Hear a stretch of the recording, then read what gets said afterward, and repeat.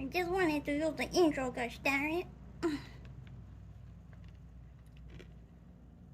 My roses. Yeah, mom. Why can't my mommy use the intro?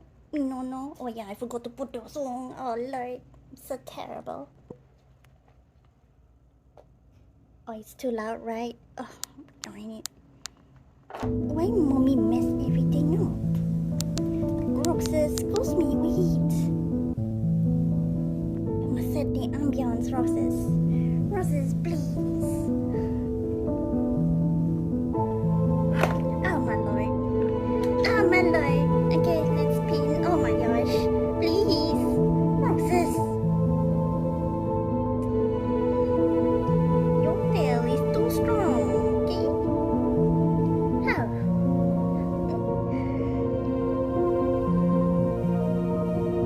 Next art stream, I won't use the intro then. Screw you, Streamlabs. It's just like the GP phone. I cannot use the intro. What the heck? It's not fair. And my lozenges already finished. How do I go to stream? That one. Here it is. I want a pin, not that one. Wrong pin. Okay. Done with that.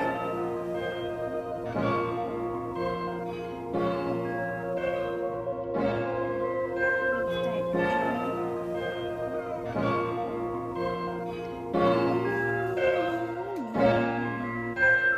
Alright. Sorry, you're looking at the bird for a long time. I just wanted to. Good morning. Other times for you guys. Happy time zone. Happy day. Happy night. I hope you kiss and pet your pussy cats if you have them. Or pussy dogs. They've never called dogs pussy dogs. But now they are. They're now called pussy dogs. Added to my vocabulary. I feel like I'm forgetting something. Should I check the checklist? I want to check the volume. Because I kind of changed it. Or maybe revert it back to normal. Maybe my voice is actually low. I guess so.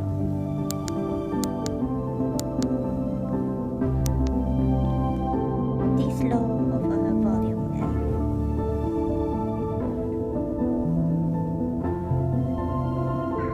Still sound kinda loud, the music. But it's the 1%. 1%. In my voice, I cannot raise it higher. I'm so sorry. What if I mute it?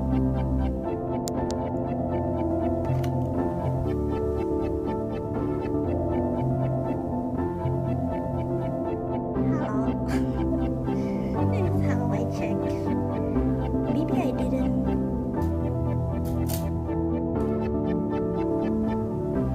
Okay, why is the music still on? Nani? That's weird. Oh, it's playing the internal audio. That's why. Darn. Hello? This is how I testing. Hello. Okay. I wonder if I can change the setting right now. Shit. Oh, shit. I need to know if I can. The audio, just the audio. The eternal is too loud. I set it to 20%. That will screw up my GBF audio later. Oh Lord. Let's see.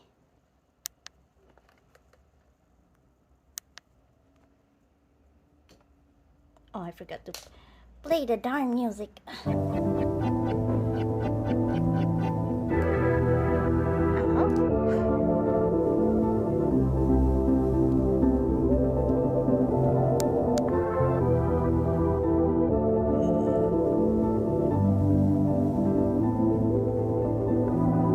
Ding dong dong.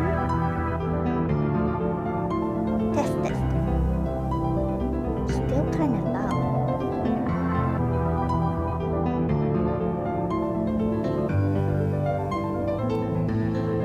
Maybe I just cannot change it on screen.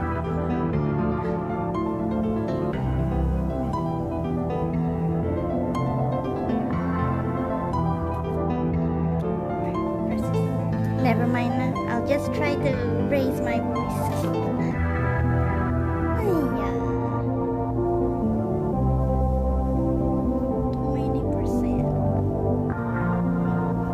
I'm just thinking about the audio right now. Hey, you don't think I can change it on stream? No, I want to.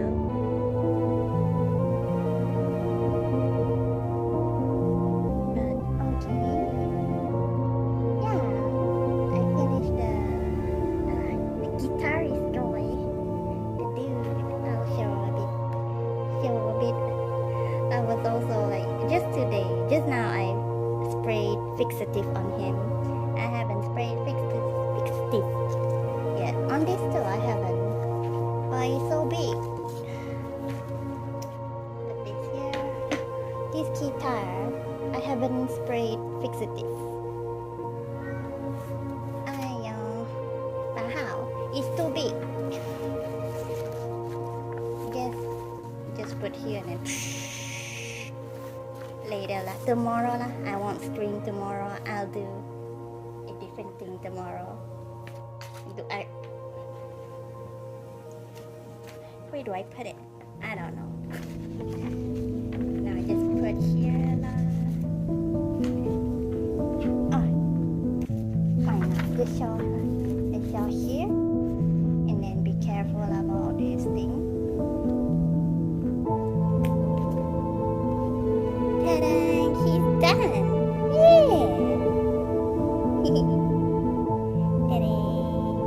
Alright, the coloring video in a few days will be public.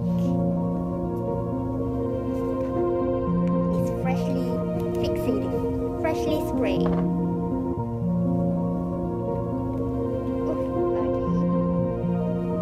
Show it that long because I finished him. We're gonna do a new project. But first, I want to lighten this one. Actually, I haven't sprayed fixative on these dudes. The lineart, it's gotten so light already. Do this first, huh? Not sure do I do it in this sketchbook or this sketchbook for the new project. I guess this lah. Oh yeah, we done this one. I enjoyed making this one. How many more pages? 1, 2, 3, 4. 4 more studies. No, 5.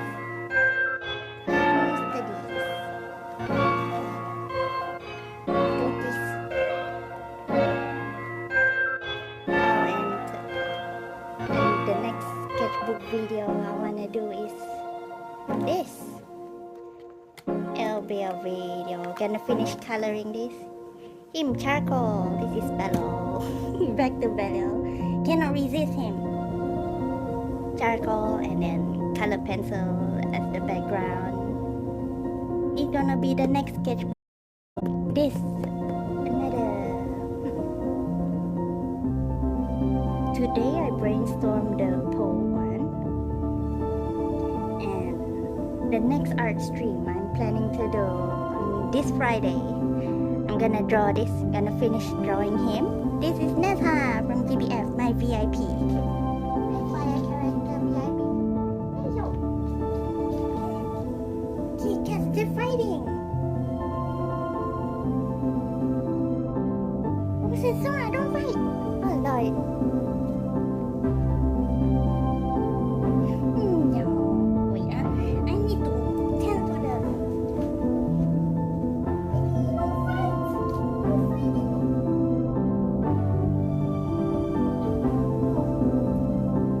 Mommy, you wanna fight? Why you suddenly wanna fight? You suddenly need to fight. Who tell you?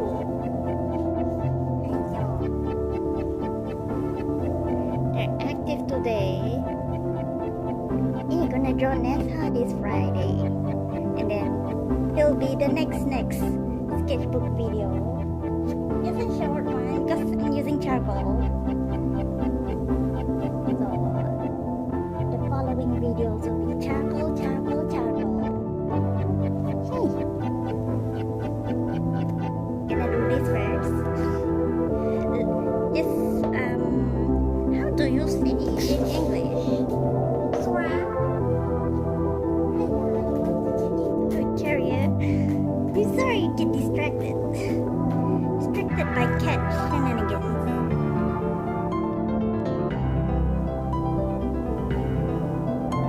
Yeah, why am I drawing for Poe? Because Poe sent me stickers for these. Poe.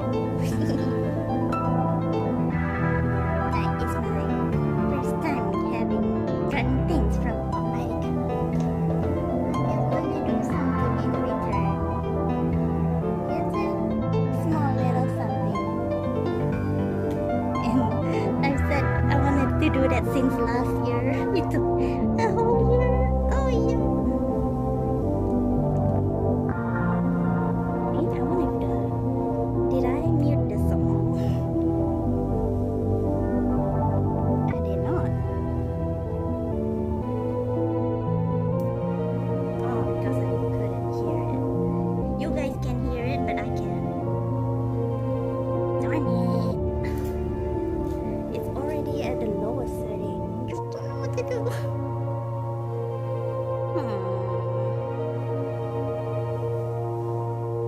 Like, why is it so loud? I need to see. I need to know why. Or maybe I disable the internal thing. Darn it. Oh shit. What if I disable the internal?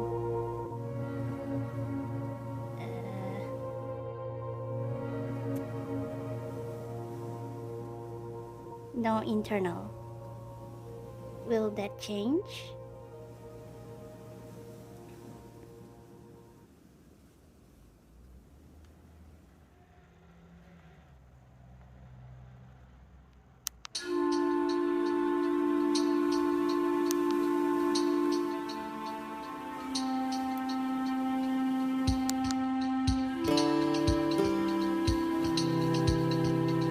Roxas is a kitten.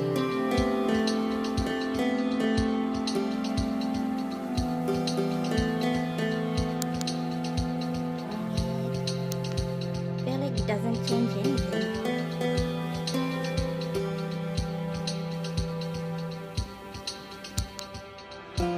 Or does it?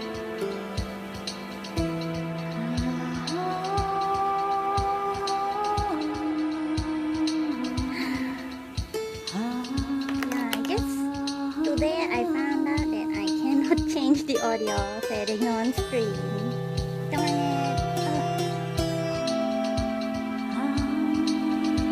Oh well, if people can't hear me, feel free to ask me to type instead. I can type. I'm so sorry. I will test the audio things off screen then. Using my different account. The Belial Barahonkers account. It's been a while since I logged into that account to test it. Oh well. Also, I want to put on nail polish.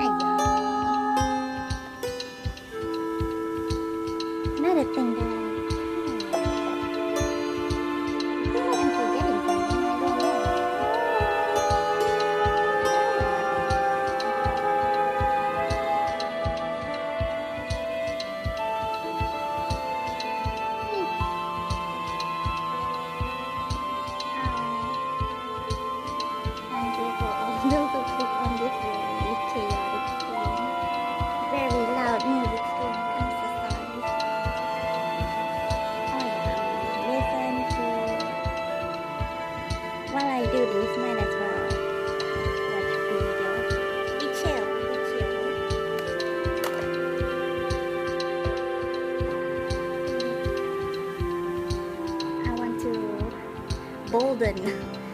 But yeah, I was searching for the word in BM in BM it's called to Tarankan pencil.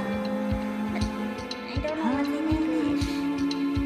To darken the lines. That's the word. That's the phrase. Darken the lines and then spray it tomorrow. I'll spray it tomorrow. I won't do it on stream. And then we're gonna study.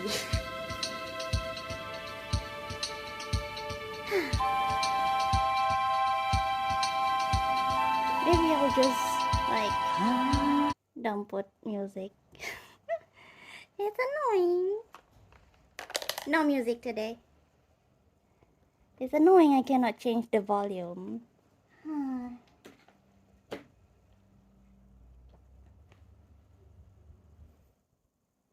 And I don't have the music on this phone.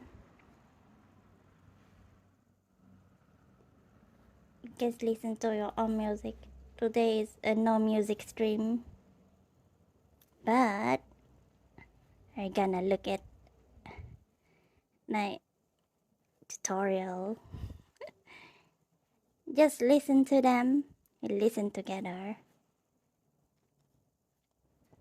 Talking about the fundamentals of drawing. I'll share the video in chat. Step by step portrait.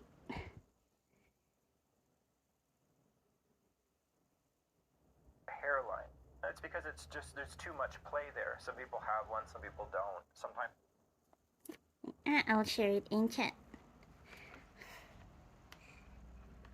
Because there's no harm in like learning about art stuff. Wow, right, Roses? Right, mommy? Did it? Let me change.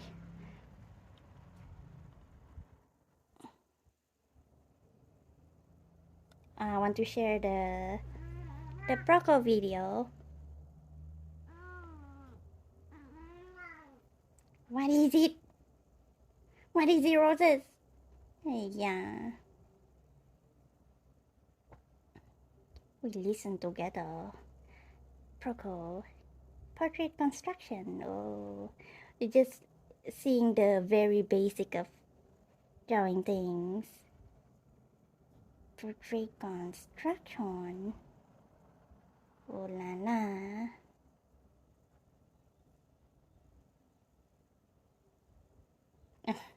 Why does that emote go there?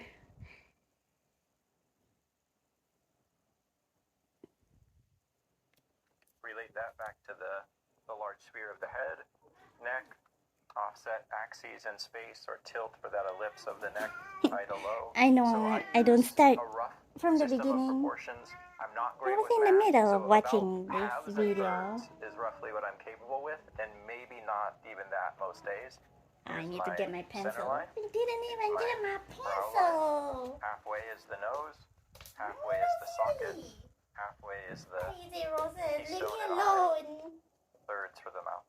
I could see, again, a prominence. I'm not drawing these in terms of, the early stage, but it's what I'm looking at, and it's why my lines are oriented the way they are. I think it's worth mentioning because there's always that drawing, that disconnect in drawing. I want to be drawing the thing that I see, but I'm always making a drawing. You're never making the thing you see. So I think it's important at certain points that I make the connection as clear as I can for you. What am I seeing and how am I interpreting it? So that's kind of where I'm orienting this. Base of the nose, remember, was the area where that nose was closest or most flush. When I'm looking for this line, which would be my bottom of the socket, remember how interested or amazing I think that cheekbone structure is? Well, that's, like, I can start to see that here. That cheekbone is also, in my opinion, the key to understanding age. Right? Aging, for me, is really just the structural fat of the face. Your face, there's a lot of fat on it that doesn't come as a result of you eating too much or too little. Right? When we have fat fall, it starts to put stress and expose those areas of bone, which instantly kind of produces that look or feeling of age. And when we're youthful and young, like think of babies, we smuggle giant apples in our cheeks. There's no presence of bone there. And then the younger you are, the more apples of cheeks you have. For that, kind of the parting of the lips. So maybe we could say, well, his chin moved down a little bit. That'd be something to keep in mind for later, right, where I'm starting to think a little bit more concretely about molding this to match his face a bit more. This would be the roadmap so far. Each step does something very concrete and very objective so that you can make assessments about your work or change it. We just did step 5, which was proportions. So that step just allows me to focus on that competency alone.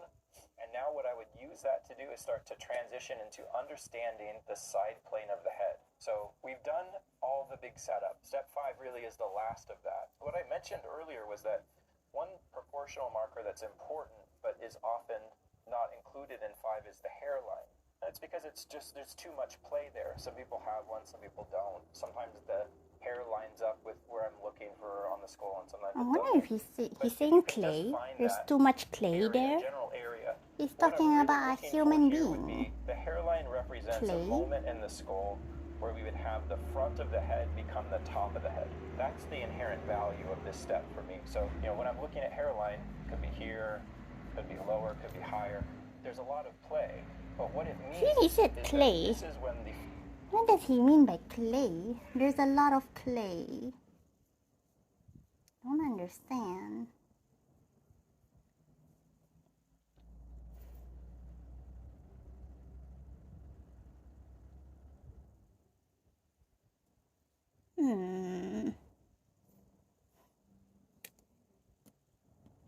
He's talking about the construction of this person's face, and he sometimes say there's a lot of clay. Is there a different meaning to clay? I want to see. Let me see. Check. There's a lot of clay. There's a different meaning. Define clay. Not clay, clay.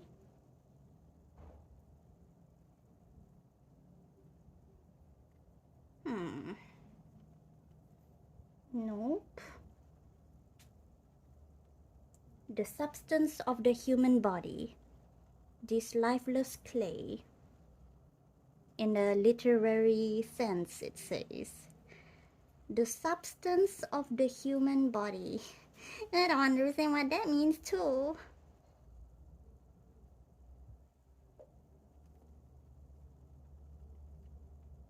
Substance of the human body. The feeling? The fat, I guess. The forehead stops, and then the top of head begins. The reason that's crucial or important for our next step, which is understanding a side plane, or we could say our first form cut, is that if you take this line and throw it all the way back, so just relate that to the back of your large sphere, this is a consistent change of surface and texture in your skull. Above this, your skull is rounded and very kind of dome-like. And then as soon as you hit that line, it becomes sheer and concave. What I'm looking to cut out here is what's called the temporal fossa, which is this big cutout on the side of your head where one of the two muscles of mastication sits. Temporal fossa. To eat. If you call 150 pounds per square inch. Let me inch, reset my stream. So in this step, what we would look for is 4 points. Hairline, base of nose, which you have. That establishes the height of your temporal fossa. The other two would be the width. So and the other 2 points would be hairline, base of back nose. Of skull. So where's the temple? It's like right there. So I'll just cite that. That looks like it's right here. And then back of skull could just be the back of my shape. Once I find these 4 points, it's kind of what I was discussing earlier. Now I take this out. This becomes extruded. So for me, drawing is not about the organization of space as much as it's about sculpting. What this step means to me is that I started with this very simple geometry, which we discussed, the pros and the cons of it. And then now it's time to start to plane it in order to make it more approximating or more approximate to my reference. So this step is about shaving this. To him, drawing is like sculpting. Sculpting? Not sculpting. Sculpting.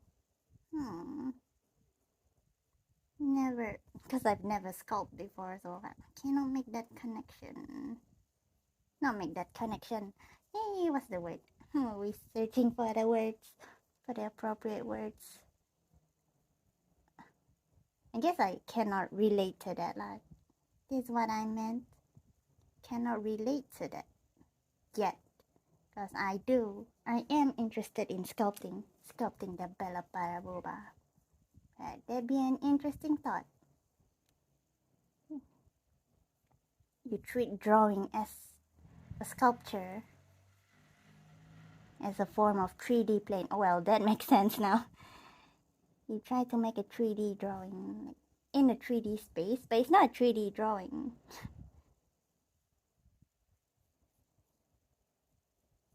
But somewhat like trying to visualize your drawing in a 3D space. It's taking away 2.5D. Much what the rest of this approach will look to create is cuts and additions. So we can get rid of that now, or you can throw it away. But what I'm left with here is a sheer plane. It's much more like what the skull would be.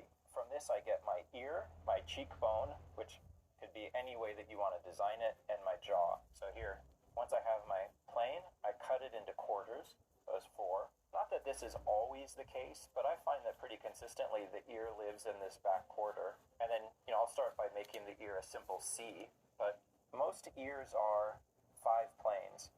5 what planes? I try to do when I look at 1, different 2, 3, people 4, is start 5. with that C, and 1, then look 2, at the difference in length. 3, so it's always, like I've been saying, what's 4, universal, or what's 5. unifying about a face or a part, and then how can I use that knowledge to study and develop an appreciation of variety. So the variety would be trimming and extending and distorting those lengths. So this gets my setup. The bottom. When he draws, he thinks about like trimming, Trimming, adding. Sounds like you're sculpting in Blender. Trimming, adding a shape. Bottom of the ear covers what would be called the temporal mandibular joint and the auditory meatus. What is it? Temporal mandibular joint. Where the heck is it? Auditory meatus. I will never remember those parts. That looks like a little 8 there. That's where your jaw begins.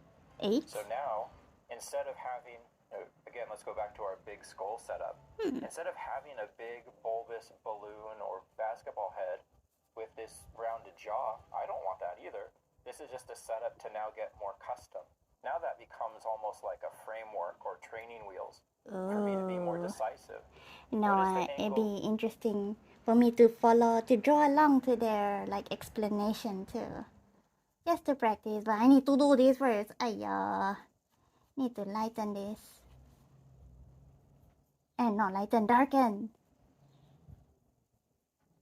Stupid words, don't know words.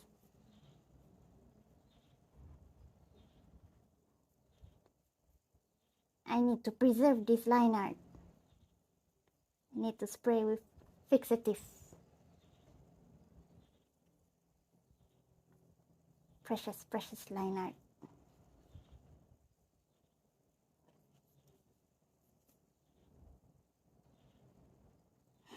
Too many big words from that guy for Poe.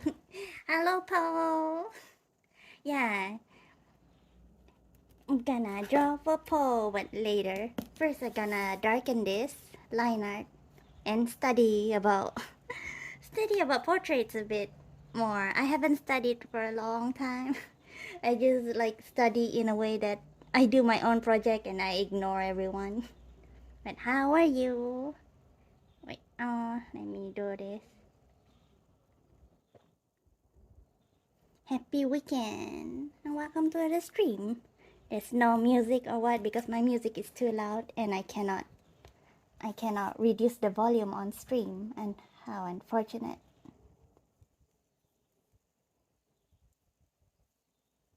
But yeah, I'll be brainstorming after I study.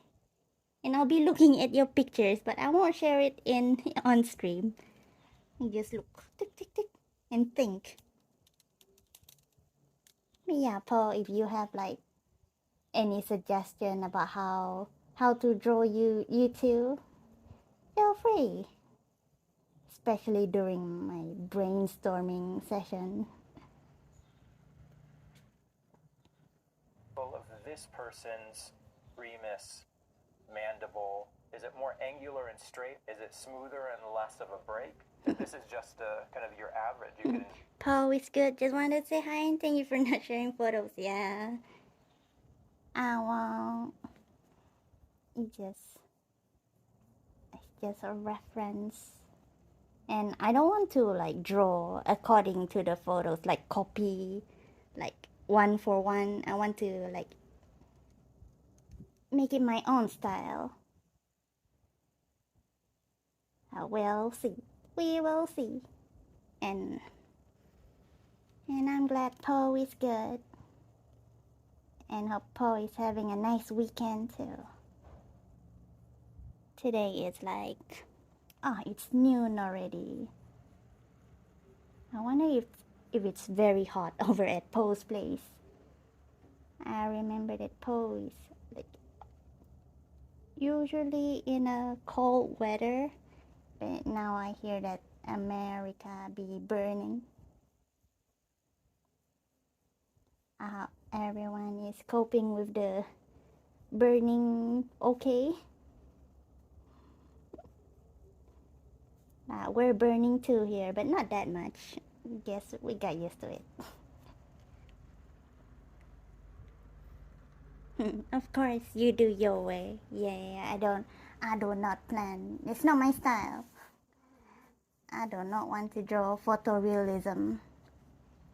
Why don't I want to draw in that style if we have cameras to do that? Easy peasy.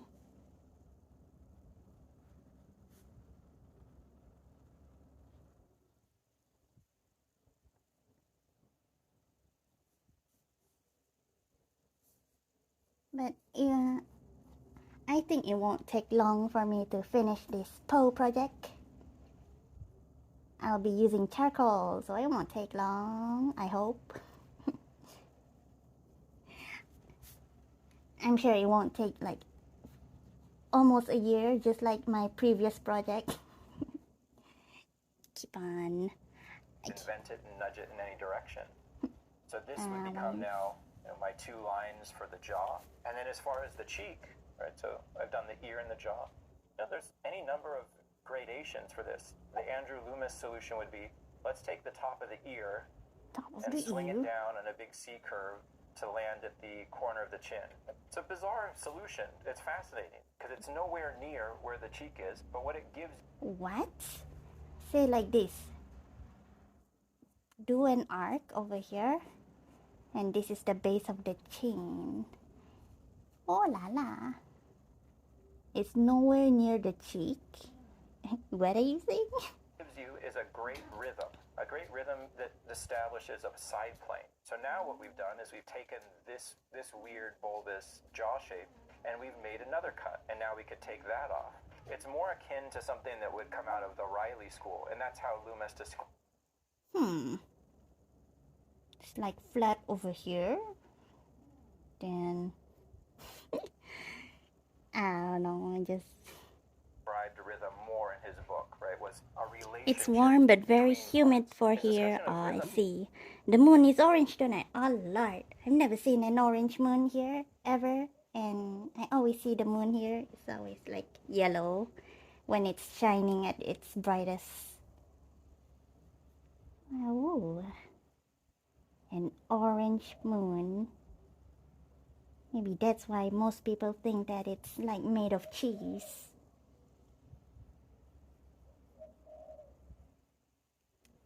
I wonder why that is.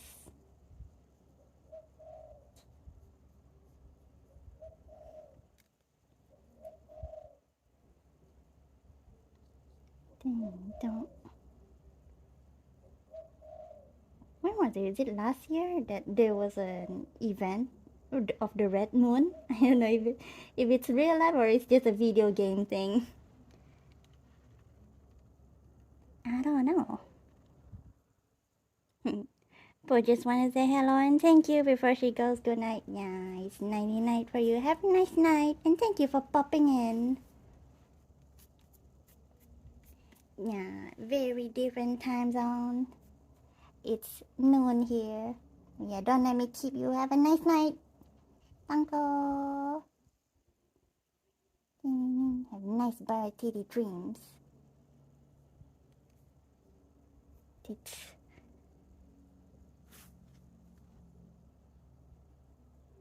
Rhythm is kind of related to contour and feature, and there's 3 types of rhythms, and they relate different parts of the body. So it makes sense in that context. You touch right here, and then open your mouth. What you'll feel is this little ball moving forward. So the opening of your mouth is it's not just a hinge. One movie that sticks with me is The Mummy with Brendan Fraser. The mummies are the scary creatures, and their mouths just kind of drop straight down. That's not what ours does. Ours swings forward and then back. And that's why it would be great to have like a Proko skull or another little skull that you could reference. And so when you're looking at this area, there's like a little wobble. So you could make the glasses and then do like a little wave in it, so that you think when this opens, it's going to shift and drop in there. And then maybe you could do like a little temple shape, little S-curve that would build into your brow. Maybe you also want to turn the corner and try to show the front of the lens on the glasses. My teacher, John Watkiss, had a kind of a cool summary somewhere between Andrew Loomis and what I did that's more expressive of the bone, where he found plotted marks to develop rhythm in there. But you can have any solution. It should be creative and open to your interpretation of how you want to make these things start to look and read. But that would be kind of step 6. Step 7, I start to develop the sockets, right? And I'll show you again different ways that you could think of this. Some people like to do this big cut that looks like Cyclops from the X-Men. The value of this is that you can start to, make a connection to the idea that your sockets as a whole have a different lean. Forehead comes out, sockets go back. But nobody's sockets look like this. Instead, mostly when I see people draw, sometimes I used to do this at the beginning of classes.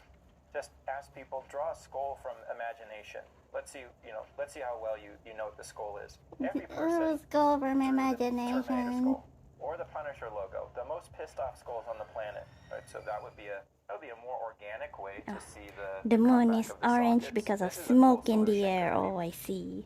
From fires farther away, but could be maybe cheese too. Oh my gosh. I see. Burning. Oh, smoky. I hope it's not that big of a fire.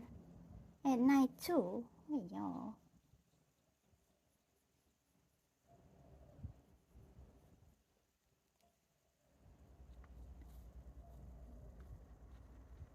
I remember, was it last year or this year? Man, time fly by so fast.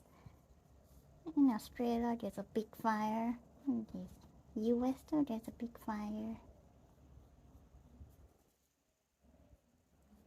Very uncontrollable. And there be climate change.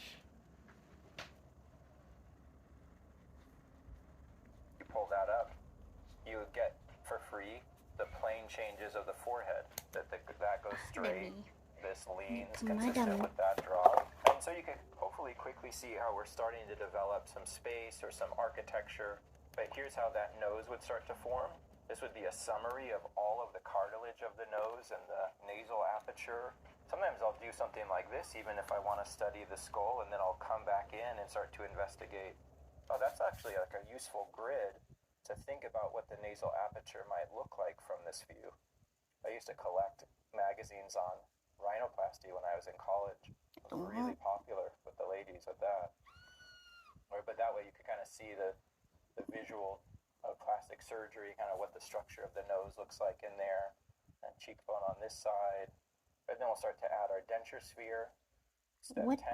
And that's really the kind of the big, let's say, secondary development of masses and perspectives in terms of the features. What is the denture sphere in terms of the orientation of mass? What do the teeth contribute to the face before I put lips on? That way my lips don't look like this.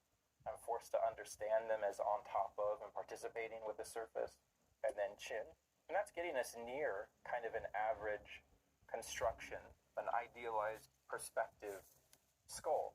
And then once done here, what I like to look at last would be features, or let's say specifically fat.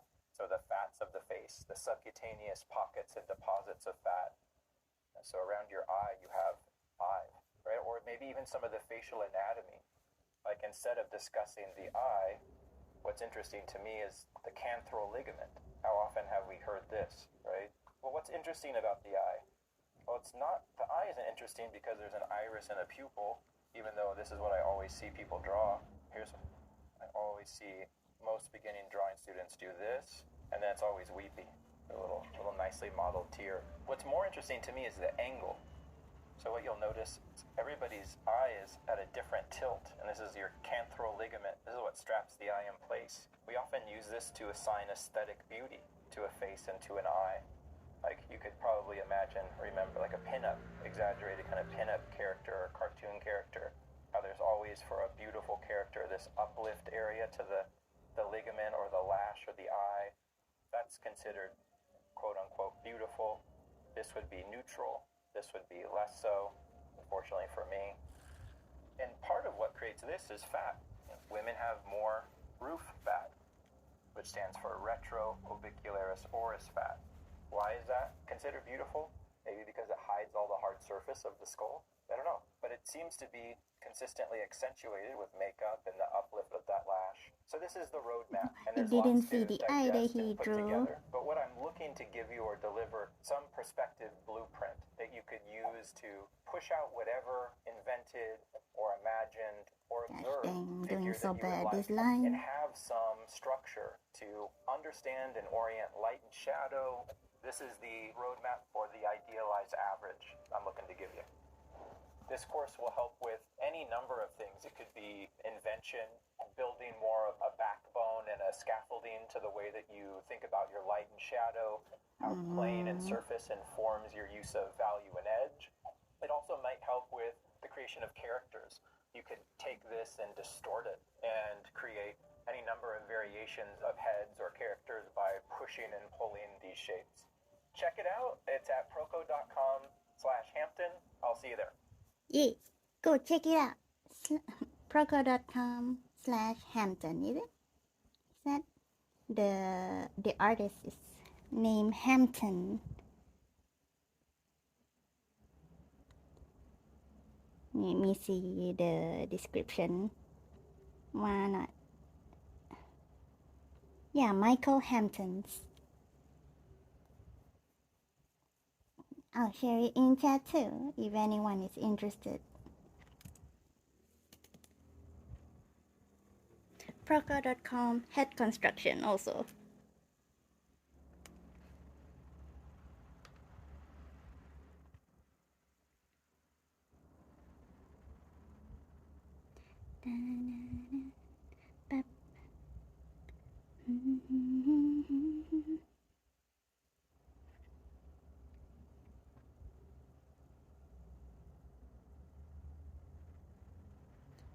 If you want to see the entire course,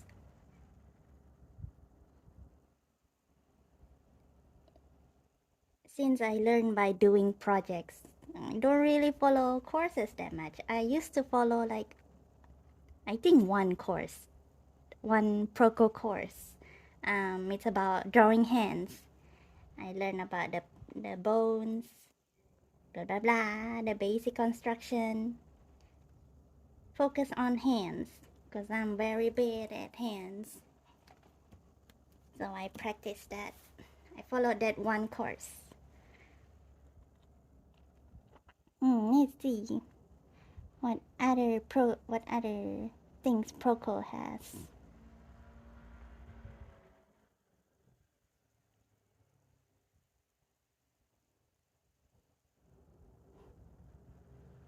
Character design secrets everyone should know. Here I want to share with you the tools of concept artists that will help you to create your dream design, one that truly evokes emotions. Who this? I'm 10 years Strati and I'm a professional concept artist in the gaming industry. Wait, I want to know your name. Wait, he said the name. I want to share with you the tools of concept artists that will help you to create your dream design, one that truly evokes emotions. I'm Evgeny Estrati and I'm a professional. Evgeny Estrati. Okay. Evgeny Estrati. Ooh. Okay, I'll share this in chat too. It's about character design. Something I should have learned. Like while I was doing the OC. But it's never too late to learn. Evgeny. Oh my gosh. I'm so sorry for butchering your name. Character design. Ooh.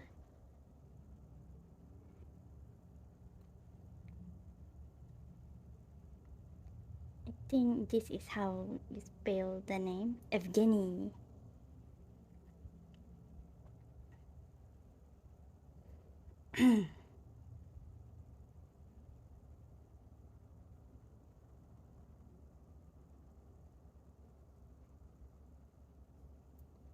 Not this one.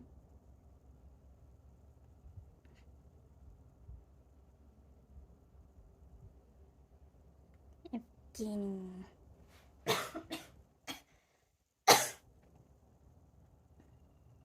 Yep. Have I? Mr. Poe says hi too. Hello, Mr. Poe. Yeah, we'll be drawing you too. Poe and Mr. Poe together. How? I don't know. We'll make do. We'll try. We'll do our best. Now Poe is really going to bed. Have a good stream and stay your groovy self. Hugs. Yee. Thankful, Poe. Have a nice night. Thank you for coming by. I need to share. New here. By Evgeny.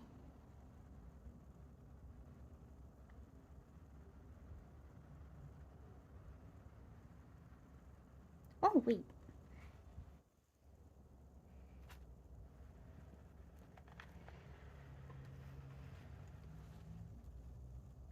Oh, darn it. I should have maybe asked, like, what clothes at least should I draw them in?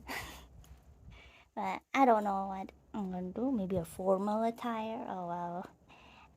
Just Professional casual. concept artist in the gaming industry, and I've worked with Riot, Valve, and Marvel. Riot, Valve, oh. All right, any design begins with an idea. And you ask, how do you know if a design is good? Well, a good design is one that effectively fulfills its function and solves the problem, whether it is set by the project team or the personal goal of the artist. If you are creating a design for a project, you probably already have a task with a description. But what to do if you want to make design for yourself and you have no ideas? In this case, you can do what I sometimes do, which is to make inspiration from another artist's work and draw something similar. Or get inspired by a game or a movie and make your own character for that project. Or even better, make your own. So, I created a project called Gold Rush, a fictional Wild West world during a gold rush era where gold spreads like a mold, causing various mutations. My inspirations Oh, were... wait, forgot to put the subtitle on. For me,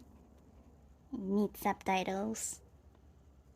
Games like Bloodborne and Evil Within. I would also like to mention other ways to generate ideas that might help you.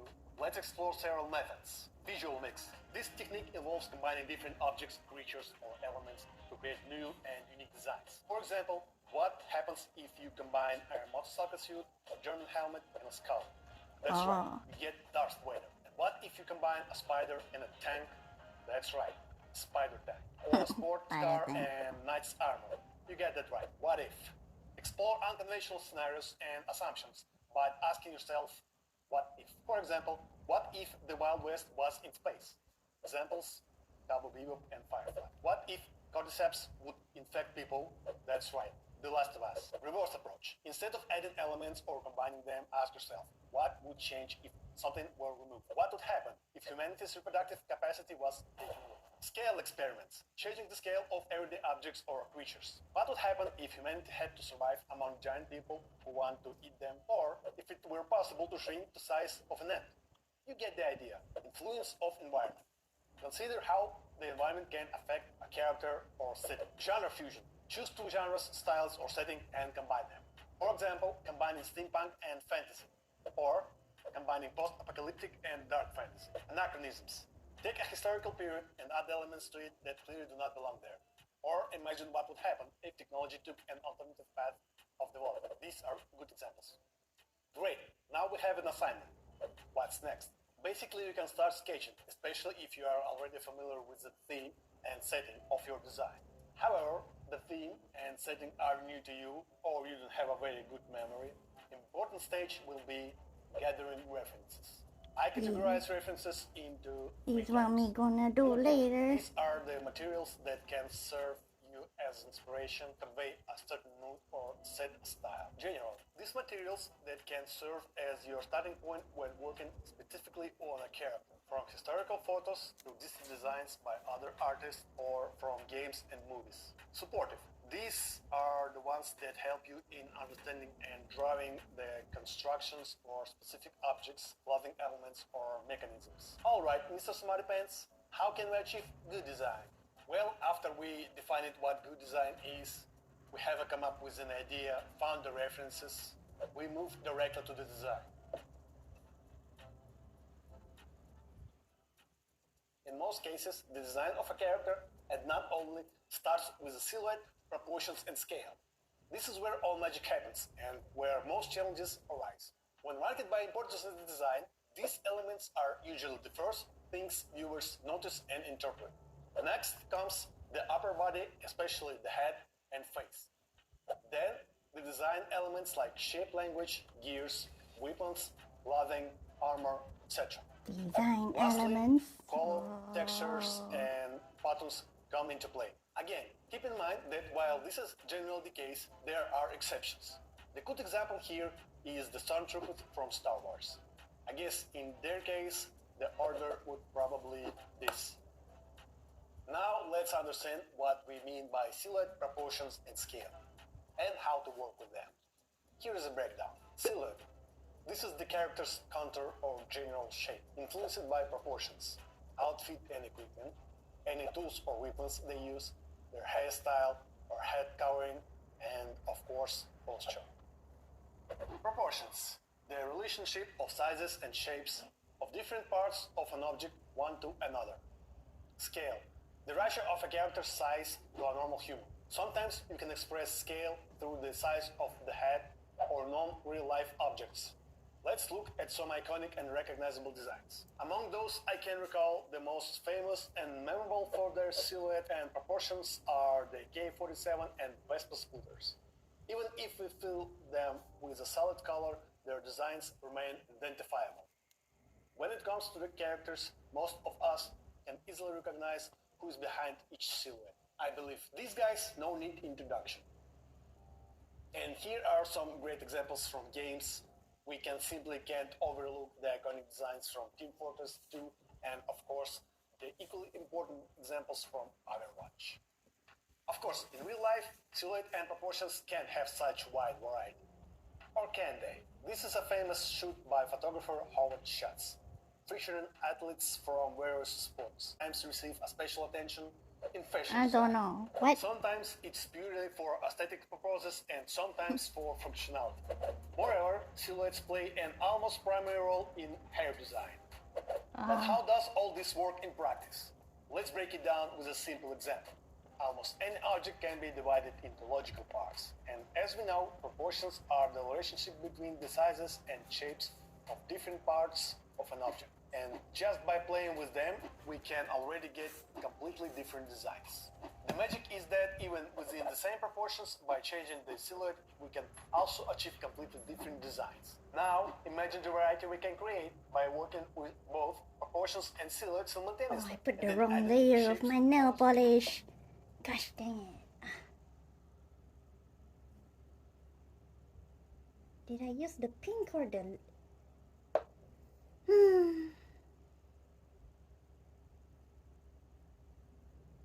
Oh well.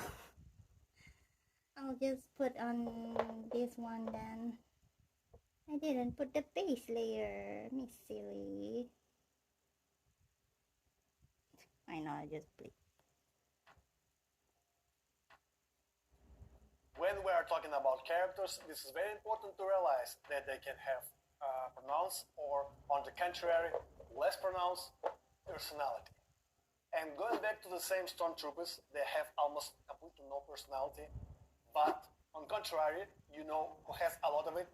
That's right, Han Solo. So just as with silhouette and proportion, it depends on the specific goal we have for the character.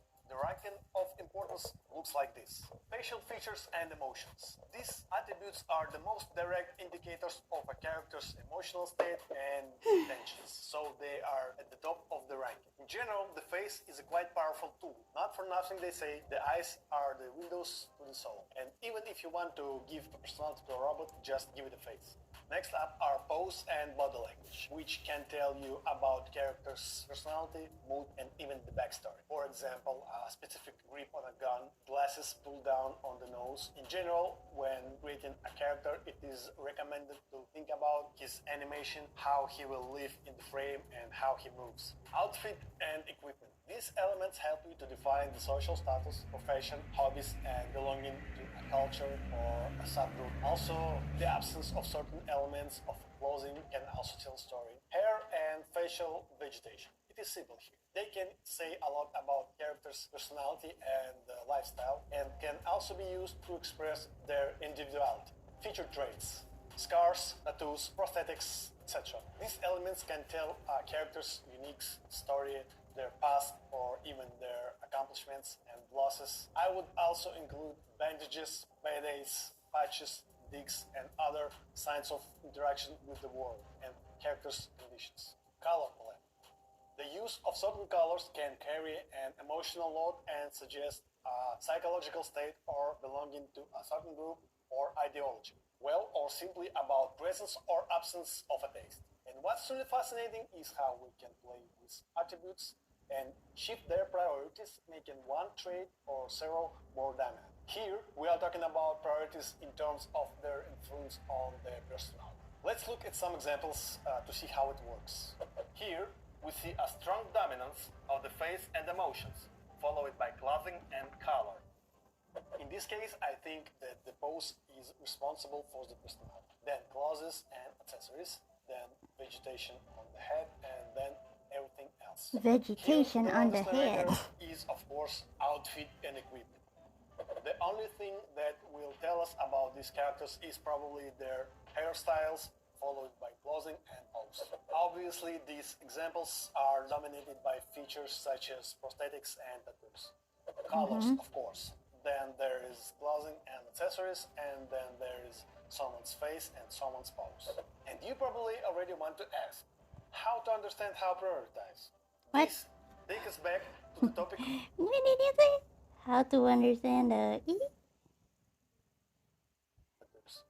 Colors, of course. Then there is clothing and accessories, and then there is someone's face and someone's pose. And you probably already want to ask, how to understand how prioritize? This Prioritize. takes us back to the topic of the idea and description. To truly understand what you need, your character's backstory and personality must be clearly defined. And if we go back to the Stormtroopers and Han Solo again, we realize that this is a faceless enemy, a soldier, one of many. And this is a famous smuggler with a charisma and charm. It's a Mogul. Well, it is time to talk about outfit and equipment. As we know, from silhouette and proportions topic, outfit and equipment are important for shaping the silhouette, which is the foundation of a character design. While they serve a common purpose, proportion and pose mainly determine the physical parameters of a character. At the same time, outfit and equipment play a key role in expressing who the character is. And that is why I try to categorize them and think of it as a silhouette within silhouette. When working with outfit and equipment, I focus on two things: body exposure and iconography. Body exposure, let's go in order. With this one, it is simple. Body exposure is not only how much of the character is open or closed, but also what parts of the body are exposed. An exposed body can serve both an aesthetic and practical function. And in different contexts, the same exposed parts of the body can give us different information about the character. For instance, a naked person in a locker room is normal, but a naked person in the street, let's say there is definitely something about that character. Iconography. Now, here is where it gets a little more complicated. Generally speaking, iconography is primarily related to history and culture in art. But the principles of iconography are also useful when working with characters. Let's break down what it is. You've probably seen images like this. Notice how easily it is to read well-known characters into these figures, although there are no details, shapes, or even faces. Thus, iconography activates in our consciousness ready-made symbols and images from the cultural code. Even an ordinary guy in a simple poses can turn into a cowboy with the addition of a couple of key attributes, and into a pirate with the addition of others. Or a girl from a socialite lady can turn into a special agent. Types of clothes and their cut are also closely connected with visual stereotypes and cultural symbols that we unconsciously attribute to certain types, subcultures, or professions. And we can and should capitalize on that. For example, a simple guy in the street clothes with a gun becomes a gangster, but adding a bulletproof vest makes him a mercenary. And by adding a few minor changes, he turns into a PMC contractor. Literally changing his hair and shirt, he becomes security guard or a soldier. Going back to this guy and changing a couple elements, we can make him a war correspondent or a police officer, or from a bodyguard to a robber. How about that? In addition, we can change the personality or even essence of the character.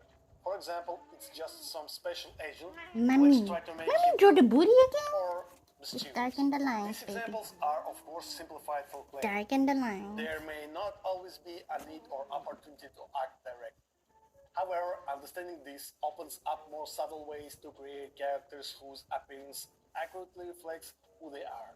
And the best part is that this principle applies as much to real clothes as it does to fictional ones. Here is an example of my work, where the girl's outfit is basically a black suit, which is responsible for sci-fi, leather jacket, belts, and colors, which are responsible for punk and rock and roll, and from elements, it's bags and weapons that are responsible for rubber. The rest is just design elements and details.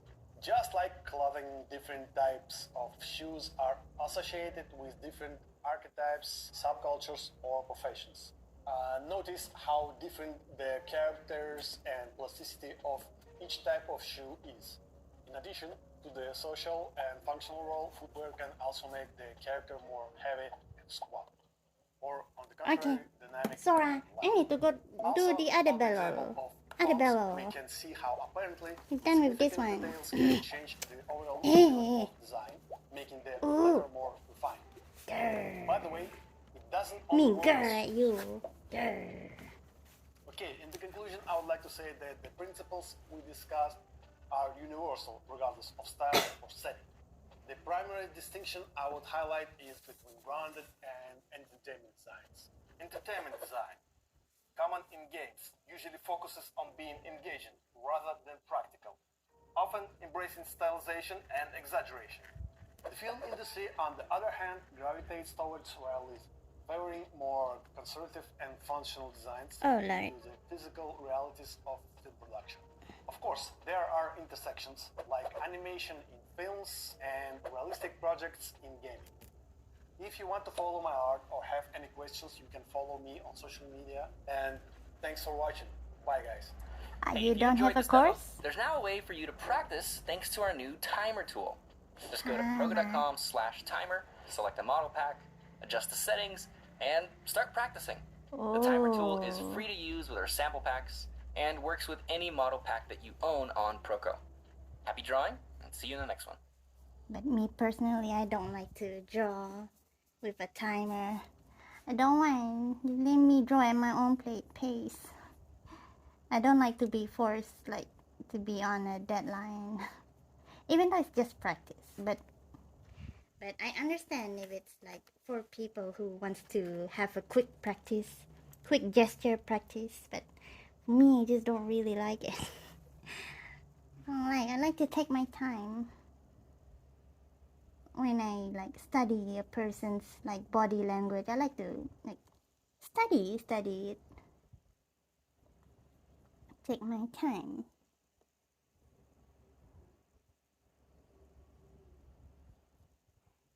What else? What else can we learn? No.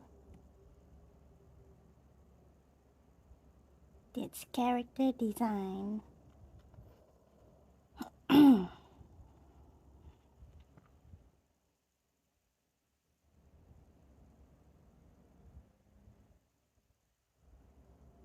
Perspective for drawing anything. A Marshall Vandroff's course. Ooh, perspective learning. That's also important. Hi, I'm Marshall Vandroff, and this is a course in perspective without brain damage. In this course, you will learn this. Without brain damage. Oh, I know about perspective. You're using a box and then angle. It's like how I made the guitar. Let me share. By Michael Vandroff, is it? Oh no, Marshall. Gotta share. Perspective. Marshall.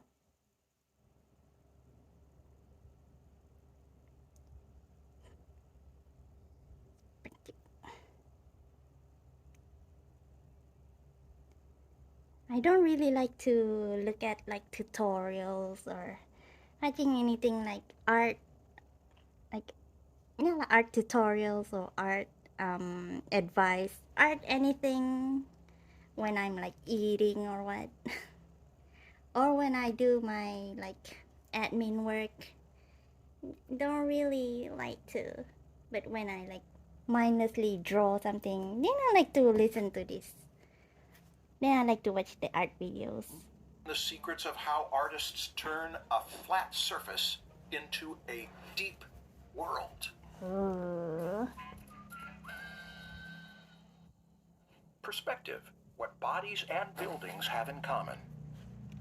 You may know how to draw a box in a clever way that impresses your friends and family, or how to draw boxes in 1, 2, and 3-point perspective, and how that can help you draw city streets and buildings. But Only there's more. box. Perspective is not only about boxes and buildings and streets. It applies to everything in the world. Watch. A box can be many things, including something boxy. Or something boxy and a little bit cylindery. A sphere is the basic form of a whole bunch of things in the world. And even the world itself. How rare the knowledge. Few artists master perspective. I hoped to learn it in college so that I could draw buildings like this. But I couldn't find any teachers who knew it, and nobody else in my life knew how either, and videos hardly existed back then. Sorry to give you my I had to learn how to draw in the snow, barefoot, uphill, both ways, under gunfire on holidays speech. But learning perspective with so few resources was hard. I once had a job illustrating a round platform with stair steps in front, side, and 3/4 views. I didn't have any idea how to do it. That's when I realized I needed to learn perspective if I was going to do this for a living. Now, how about you? How do you know if you need perspective? Well, how do you hope to draw? If you when work I flat, drew the like a guitar, graphic designer, you learn it. or if you paint non-representationally, concerned with pattern and abstract design, not with form and space. Perspective won't help you much, if at all. And if you just copy what you see, well, you don't need perspective for that. It's time for a story. Okay. Alright.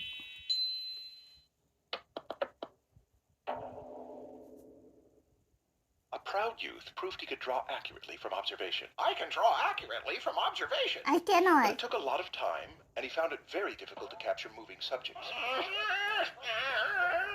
He bought a camera. It took less time and captured moving subjects beautifully. He copied the photo and beheld a drawing that looked a lot like the photo. Eventually, he discovered that processing the photo created a very impressive picture that looked a bit like what the camera saw, but with attractive blotch marks all over it. I have created art. Beautiful. His father objected. Is this what you want to do to manifest your creative self? Push buttons on the computer?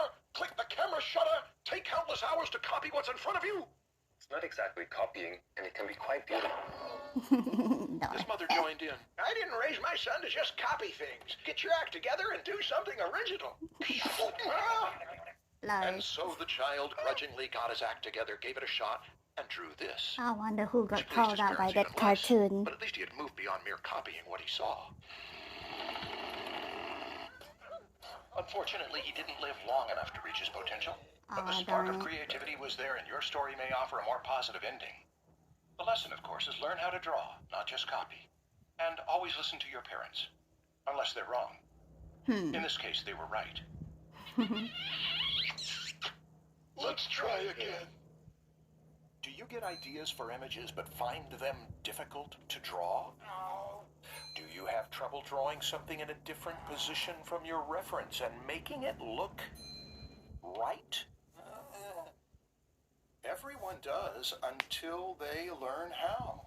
But once you know how, you can draw anything you can imagine in any position and in all sorts of styles. We're looking at drawings from my former students who learned just enough perspective to draw what they liked.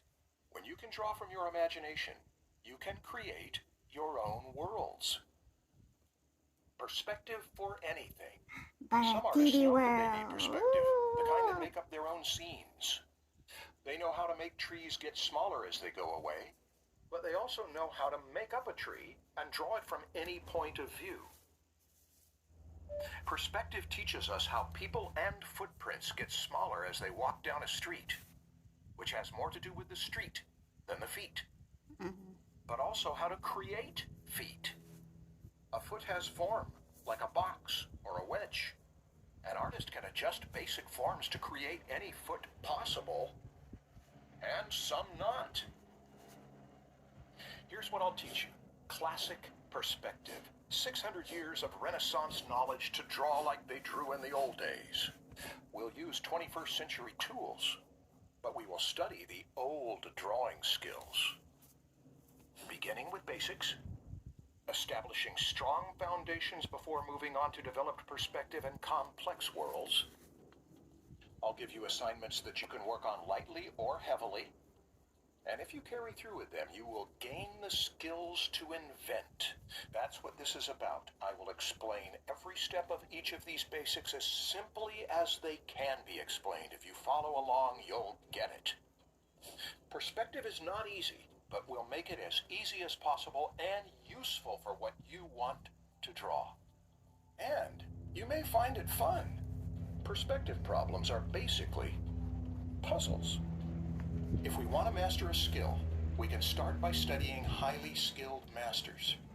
Treasure Hunt Project. Gather your favorite pictures. Sort out the ones that showcase perspective. Here is a study that Leonardo da Vinci drew and never intended the world to see. That's part of why I love it. No showing off. The lines go down as easy as breathing.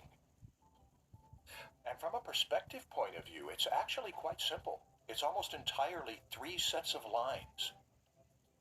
500 years ago, De Vries drew these environments like little stages where stories could play out. 400 years ago, I like them. Winsor McCay drew thousands of comic strip panels where stories did play out.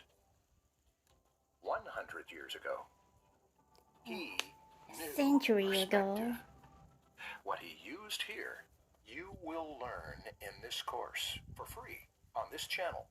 But if you want more, I will elaborate in premium for a lot less than you'll pay in school, and I'll give you a lot more than I can give you in school. You'll get more demos, 3D models to draw from, professional guests, brain-teasing games, and step-by-step project instruction. For more information, go to proko.com/perspective. Your first project, collect your favorite drawings by perspective masters to set a standard for how you want to be able to draw. Also, collect potential perspective problems to be solved later, questions you have, puzzles you care about. How exactly do those arches get smaller as they go away? Is there a science to that? Yes, and it's not that difficult. Can I mess around with that science and make it look credible? Yes. In one way, that's the whole aim of this course, to learn enough perspective to invent and experiment as you like. How do I take a picture of something I'm looking up at and draw it as if I'm looking down at it? You will learn that.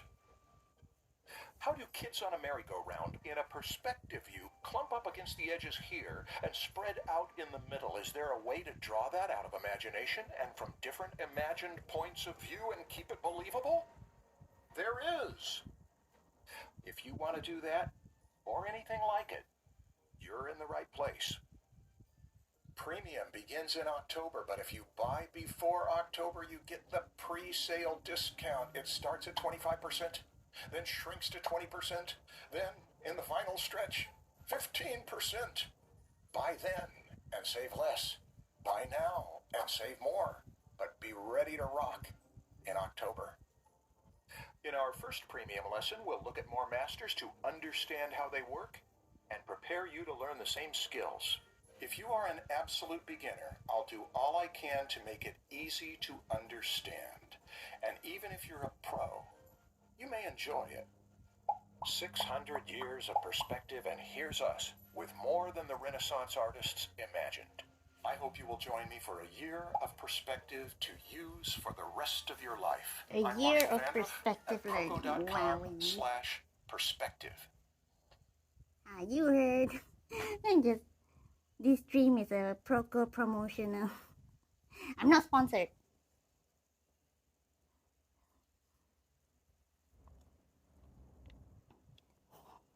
Not sponsored. I'm just letting them promo Proko website. If you want to learn how to draw, it's a good place to start. Don't ask me for tutorials. I don't know anything.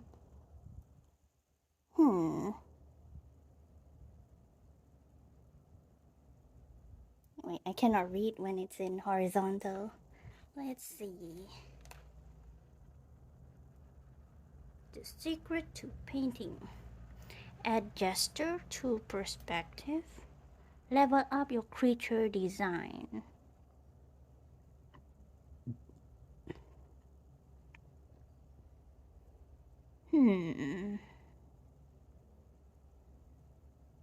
Capturing light with Marco Bucci. Listen, I'm interested to learn about that. I'll be doing a demo in watercolor and white gouache today. Watercolor's magic. When you mix wet into wet... I'll share it.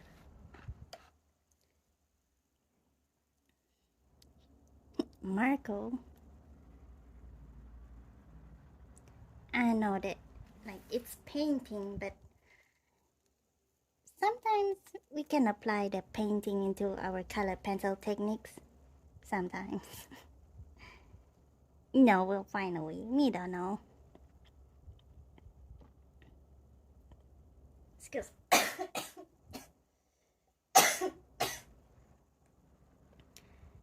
Capturing light with Marco Bucci.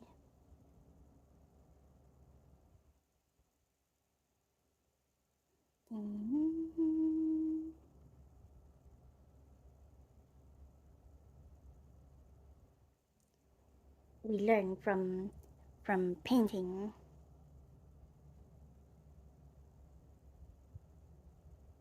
Even though we don't paint.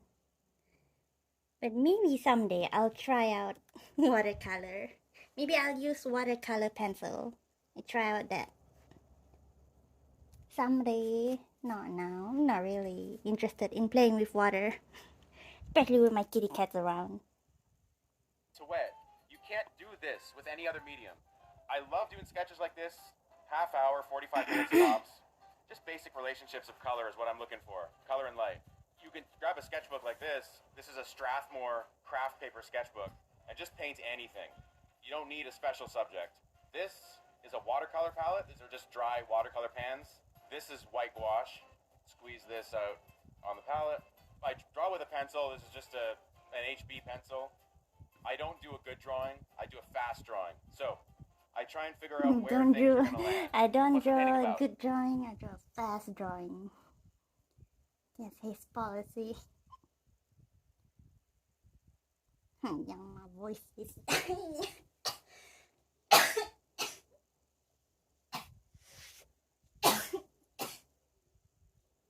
Trying my best to run away from the mic when I cough. Oh yeah, let me drink water.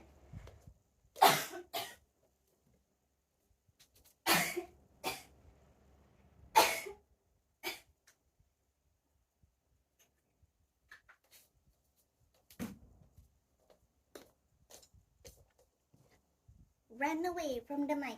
Run away. So the building is the main thing. Let's put that in. I don't really care about the exact details of the architecture. Usually I don't draw this dark, but just for the camera I'll draw dark like this. You gotta figure out where the building's gonna land. About here. I get some basic perspective lines in. If there is a vanishing point, well, which there is, it's somewhere over here. I'm just ballparking this. Sometimes I'll like trace an imaginary vanishing point like that, just to figure out where the ground is. Okay, there are windows here. Having that perspective line gives me a little quick reference to block in these windows properly. The windows have all kinds of frills and Art Nouveau-esque details on them. If I manage to sneak some of those in, great. What matters to me most is the fact that they break up a big shape. The big shape being the facade of the wall, right? There's another building out here, all kinds of patios and what do you call it? Balconies, that's the word. This tree that I'm circling on my phone there is really important to me because it also breaks up the big shape of the building. It's got a nice round shape to it that's gonna help provide a nice dark value. Trees are your darkest values in your painting, and they're great for making a lighter building look lighter. There are cars here.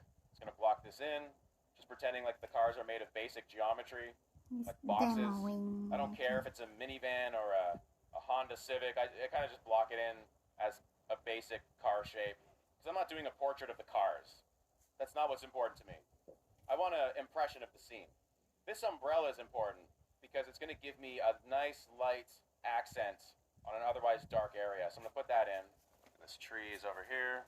There's like 6 cars there in this photo. I don't care about that. The fact that there are cars there is important to me, but not the exact number. It's just a compositional thing. I think the cars will help me wrap around this building. So I'm just going to put them in, block in with the pencil where their shadows are, which helps show the viewer where the ground plane is. Now from here I can draw, I get a sense of the perspective. I can draw a little grid that defines the perspective of the ground. Usually when I paint outside, I'll have a podcast on just to like get my brain away from thinking about the painting, ironically. Today here it's more difficult for me because I'm actually, 100% of me is focused on the painting, which is actually not how I usually paint, at least not in sketchbook studies. Demos are a bit more stressful, where painting outdoors is just fun.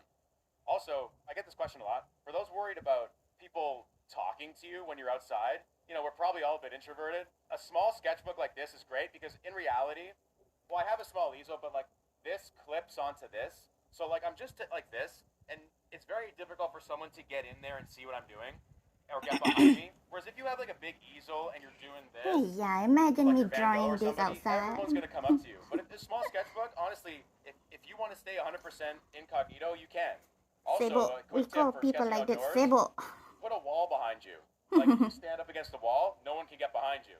Those are a few tips to help you get outdoors and sketch, because I think Sebo people who come behind me to watch what I'm drawing and they see booty, it's their fault.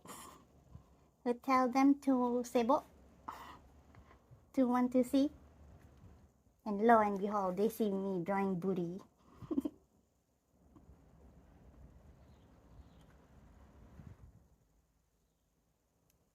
sketching outdoors is one of the most... No, hello Yoshi. Hey Glow, miss ya honestly. Been so long. Been so long too. I had the flu, so I couldn't like stream much. How are you doing? Happy weekend. I'm just darkening this line art so that I can spray with fixative and preserve it. Preserve it forever. Because this one I haven't sprayed. I've transferred the line art onto a different paper, finished the coloring, and this one is just left behind to fade bit by bit. But I don't want it to fade fully, so I'm darkening this while looking at videos by Proko. Yeah, life's been good so far. I hope the same for you. Yeah. Sorry. I'm so sorry. I can't really talk much. I still have a bit of coughing. Gotta truly say, you're the most bubbly streamer I've met thus far. Hey, nah. I don't believe that. I'm sure there are lots of bubbly streamers here and there.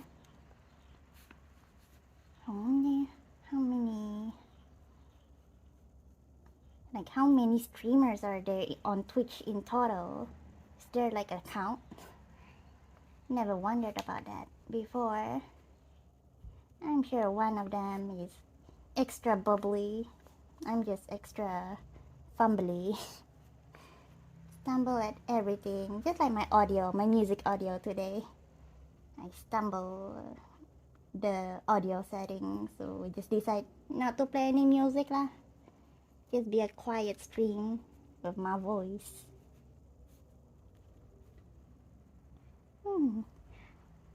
We Most helpful watch the things you video. can do, because it just cements and encourages you to observe I don't know. so many little patterns that nature has that it's very hard to learn from another teacher, whereas nature can often be the best teacher for that. There's a little color off the Nature frame be there, the maybe. best teacher.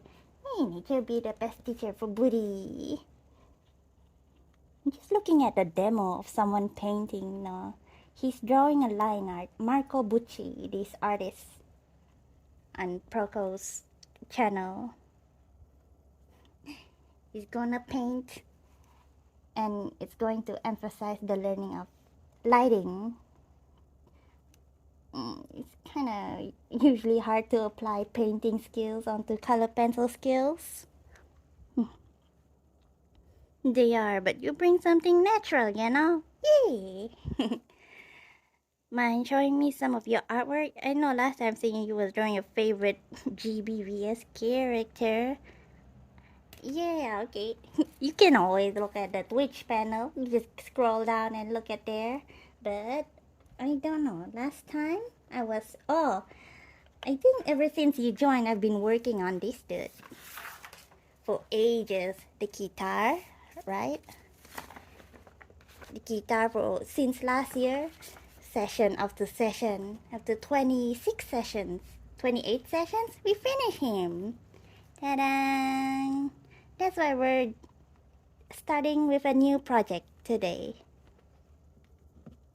It's the OC, my first OC that I created from scratch after I do my hiatus. But this OC isn't mine. And then I also did this, the silly one, a comic based on like GBF had an April Fool event, and this is the art style they have, and I copied the art style to make this comic. And there's a second page, but it's over there across my room. It's on a paper. It's not in my sketchbook.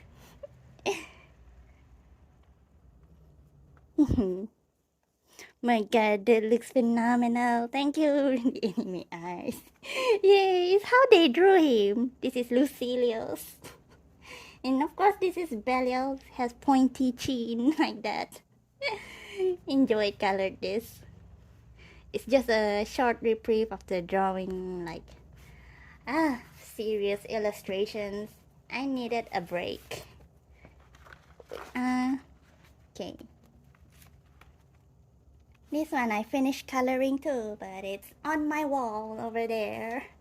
It's not in my sketchbook. I want to spray it later, tomorrow. Yeah, I've been following for 2 months. Just short.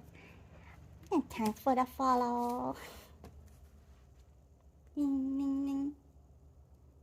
Have you been working on something too? Painting. Or maybe I'll put that in. Okay, let's actually get to painting. In real life, I would probably spend a bit less time doing that. Maybe like a minute or two less. My brushes are nothing special. They're made by Princeton.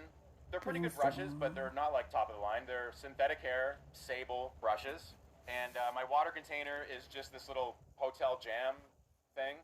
I have a little easel. I'm not using it today, obviously, but I built myself the James Gurney easel.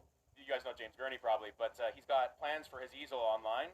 I built it, and it's awesome. And that's what I mostly use. And this little thing just clips to the easel with a magnet. It actually adheres with a magnet.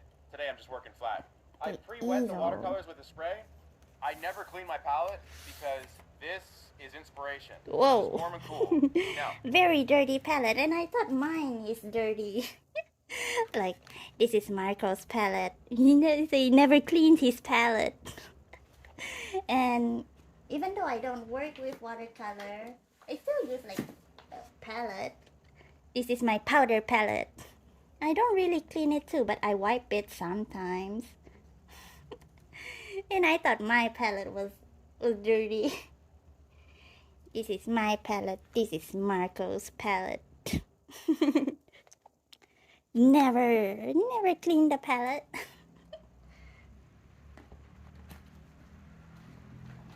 But I like to clean stuff. I like my place to be clean. Especially after doing a project. After every art project, gotta clean my room. I wonder, did you see Evo today or yesterday? A large Grand Blue tournament. You possibly could have seen with your character be played at a high skill level. Oh, I know that Evo be a fighting game competition like that. But I'm not really interested in that. I'm more towards the story side of games. I don't really care about gameplay or competition. But if people enjoy watching that sort of thing, then go on ahead and enjoy. I'm not stopping them. But for me personally, I don't really,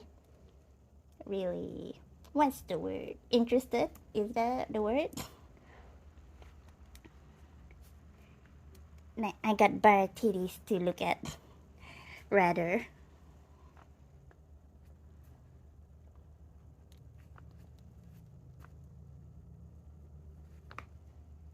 Like, good luck to all those fighting in the Evo. I don't even know how to pronounce it. Evo or Evo? Oh, I know. I think there's like a list of banned things. I think I saw a Twitter post about Evo banning several things. Is it Evo or some other event? Like, you cannot bring a skateboard in there. You cannot bring a selfie stick. You cannot bring lots of things, lots of fun things you cannot bring. Other than that, I don't really know much. But I want all the Belial players to win. Only them win. Good luck to all the Belial players. Kick all other players' ass. I'm rooting for the Belial players. Evo as evolution. Oh, I don't be on Twitter on a day-to-day basis. Oh yeah, like, understandable. I'm not either. I'm usually on Discord, and on Discord people be posting Twitter stuff, and mostly see Twitter there. But Alice, well, not really. Oh, my Twitter feed. I try my best to make it like mostly Belial stuff, GBF stuff only. That's all I want to see. GBF stuff or art. That's all. But sometimes Twitter, they be advertising unrelated stuff. Elon Musk keeps asking me to subscribe. Keeps asking me to follow his account. Hey,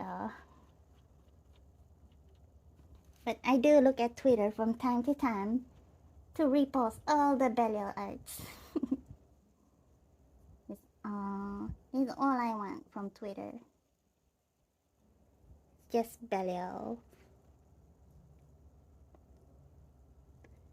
Oh yeah, I was switching the painting. Now, I want to block in essentially local colors first. I'm going to start with the focal point.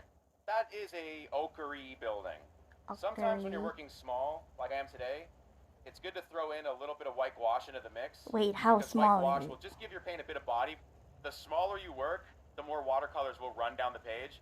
And because, well, you have a limited time, and especially if it's not a dry environment, which I think this is actually pretty dry in here, so that's good. You want to make sure that you have a good chance to get the paint not to run too much. Putting this ochre color down, and I'm leaving behind the little white bits for the windows, and you'll see that come into play a bit later. Change the color. Didn't really think about the humidity of the place you're working in be affecting the art you're making using watercolor. And here it'd be a very humid place. I'm sure any watercolor works be like wet for a long while here. We don't know. I don't know anything.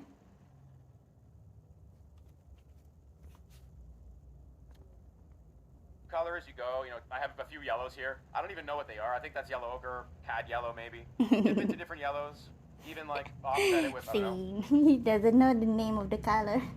I don't know either. We depend on our eyes.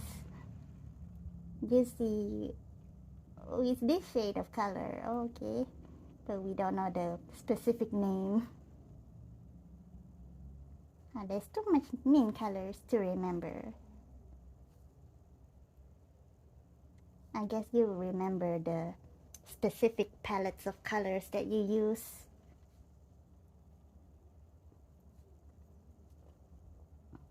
A red, just tap it. These colors really show up, so don't overdo this. Your initial wash should be pretty light, because these are going to be the lights in the painting. It doesn't look like it now, because right now they're the darkest things in the painting, but they will be the lightest things. Don't worry about neatness, just paint. The nice thing about painting outdoors is if you're worried about neatness, outdoors will just beat that out of you, because you can't, there's just so much stuff to manage. Being too neat is difficult. If you're really neat with your art, that's a cool style, you can do that. But I really encourage, if you're interested in painting and learning about how colors mingle, don't be too neat. You'll find all kinds of little accidents that happen that you would never ever do by yourself. All right, I gotta make sure that umbrella stays white. Even though I'm using white gouache, I don't want to use the white gouache for opaque painting. If I get into trouble, then I will. Show the painting who's boss, as Richard Schmid said. There's a sky here. This is where our white gouache is a bit important. Grab some gouache, grab some cobalt. I think that's cobalt. Get it in there. Not too clean. I need a bit more dark blue at the top. If you want depth in your skies, give it a darker blue at the top and progressively lighter as it goes down. The photo does have that, but it's subtle. Snapshot like this lie all the time. A real sky really has a dramatic difference from dark blue at the top to progressively lighter at the bottom. I've also blocked this in with a little bit of warmth at the bottom, so it's going from a dark blue at the top to a light warm at the bottom. Let's get into some darks. I almost froze the stop button on stream because average shadow confused with the pause button. Always nice to use Proko. Definitely a great place for practice ideas and concept from well-known experienced artists. Yeah, I normally use Mark Brunette, Rock Dawn. Never Rock Dawn the artist. Never heard of that. And Ergo Josh myself, as well as couple others. Ooh, I see. For me, I don't really have a specific artist that I follow or idolize. Well, I guess the GBF team, the GBF illustration team. But then again, I don't really study it intensively. You just use it as a reference at a glance. It's so hard to really study a detailed illustration. It's kind of too much for the eyes. Not for the eyes, for my brain to comprehend how to do it.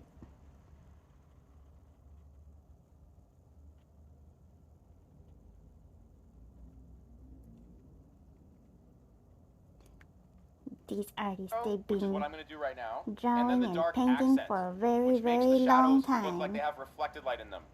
So watch this. I don't know what I'm mixing, but it's warm. And they're always willing to share what they've learned through all the years. I think that's very admirable.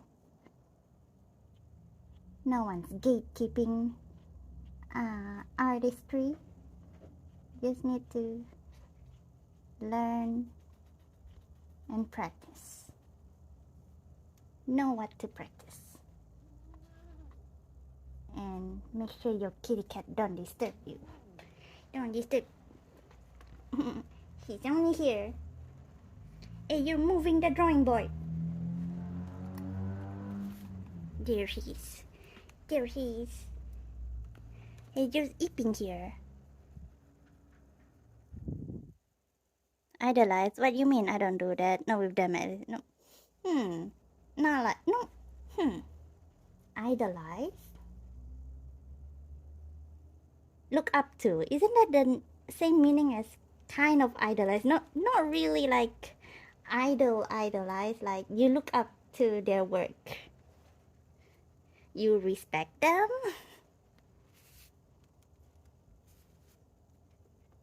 Is what I mean. Not idolize in a way that you simp for them.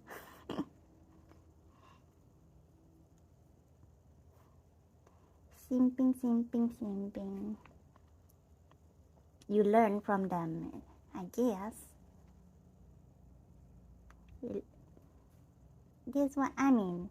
Idolize as an artist. Kinda brings a different meaning. To me at least. Me with my made up, with my own made up, what's the word? Made up meaning of idolize. You don't simp for the artist.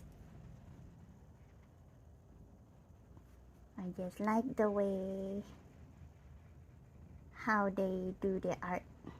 You admire them?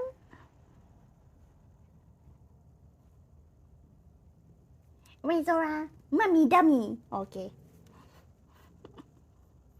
Ara? Is what Zora say. Dummy, don't listen to me.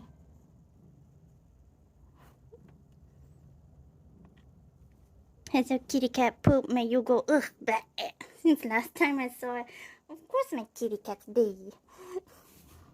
Every day they poop, and I always call them ew poopers. Right after they poop, I always call them poopers for a period of time, like for 2 hours, I guess. Say gross, ew, yuck. I cannot be helped. You do what kitty cats do. It's normal kitty cats thing. Clean their poopers.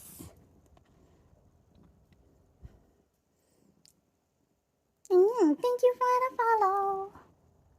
Hope you're enjoying your silent stays. There's no music today. I muted because my audio setting is very ugh. I just decided to go silent.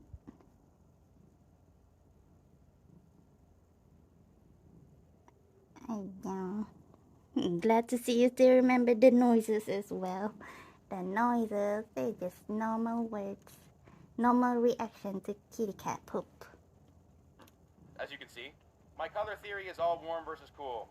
Dark's like windows when I really want to show something Warm that's versus dark, cool. I It tend is to go basically towards the it for warms. me too. Just because I see that mostly outdoors. That's not a rule or anything. I'm going to put in some sunlight shadows. These are not shadows from the sunlight. These are like the darks inside the windows. But watch this. I'm going to actually change He's gears purring. here just to show you. I'm now going to mix a lighter shadow, and I'm mixing right into this mud. This mud is nice because it's a combination of everything. If you combine all your colors, you're almost guaranteed harmony because all your colors will have everything included in all of them. Does that make sense? They will self-harmonize in a way. It's not a foolproof thing. You still got to work at it, but it's a good step forward. These shadows have to be drawn more carefully than my light lay-in, because these shapes define the form. You still don't have to be surgical with them though. Here's a shadow underneath the windows, more blue. The thing with watercolor, chroma will leave your brush fast, like the saturation of the blue will taper off as you paint, so I like to refill the saturation just by dipping in. See how thin my mixtures are though? This is mostly watercolor, a hint of gouache, but as you can see, mostly watercolor. The only gouache I have is that white. When the wash is wet, you might want to think about putting a dark in there. So I'm mixing up a warm, dark value, and I'm gonna put it just where the darkest accents would be. If you've ever heard the term ambient occlusion, this is what I'm doing. It's where the shadows have the least amount of reflected light. The ambient light is occluded, where there are little cracks and crevices, like up in here. There's a building here, which I can draw with a brush. This building here. When I paint outdoors, I don't have a plan. You have to like figure out what your dark and light pattern is going to be. This tree, like I said earlier, is going to be a dark. So let me lay it in. As you can see, I mix a green right into the mud here to get colors to have things in common. Let's put this green in. So this is going to be the light of the tree. So even the light of the tree is pretty dark. While that is wet, I want to go darker with the shadows. So I'm going to darken it with ultramarine, some dark purple, alizarin crimson a bit. And while that's wet, I'm going to put in the dark of the tree and let watercolor do its magic. That is wet into wet. Focusing on getting like, obviously the darks are going to be at the bottom of the tree, because the tree is like a circular shape. Just the beautiful wet into wet is doing the work for me. I'm just kind of directing it to be at the bottom of the tree. I want to get warmer with that. Whenever you are painting with one color for too long, like this shadow is all this one color, just change the color a bit. As long as your value stays consistent, like this red, it's kind of a nice change. It's the same value, and the wet into wet watercolor merges the edges. You're kind of home free, like you don't have to worry about it. If you're mixing one color into another that's the same value, you can do that with impunity. Just go ahead. You notice my strokes are almost never like fully solid, like I'll do this and then I'll just dot it around. It's just in the name of big, medium, small shapes. Like this shadow little thing under the eaves. See how it's broken? Broken is generally more interesting than solid. Not all the time, but generally, because it gives the eye something to compare things against. Big, medium, small. So my muscle memory, like just the way my hand has learned to move, to make appealing shapes and stuff, I always am doing this kind of thing. Never this. Let's get this building in the back. It's a bit darker with its local color. It's a bit warmer. Let's get its shape. Again, while that wash is wet, let it merge into the trees. It's a great chance to just change it up. I don't know what blue this is. I think this is cerulean. Just let that cerulean do its watercolor magic while the washes are wet. Right around now, I'm starting to see like a picture here. This is a building up top. I'm allergic to just flats. While that wash is wet, mix something else into it. A bit of a warm. There you go. She gone. And let watercolor do its thing. While that's drying, I'm facing a bit of a drawing problem indoors here. If you're painting outside in like sunny California or whatever. I'm thinking, should I really watch this video fully? Because it's like painting, like it's way different from, yeah, like using color pencil, the way you apply it. Cannot apply color pencil just like you apply paints. And he's just telling the basics of lighting, how ambient occlusion is, but not really that in-depth, just in a painting way. Oh, maybe? Nah. Maybe I'll go look at other videos instead.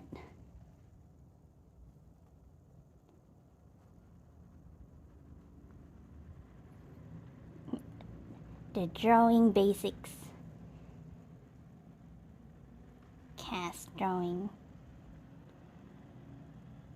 Drawing comics with Ryan Benjamin. It's a stream. Wait, let me see. Other videos. But yeah, I honestly should be practicing myself. Still haven't gotten far in anatomy. It's just hard with so much events happening around me at home usually. Oh, I see. I mean, good luck with that. Never give up. Even though you just do little by little.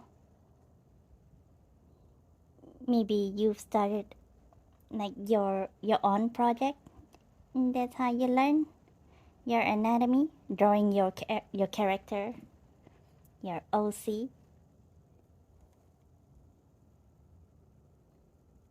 Something that keeps you interested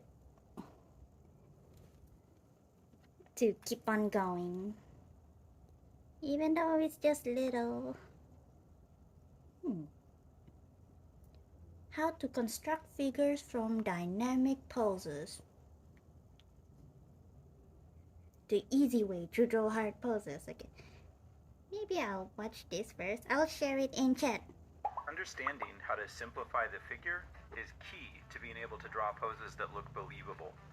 I'm going to walk you through my process of mannequinization of the figure.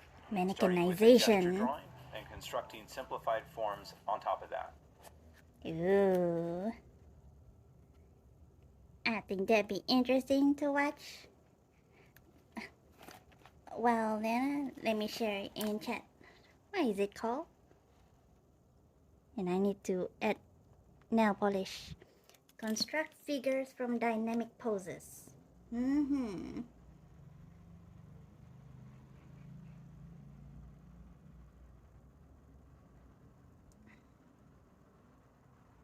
Can I share a video? I think you'll like it. What is it? Yeah, let me give you a permit. I think this is it. Yeah, sure. I want to share this video. What is it? Construct figures. Is it a drawing tutorial?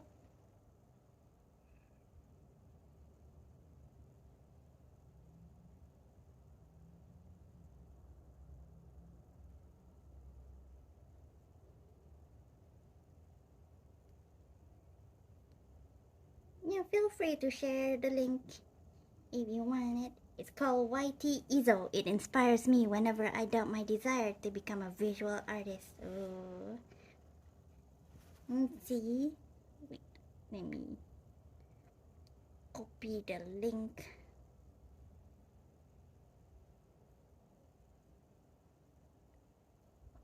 We do a Proko promotion today, and I'm not sponsored. Not sponsored. Just watching. Just listening to the videos. And let them promote themselves. Yeah.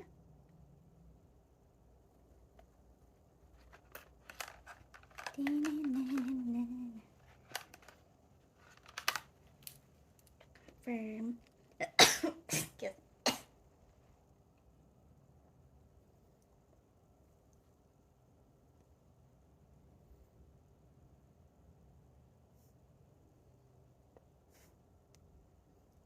Ooh, nice animation.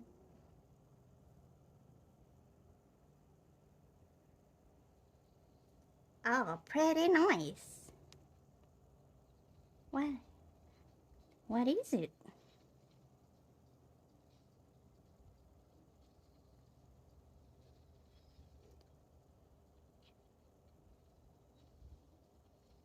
I don't understand.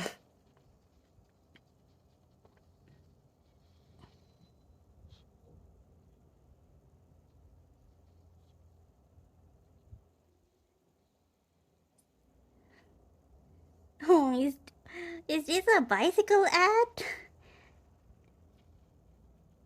A very nice animation of a bicycle ad.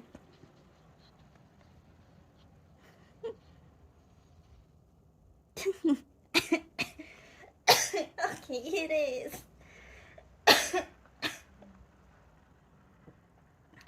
Sorry. Oh, Izu, fast, agile, sharp. Who's the company behind the animation? Who's the one? Oh, production company, the Line Animation. I see. Creative concept and design, Andreas John, YT Industries.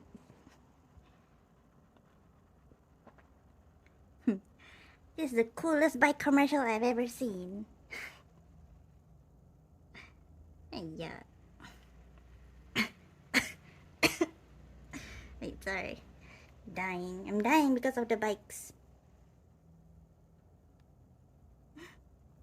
It's not Proko, but it's phenomenal. Especially what it's promoting. Yeah. I don't think I've ever seen a bicycle commercial here in Malaysia.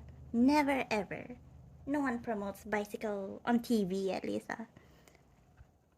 On TV or YouTube. But gotta say, I think that's the first and the coolest bicycle commercial I've ever seen.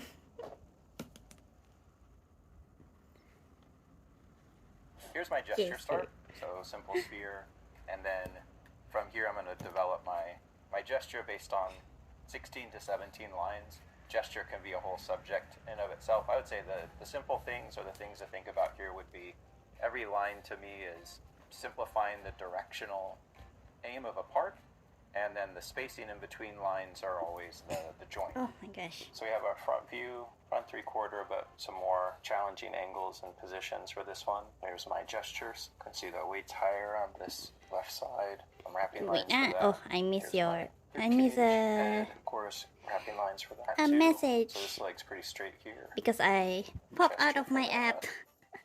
Get my That's why it's so inspiring. It's unique in concept and presentation, and it actually astonishes the watcher more than the bike's own existence.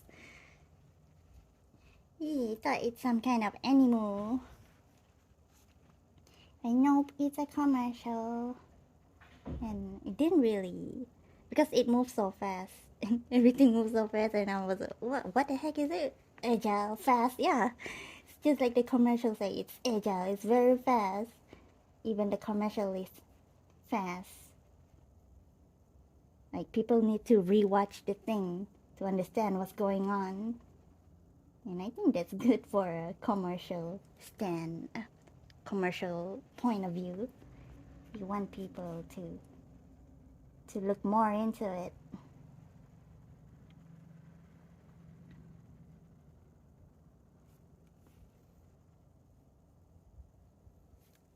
I know that in Japan there's a bike they rent out called the e-bike, electric bike, where you like ride the bike but you don't need to put effort to pedal. I think it should be implemented here so that more people will ride bikes. But it do be hot here, that's why people don't like to ride bikes.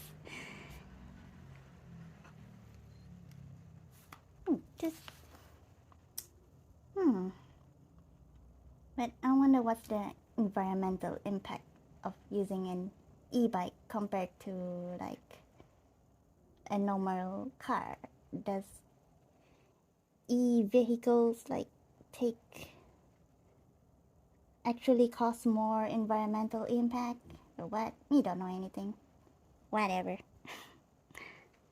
But honestly, being able to promote an animation that cool and that stylized, that's what makes me love art. Why I still want to pursue it after all this time.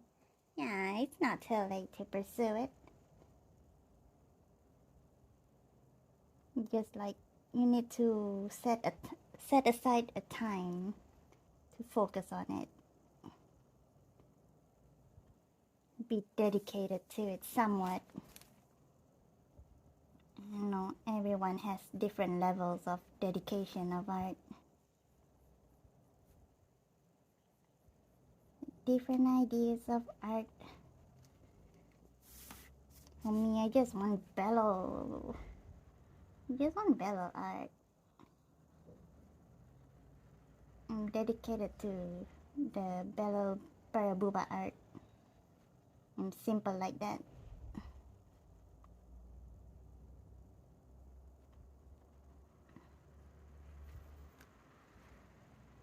my proportion. You could see in a view like that for the foot, you could use those same perspectives we talk about, but just foreshorten them a bit more. And then what I like about this other leg is look how it creates this big C curve off that large stretch in the front of the body. I always look for these and the more passive parts of the body. Just finding those longer relational rhythms always looks nice to me. So here's the arms crossing the body this way. I see that just the elbow peeking out on this side, back and up. I don't think I'm going to do too much to change the pose in terms of the design. That would be the gesture for the hand. And then again, like thinking about that long rhythm we talked about for the front down to the leg. I used that. That's a great opportunity to do this arm too. How that would come up and then that cool, like the last moment, like the hand changes. That just becomes now one long S curve for that passive side. Now let's do our tilts. So this goes up, this goes. It's so fun looking at gesture lines. Continue that directional balance. If it helps, sometimes what I think about is if I'm doing my gesture, where the pit of the neck is always really useful to me.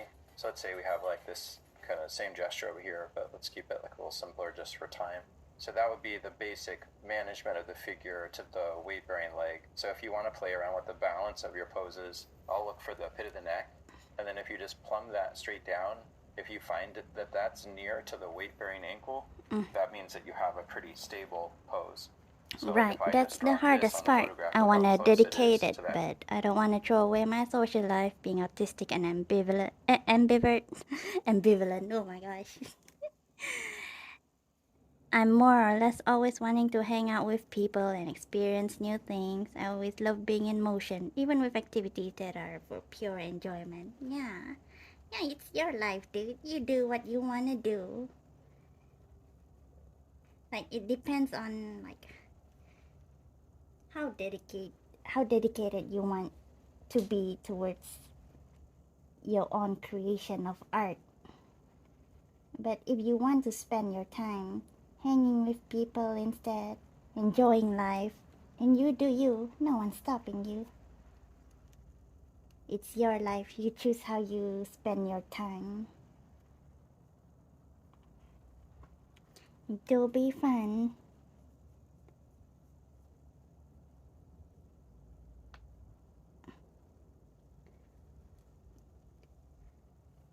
Me personally, I'm just too lazy. I'm too lazy to go out and have fun. I don't really like going out. Like, for me, there's so much responsibility for me. Because I'm the one who will be driving. I'm the one who will take the charge to do the things. And I'm like, I'd rather draw bellow titties. That's me. And that's how I'm gonna spend my own time, my own life.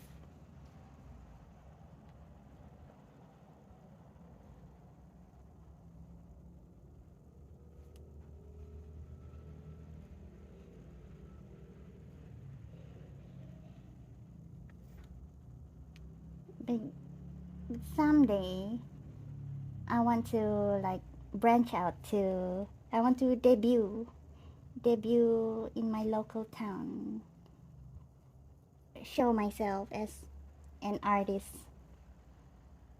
So sooner or later I'd have to go out and do outside stuff to promote my art, to show myself.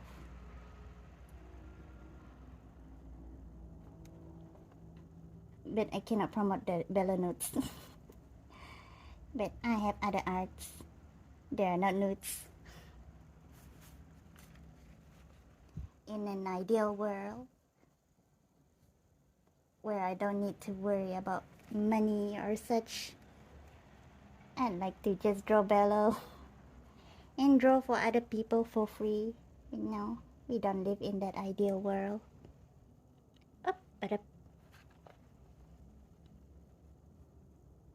Thanks, I honestly needed it, to be honest. Yeah, it's your life, really. It depends on what you really want. You look deep down inside yourself. Think about your life. What you really want to do. How do you want to spend your life? And do that. Isn't that what, like, achieving your happiness is? Do what you really want, not what other people tell you to. Guess me and you are polar opposites then. Me having huge interest with socialization and you have in visual creation. Yeah, I suppose me and you should have the opposite traits. Then we'd be unmatched. Traits? Me don't know about that. But yeah, in terms of like interest, total opposite. Because for socialization, I think I'm content with Discord only. Just talking to people on Discord, that's enough for me personally. But I know it do be fun talking to, like, hanging with people in real life. Can't deny that.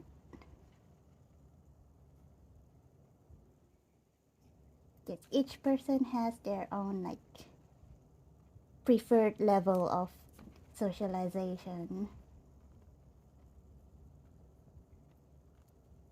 Well, I guess for me, I'm just too lazy to go out. To go out and hang with people. It's too much hassle, too much work. Almost done with this. How long am I taking? 2 hours? What the heck?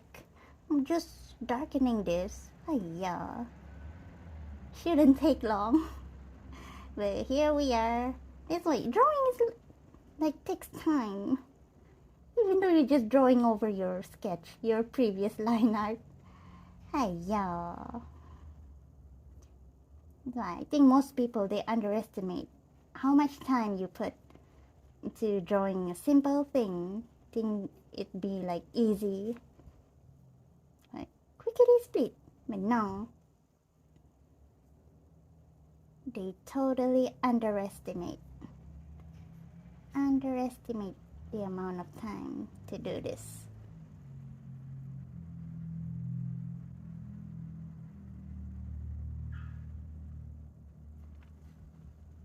But do you have like artist friends you hang out like offline in real life? That's what I'm planning to do. Be brave enough to like in my town there are like a gathering. Sometimes they have like a club. Is it called a club, a drawing club, where you get together and you draw together in my town. But me too shy to join. But someday maybe I'll join. Too shy and very lazy to drive. Very lazy. Don't like driving. I come out as a car phobic in my art journal, in the comic art journal. I just rant about cars. You don't like cars. Hate all cars.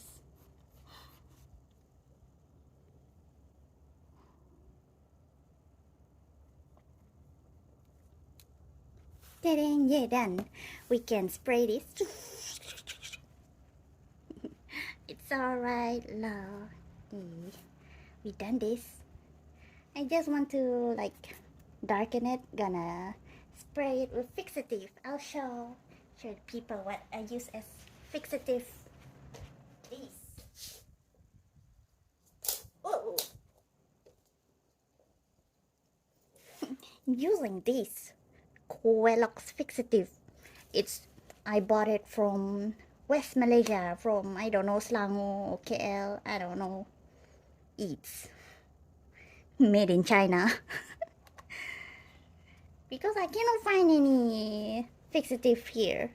I have to buy it from West Malaysia.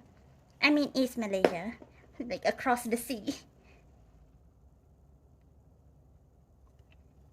And like after you done your thingy, you just spray it, and it's good.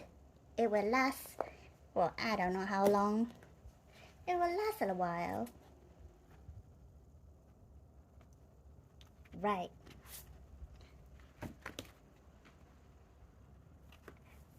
I've done the guitar, the OC guitar video, right? So my project for Poe, because she gave me stickers. Just wanna say a small thank you by drawing her a little something, and gonna draw and color in charcoal. When I do my charcoal thingy, usually it doesn't take long for me to do charcoal. Like this one doesn't take long to do in charcoal. This one doesn't take long to do in charcoal. the sketchbook coloring for the OC guitarist will be out like maybe tomorrow. I'll make it public, and then tomorrow I'll color this off stream, but I record it on camera. Gonna color him in charcoal. He's already in the process in charcoal, and then color pencil background in charcoal, and this one will be the next study. This one is Nessa, also a Grand Blue Fantasy character, but not in Grand Blue Fantasy Versus or Reeling. Yeah, no Nessa in Versus. He's my MVP. He carries me from level 1 until now. Oops, almost. Oh lord. I almost opened a nude one. Wait, we don't need this sketchbook anymore? What? Oh yeah, brainstorming time, right? Learning about thingy. And also I want to put another nail polish. First we get the thingy. Where's my paper thingy?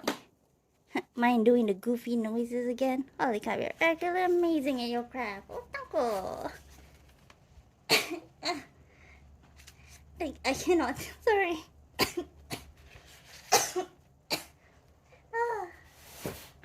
still have a bit of coughs. Maybe I should. What time is it? Almost 2. I'll take a lozenge. I'll eat a lozenge to calm down my coughs.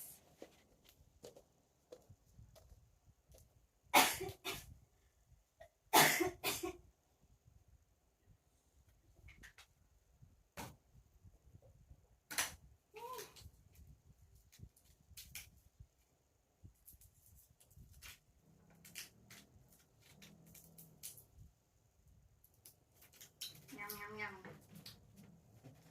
Blackcurrant. I need the blackcurrant one.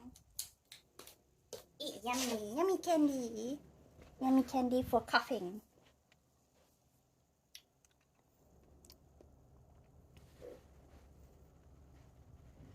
Wish I can give you a hydrate. It's okay. I drink water just now. Yeah. The sound, we want the whack. Ugh. Yuck. Yucky bad. Where is it? Oh, this one. This is the random papers I tied together with ribbons to draw my rough sketch. This is the comic rough sketch. This is the second page. It's over there, or you can see in the Twitch panel down below. I always post my art in the Twitch panels so that it's easy to see. I don't need to go anywhere. And honestly, I don't really use Instagram anymore. I'm running out of places to post my art in my art gallery. I'm running out of space on my website. Maybe yeah, I'm running out of space on my website, so I cannot post more pictures there. But I don't want to pay yet. I want to try the Squarespace. just to see if it's easier on mobile. Make another website. No. Maybe just another free website. I don't know. We'll get to that. But for now... hi y'all. Where's an empty space? Here?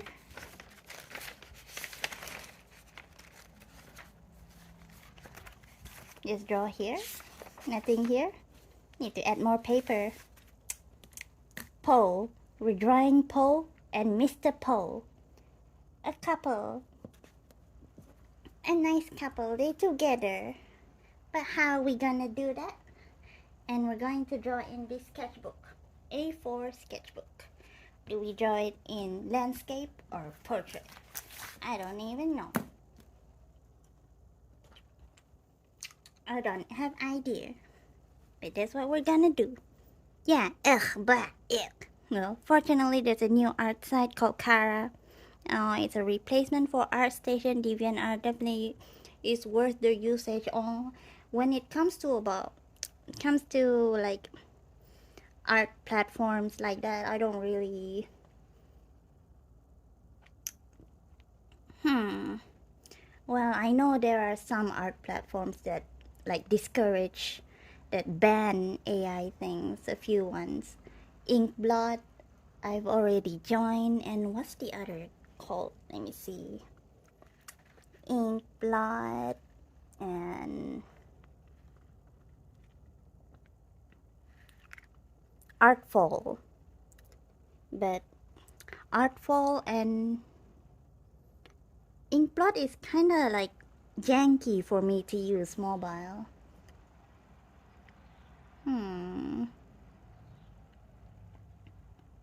I haven't tried Kara, and I don't really care actually. I don't really want to try. I'm too tired. And any new website, like, ugh. I'm tired, honestly. I'm tired of social media stuff, so I'm like cutting out one by one.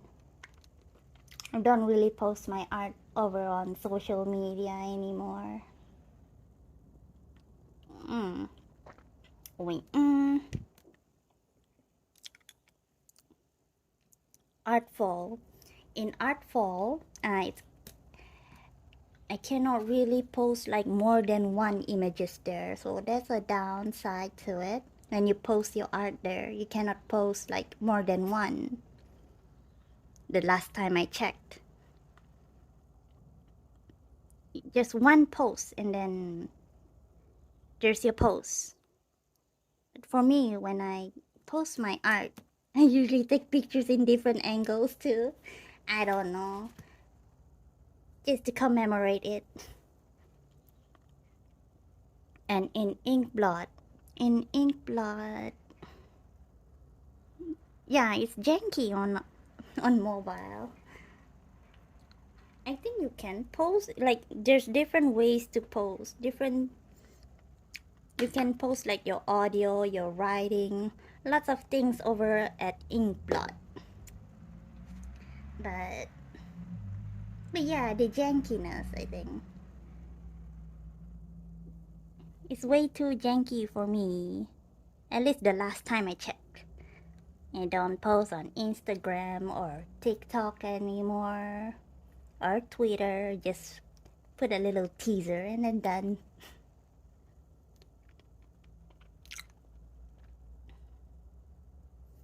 But Kara, does Kara like discourage the use of AI? Does it ban AI or what? I don't know.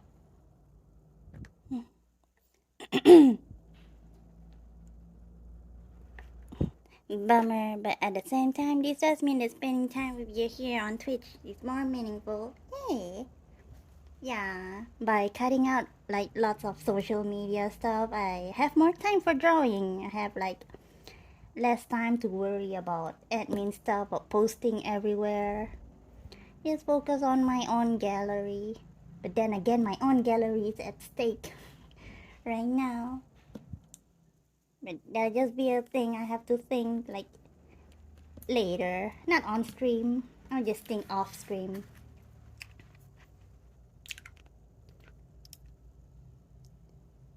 But yeah, if you want to see like the general gist of the gallery, just look down at the Twitch panel or to the website.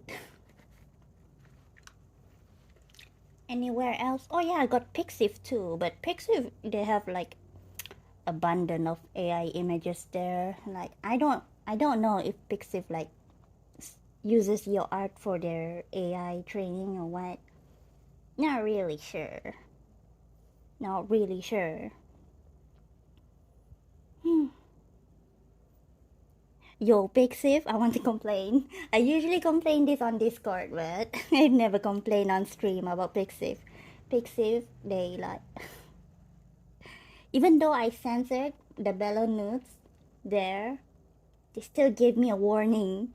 But on Pixiv, you can see like explicit sexual acts there, lightly censored. That's allowed, but for my Babelo notes, that's not sexually explicit. I get a warning. Like, what the heck, Pixiv? I'm still pissed about that, even though it happened like last year. And then last year I stopped like posting like full pictures of Belial over there. Darn you, Pixiv, making me rant about them.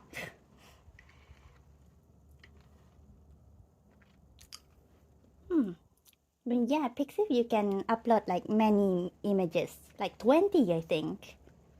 On Patreon, you can only upload 10 images at a time. Giving you what I know. Yeah, I know. 10 images only in one post for Patreon. On Pixiv, like 20 images per post. Maybe. Or maybe more, maybe 50. I know it's a lot. But I don't trust anywhere now. Like, maybe the website I'm using now is also using my art for scraping. Lord. Scraping to train the AI. I just don't want that. That's all I ask.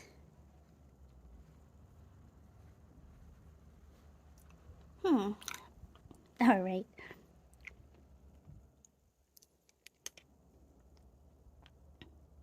Yes, it's completely unlinked to AI and its usage, I see. Maybe I should do that. Just keep Discord, Twitch, and YouTube. Nothing else. Not even Insta or Twitter or anything else. Yeah, I think it's better to like just don't spread yourself thin over many social medias.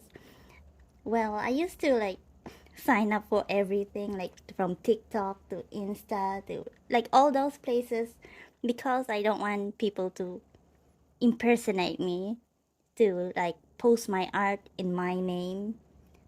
I just post like some of my art in all those places to ensure that it's me. And then I guess starting this year I'll stop. I stopped doing that. Stop spreading myself thin. Just focus on my art. Because it's enough, the amount of art I've posted on Insta, everywhere else. I think it's enough. If people want to see more, go to my website. Which I will eventually pay, I guess. Hey y'all. Me, with my money, I prioritize getting necessities more. Using my money for necessities only. For my cat's necessities. Kitty cats come first. And then me. Nah, me first and then cats. Ding ding ding.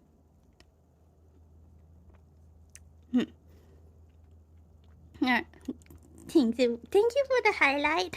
But I really do want to say it's honestly quite a relief getting to hang out and see you again. It's been a while from my followers, and there's so much about you that's worth being noticed and appreciated. From your goofiness to your art misery, you're awesome. Oh my gosh. Ick. My awesome ick. Thank you. Yeah, it's been nice meeting you too. Wait, I'm sorry for all the rants, for all the rambling. I thought about when I'm supposed to be doing art, I forgot. But it's not like I have any idea what to do. Right? Is that what I have to do next? I've done that and that. Well, I could do like continue this. Finish the line art for Nesha. So that when I do my off-screen coloring. Nah, I've already set the titles to do post stuff. No. Don't. It's rough sketching time. Getting ideas time. Nah, I enjoy the rants. It's just... I mostly rant. rant about stuff, especially in my art journal videos. Yeah, I consider my coloring videos my ranting journals too. You say whatever while having the video play my coloring, commentate the coloring, how I did things, and then suddenly go off topic according to my mood when I'm editing. But well, it's my art journal. I do whatever. Okay, let's see. I need to see. Paul gave me some photos for me to use as references, but I won't share it in chat. Maybe post photos. But she did give me permission to make a sketchbook video of the project, so I got that.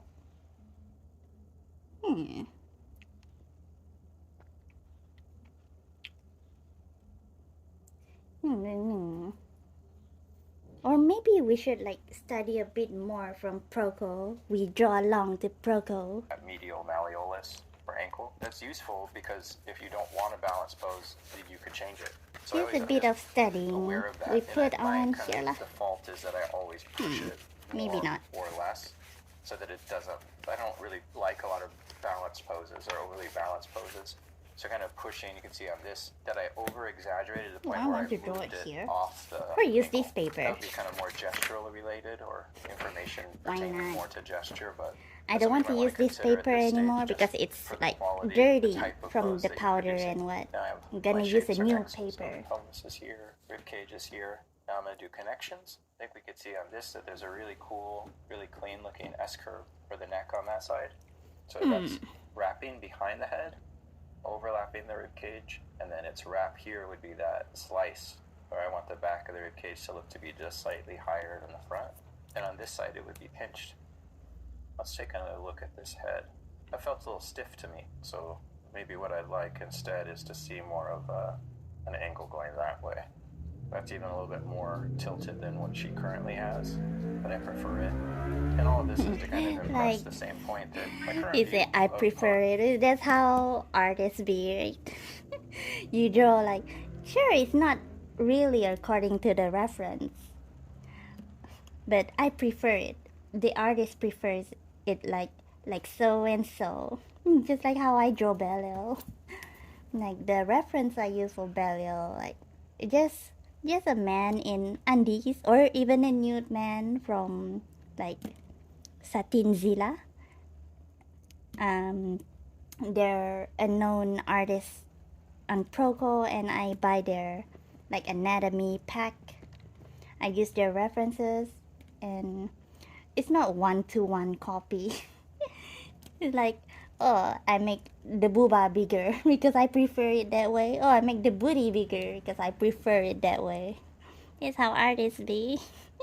Poses and the way that I'm drawing, as far as what's presented here, is analyzing, interpreting, adjusting, making changes, thinking about the design, Me draw cat. and less right now about copying, reproducing, looking carefully at tonal patterns and gradations. I don't Me have a so bias against talented, either one. me I think there's painted different a real tools, life but cat. that feels better to me, whereas before it kind of felt like a little bit stiff in the neck. Now I'm going to do the pinch and stretch here, the torso. So this, I could really see a nice C-curve as that rib cage pushes down on maybe the subcutaneous fat and the external oblique.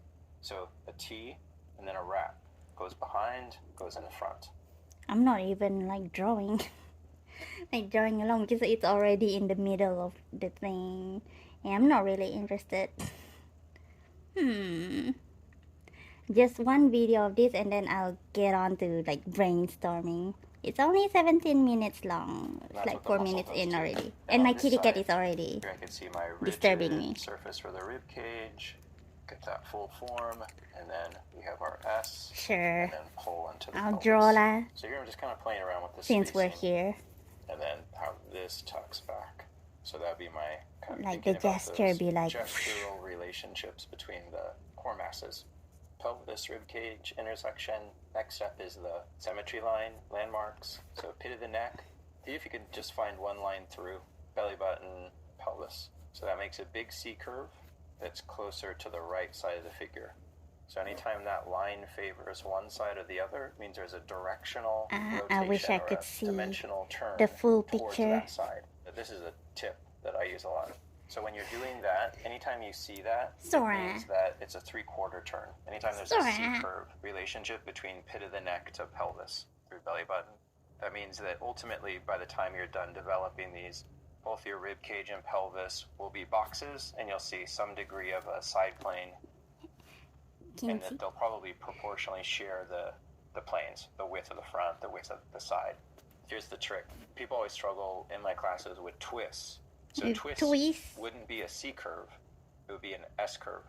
So the symmetry line of the ribcage is facing one direction, and the S comes when the pelvis starts to go the opposite direction, and that tugs that line into the S. Sora, I'm talking about the S-curve, the twist.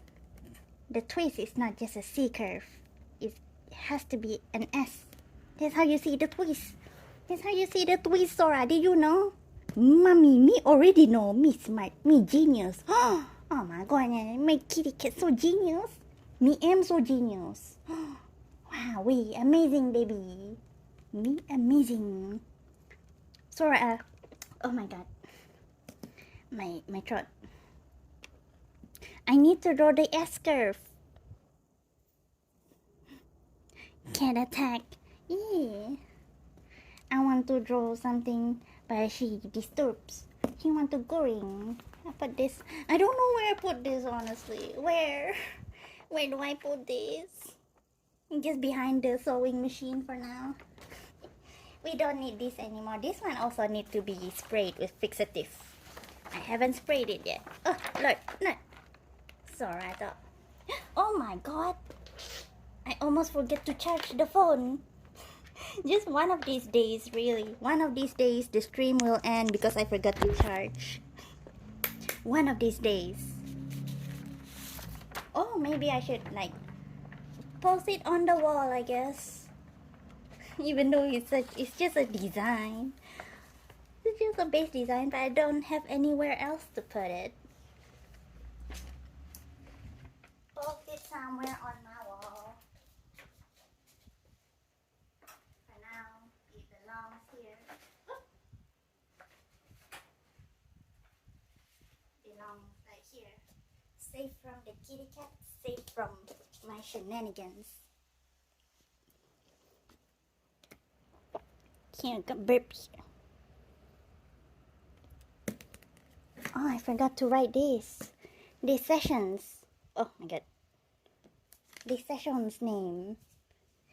It's Rixa's turn.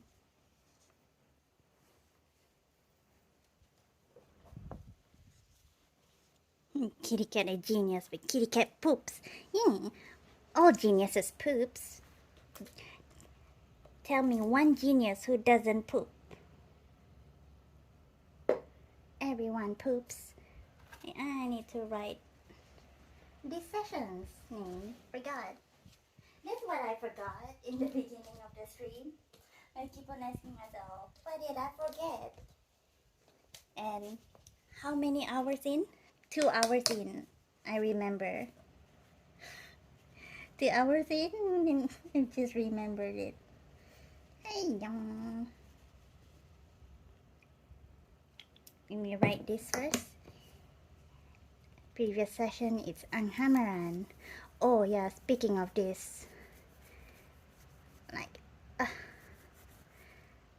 Like hot glue is a no-go. Dating. Hot glue, no, I need to sew it. Only by sewing is like a very good, like, what's the word? A very good, I don't know what's the word, but a very good something. It stays. Not hot glue. That's why I prefer sewing compared to hot gluing. Where's my marker? It's Rixa's turn. It's nothing particular about this card. It's just something fun to do, to write, to put here. I still haven't done the card for this one. Still haven't made a fancy card. Don't know when. Probably never.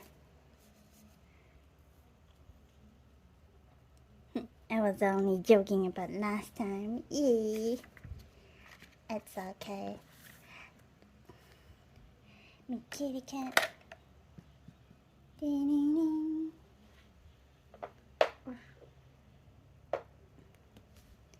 Now back to the learning stuff. We were learning that to make a twist, it's not a C curve, it's not a C. It gotta be an S. Gotta be an S. The bottom, so that goes this way. If we interpret a twist based off of that, what it means is you'd have a rib cage looking like this, and that would be facing this way. And then the pelvis would be facing the opposite way. So you'd have, instead of boxes that are sharing that proportion, you'd have this. So rib cage goes this way, pelvis goes that way. Oh, it's making it like a box. I'm making it like a box. A box. A box, a box.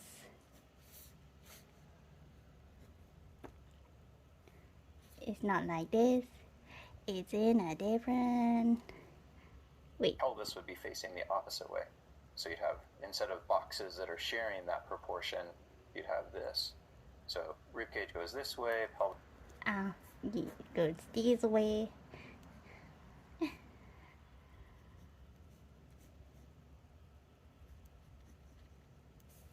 Boop, boop. It's like a very drastic turn. But I don't be like that. That's a twist. Whoop.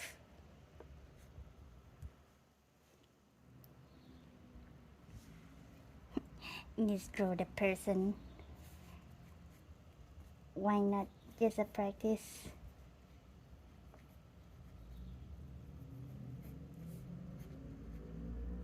It's a lady.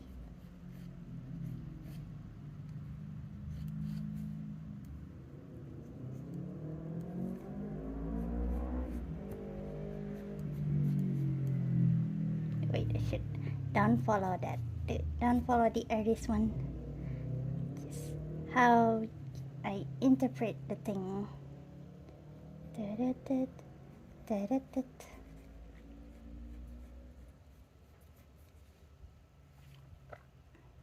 The body first. The body first.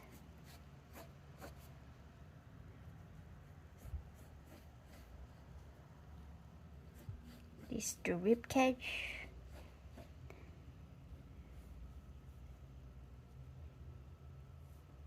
Rib cage, and then the hips.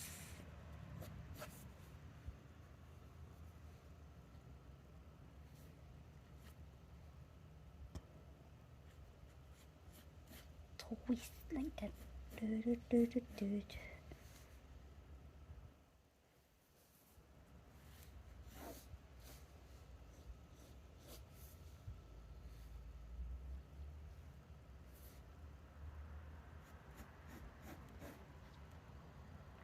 A very, very angular pose.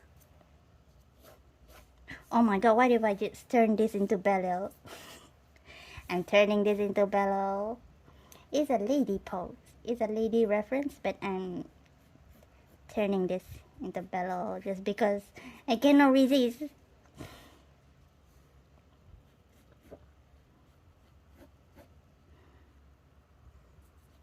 Do what I want.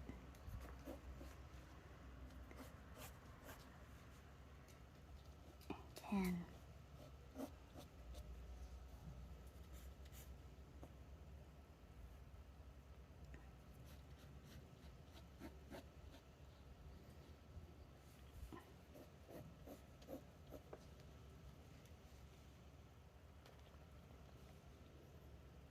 do you mind if I send an actual art tutorial this time?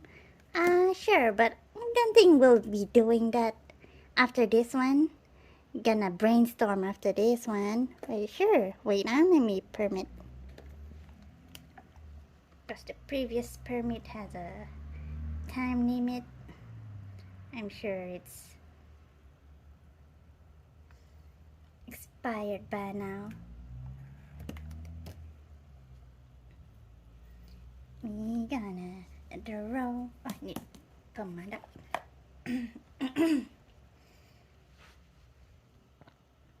So much blue, because I cannot see the other side of this. So much blue. Need to see it.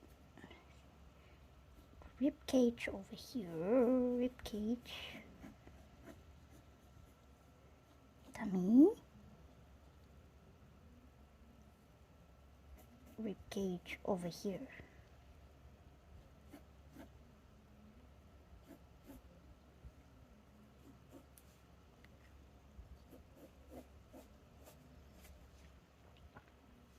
I wonder if my body is good enough to be like a reference model, an art reference model.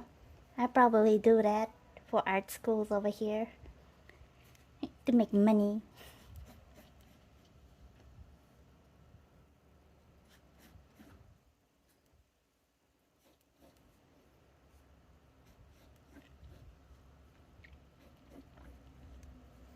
It'd be an interesting job. Be a reference model for other artists.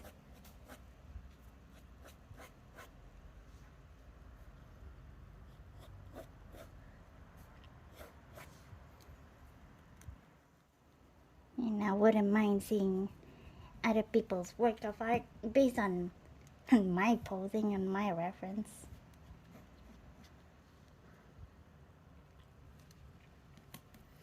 Okie doke.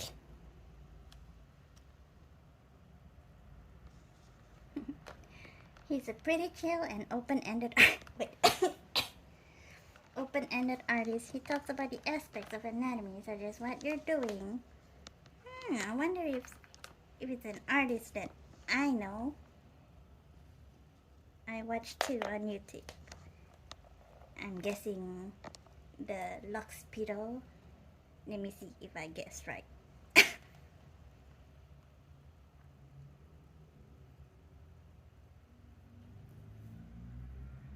Nope. Don't know.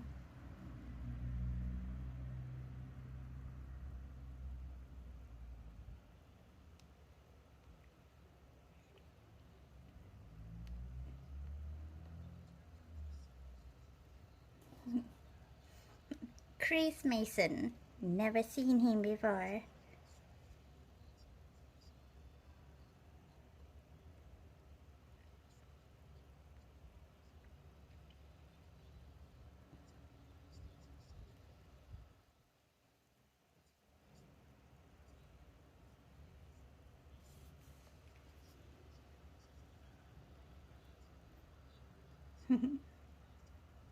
Noise.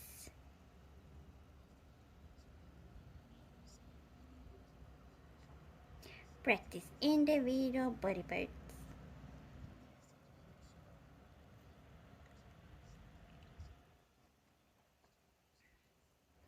Yeah, that's pretty much, yeah, I can see.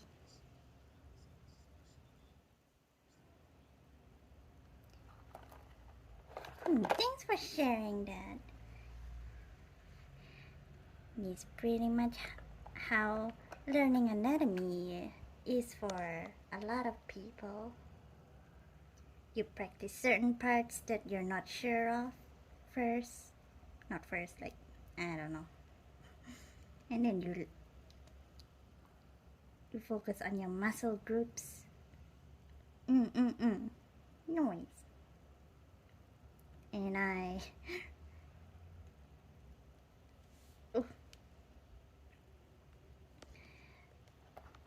exited my own stream. And we're back.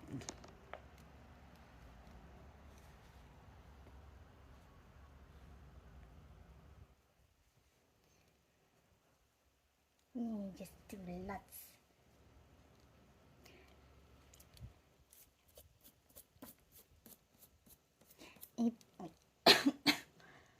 My gosh.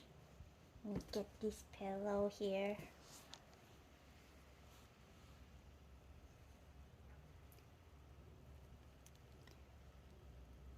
anatomy.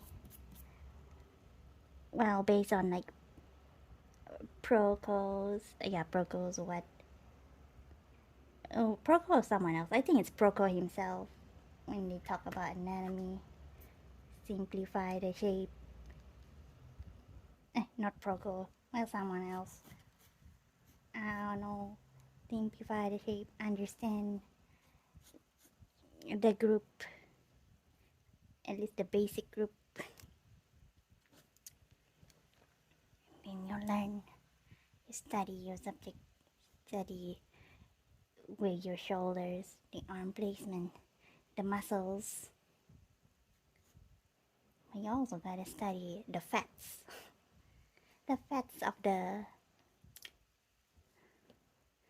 subject you're learning from. Pelvis goes that way. I think the easiest way to manage a twist is in the intersections. Best way to manage twists is to do two triangles that are asymmetrical. So on this side, you would have a triangle that's fatter at the bottom and then narrowing and overlapping to the top. And so that would show that this part of the oblique is coming across and forward on that pelvis. He's talking about top where it when twisting this way, but still back there. The pose is not is twisting that much. Triangle's fat here, because that muscle would be attaching. It'd be hard to twist that way. And then that tapers and narrows. But he's talking about to the side of the pelvis that's twist. turning away that we don't see. So you get one triangle, if they do a top twist. heavy, other triangle, bottom heavy. And then in the middle, the plane that would be the abdomen normally, this would be, you could think of this as, if it helps, as an S. But the easiest way, I think, to reconcile the twist is just to think that that area, the midsection, is always a continuation of planes. So all you have to really figure out is where the planes are beginning and ending, and then you could just manage the more explicit planes, connect them. And that's the S, and then how I would change the perspective so that the ribcage faces one way, the pelvis another, and then how to make it feel like it's maybe natural or organic at the areas of the midsection with those triangles and then that winding S plane in the middle. So here's our C curve. If we just back up to what I was saying, that's a C curve that relates all my landmarks through the belly, to the pelvis, sternum.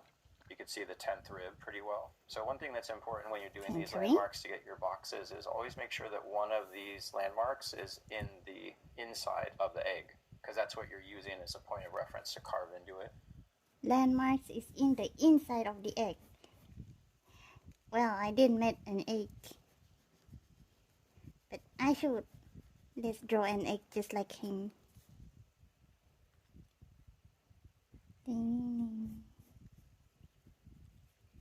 Follow how he does the body instead of how I do it. He made an egg, an eggy egg, a very curvy egg without the shoulders and what. And then from the egg, he said he makes a landmark like a rib cage over here. The centered. My neck be thick. Can't help it but make thick necks. Because that's how the bird titty body works. Always have thick necks. I hope you enjoy the video. Yeah, we're gonna look at it quickly later after we do this. Talking about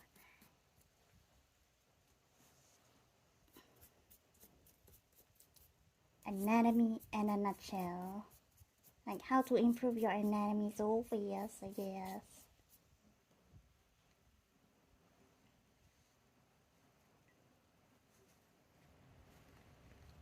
Oh, it'd be panas. Panas means hot.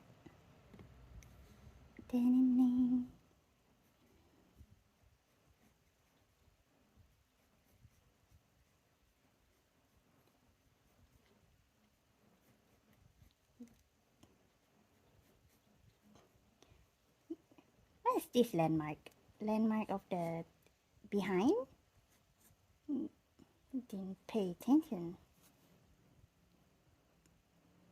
This one shows the middle section, right?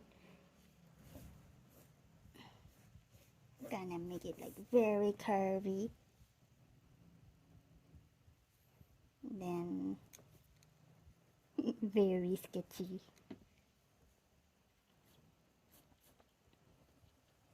Within the egg, there's a landmark. Landmark. Up, up, up. Landmark of the rib cage, I guess. Then this is here, and this is the belly. A belly. And go here.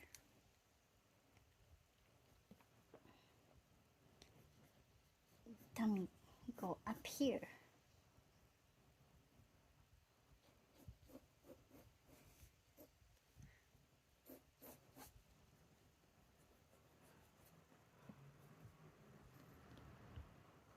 And then maybe the as-is point is here and here.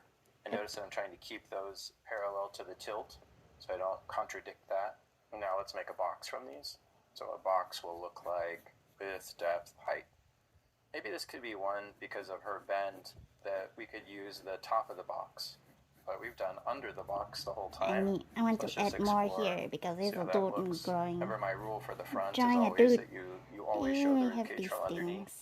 But this doesn't look too bad. So just to make an exception, this looks like a pose where she's kind of moving her arms in a way where that feels like it could be this could be the top plane of the shoulders. But as far as how it organizes the plane break of the ribcage pelvis, it doesn't bother me. So It bothers me though. And then we You could can't do a do pelvis. that. Find a depth, find a height, find a width, and then You just make a copy-paste. box right here. All you have to worry about is that each line that's similar or But the she's same raising her go arm parallel to here, each so other. like the So all box my like width, up here. depth, and height need to be parallel. I'm just going to drop this down. I'm just making a plane out of that intersection, just dropping it down from the corner box of be the distorted ribcage in my to the view. corner of the pelvis. So this lesson that you're watching now comes from Michael Hampton's course, Intro to Figure Construction, which you can find at proko.com/Hampton. Michael's next course on pet drawing and Proko.com/Hampton. construction is available for pre-sale with a discount. And if you get it now, you can bundle both courses together for even more savings. And that's over at proko.com/Hampton. Nice. Now legs. The one thing I don't do, There's the legs. Now I can see the legs. I've always wanted to see the legs. So that I want to know which one is out. Like, this one is out, right? Well, obviously. Darn. Why do I need to ask stupid questions?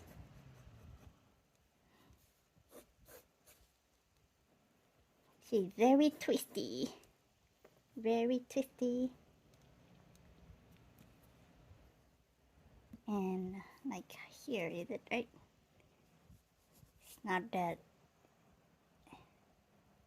And need to learn the proportions. The proportions.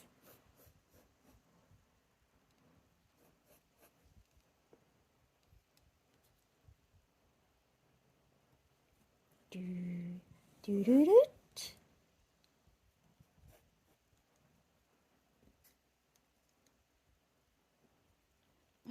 Get rid of the box.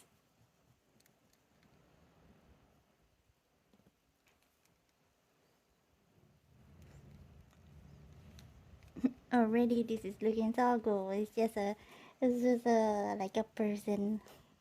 It's like, why not draw I'm along? just going to share it with you in case you like You it. know, draw the Yeah, legs. but for me, it always presents a It's later go over obstacle. Because I think a lot of people use the paper. cylinders to assess and try to match the contour of a part. Like here, the example would be for women.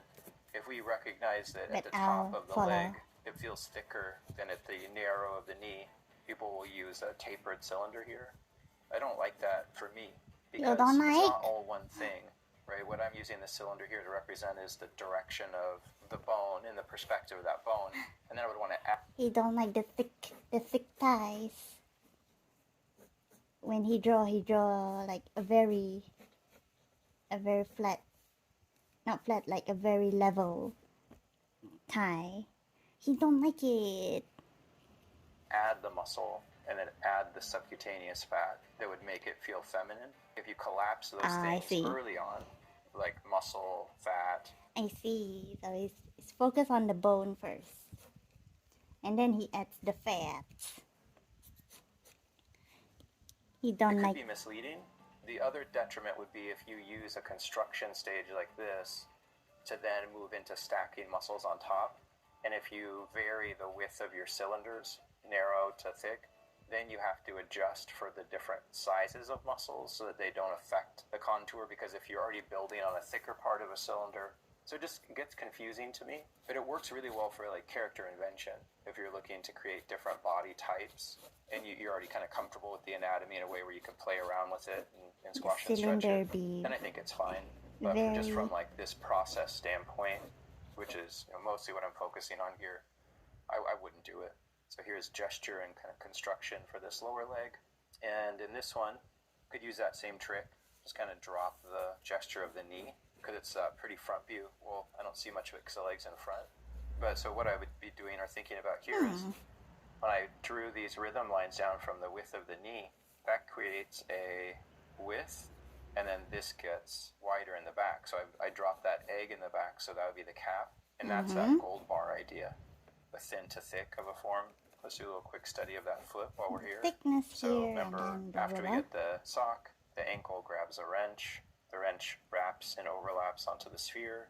Deck of cards comes forward there. And then now I'm just using that same shape and I'm going to foreshorten it. This is the slide that we looked at. That's the metatarsus of the foot. Hits the ground. Open face is where the toe. Wowee. I have to replay that. Most replayed part of that part too. These rhythm lines down from the width of the knee, that creates a width, and then this gets wider in the back. So I dropped that egg in the back, so that would be the calf, and that's that gold bar idea. The thin to thick of a form. Let's do a little quick study of that foot while we're here. A quick study of the foot. After we get the sock, the ankle. When he does the foot, he says, do the sock, a stocking. That's how we do a sock. A sock, a very short sock. And then the ankle grabs a wrench. The wrench wraps and overlaps onto the sphere. The ankle grabs a wrench. This is the ankle, the sphere. Grabs a wrench. So you kind of draw a wrench. Personally, me, I don't like studying feet. And I don't plan to draw lots of feet. The only feet I can I can handle is burial feet. Other people's feet, I cannot. I do not like to look at feet. So when it comes to anatomy studies, I do not like study feet in depth. When I was studying like hands, I know that my feet anatomy be like weak too. So after I studied hands, I practiced lots of hands. I started to study feet, and that's how I found out I don't like looking at the feet. Ugh, it's gross to me. So I just like learn the basic stuff about the feet lah. Just the basic shapes. I don't need to study it in depth.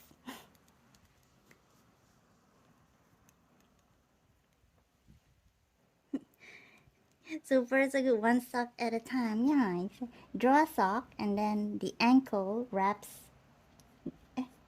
This is the ankle and it grabs a wrench. Overlaps onto the sphere. Deck of cards comes forward there. And then there's a deck of cards. A deck of cards. Playing cards over here. Yeah, like the simple shapes of a feet. A deck of cards. Now I'm just using that same shape and I'm going to foreshorten it. This is the slide that we looked at. That's the metatarsus of the foot. Hits the ground. The slide. Oh yeah, I forgot to look at the feet. The reference. Yeah, I don't like to look at the reference feet. Ugh. It's just feet aren't my thing. I know there are a lot of people's things. The feet. But not for me. It's just not for me. A deck of cards here. Deck of cards, and then there's another card, but it's like kind of a slide, he said. A slide. Oh, it's not a deck of cards. It's a slide. A literal like playground slide. I think I'm drawing like a wonky one. A card. It's a slide. Yay! And the sphere overlaps the wrench, he says. Right. A sock, a wrench, a deck of cards, and a slide. Feet makes you go, ugh, eek, except Velios. Yeah. Pretty much it. Don't like to look at feet. Open face is where the toes would go, and the back would be where the calcaneus bone is. But I'm designing a bridge. Your foot works on two arches along and a traverse. What the heck is the that? two things I want to get here is that He had another, like a big thing over here. What the heck? Like a heel. He said this is like, what is it called? open face is where the toes would go, and the back would be where the calcaneus bone is. Calcaneus bone? What the hell is that? It's a very, like, a big heel over there. Is it? Is it how? Look at my own feet. Huh. It's very big. Touching my own feet bone. I guess it is, like, mostly fat under here. This is only bones, after all. It's so weird. My feet are weird. Feet are hella weird. Oh, Lord. Wait, where is... Under the... wait, under here? Under the deck of cards? And then... over here. Calcaneus bones. So weird. Learning about feet, even though I know I won't draw feet for this project. It's not big enough, my paper.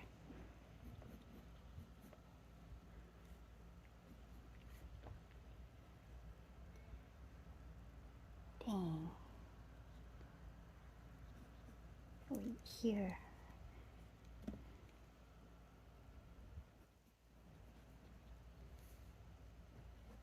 The calcaneus bone. Hella weird. This one, I'm just checking the length. There's a heel over here, it's so thick. Maybe it's not that thick. I mean, I look at here. It's my fault, I made it so thick. Can't help it. Can't help drawing thick things. Okay, it's not that thick. It's like you're wearing high heel. What the hell? But I'm designing a bridge. Your foot works on two arches along and a traverse. So the two things I want... Your foot worked in two arches. There's two arches. I get here is that there's this space in the middle, so it goes up and then down and then out, and then on the deck of cards part of the tarsus group, I'm peaking it so that it has that apex, because that would be an expression of the traverse or the side-to-side arch. And then here we could put, you know, our toe, square, wide. So just use a couple boxes that are nested, one on top or in front of the other, and then the other smaller toes could be the gestural shape that turn into the stairs, and then the pinky off to the side. So that's like a pretty low investment little construction sketch, but it gives you enough in terms of like the perspective surfaces that maybe it would be something you could use to study feet and turn them around and see them from different angles. And then once you get this, then you could stack your padding over and on top. There's a little foot there, and that would be this one. This is the lay-in, the shape, and then that would be the constructive or construction-based exploration. And now for this one, let's erase some of this just so the foreshortening doesn't get in the way. It's going to come through here. So here's our cylinder. It's going to be more foreshortened, and that ends around here.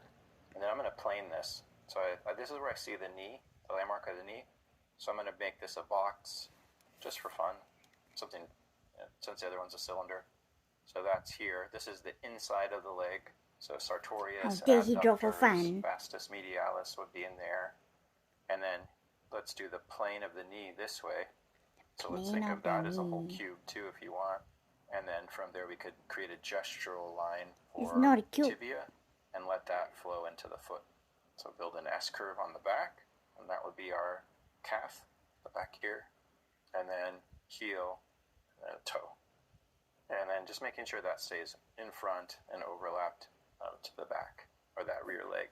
So we'll just take some of that away so you can see the clean shape. And then same thing, you know, now that I have this knee for the lower leg, I could do the same thing by looking at that's the side, this is the front, and just use that to help track, you know, muscle or light and shadow. Well, that's what I would think or use it for. So what we would have to add now would be the arms. So just creating those perspectives. This arm comes across the body, but I think it still comes towards us slightly. That's my best guess. So I'm going to say from here, maybe to here. And that would be our cylinder here. So let's do that. And then maybe we could do the same thing just for clarity.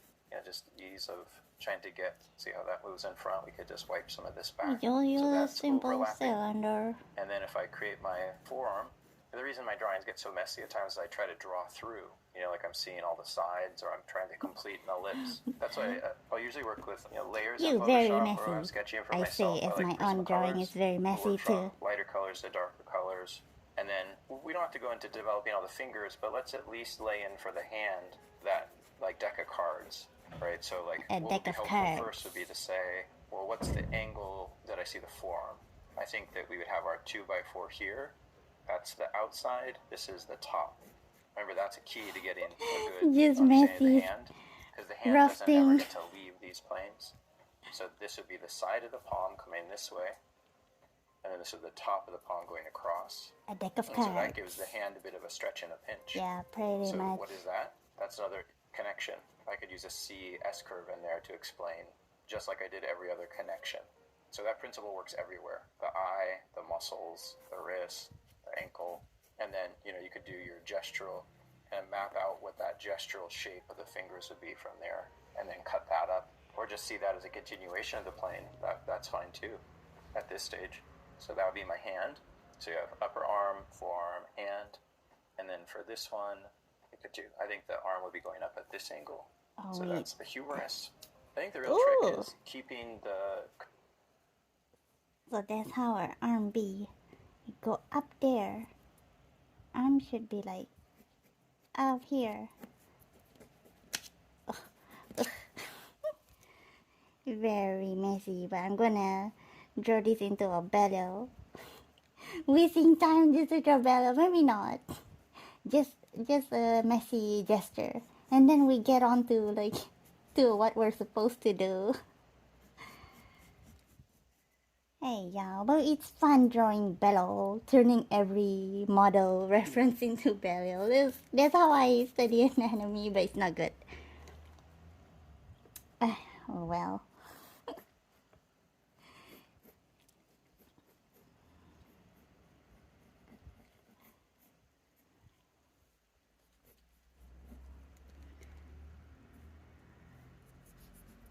But it's fun just drawing, like, just trying to study, just copy the reference model blindly without a thought. Empty thoughts, just draw. I kinda need to go take a short break and go to the washroom. You pee. Oh my lord.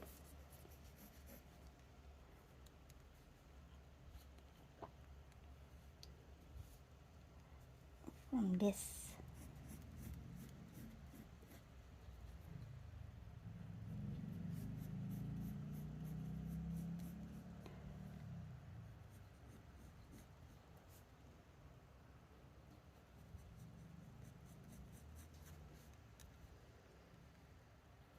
Then make it thicker, thick. I like to make it thick.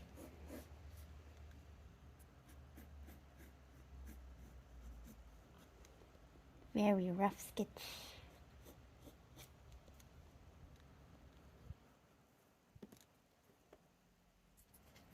A very nice pose, honestly.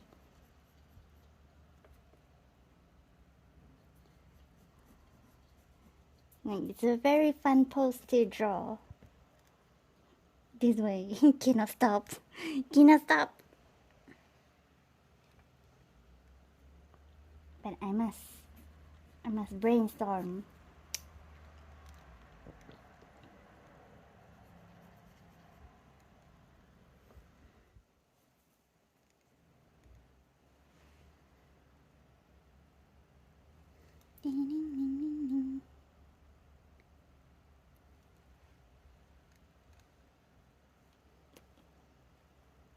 Construction to be somewhat lyrical feeling still.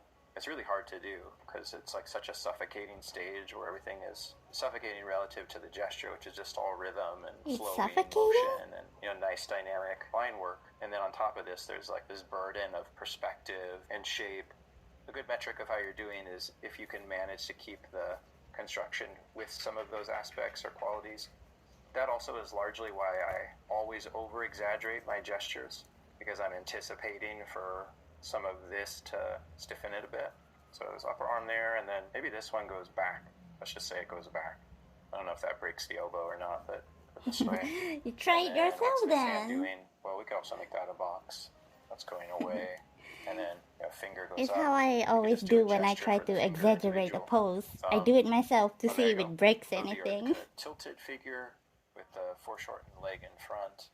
Go check out Michael's courses at proko.com/Hampton.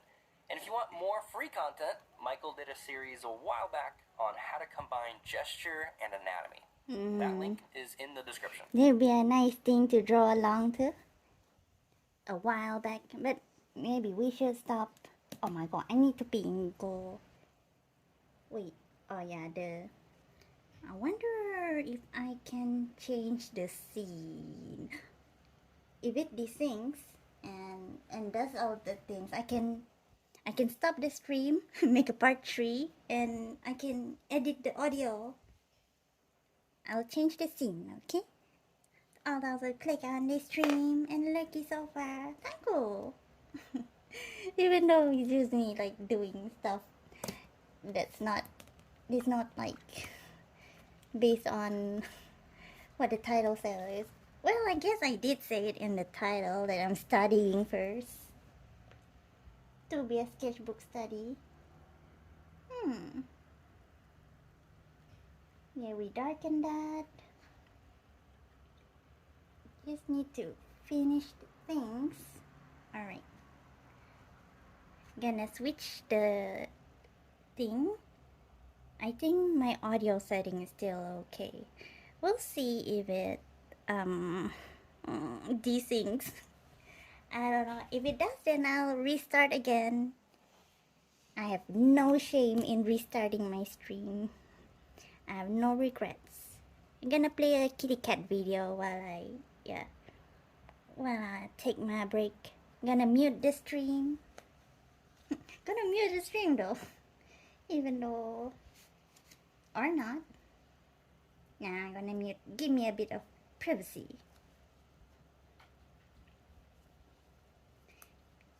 Yeah, if you guys haven't taken your break or what, please go do so. I'm taking off the glove right now. Oof, this. We're going to brainstorm. Try to find inspiration, ideas. Look at the reference. I'm gonna pin my hair too. Based on the pictures, what do I wanna draw? Okay. Gonna change this in, gonna mute. Alright, BRB. I hope it doesn't like end the stream or what. BRB. I need to pee. Probably a short one, but I just want to see. I just want to see if it's like, oof.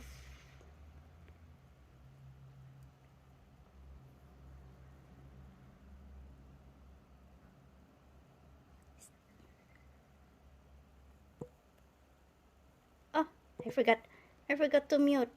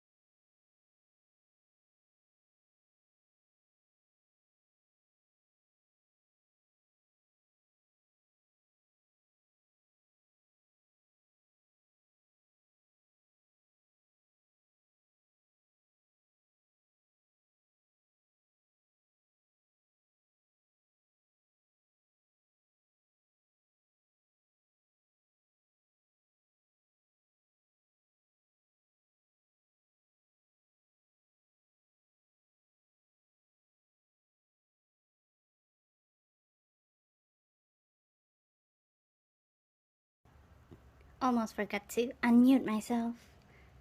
Alright.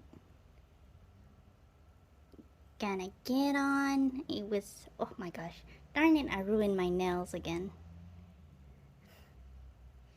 I was putting on nail polish. Alright. Oh, I hope I don't need to do the stabilization thing anymore. Just... Nope, I don't need to. Yeah, now we're brainstorming and ref searching. Searching for reference, I guess, on Unsplash. It's time for the poll part of the stream. For poll, I have no idea what to do. So we try to generate the idea right the heck now. Did I? Yep. While I generate that, I guess I can like play my own music.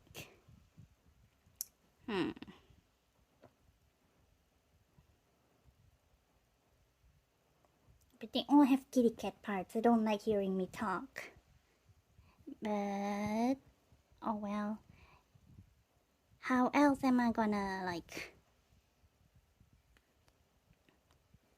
play a background music that's not copyrighted?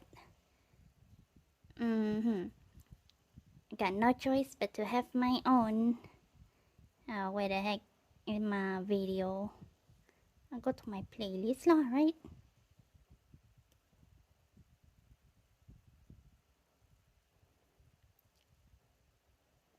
Coloring series, whatever.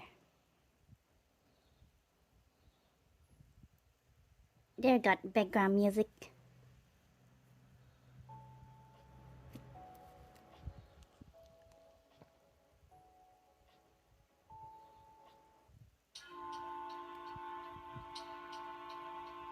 It's not music anyway. I wonder, is it like audio form?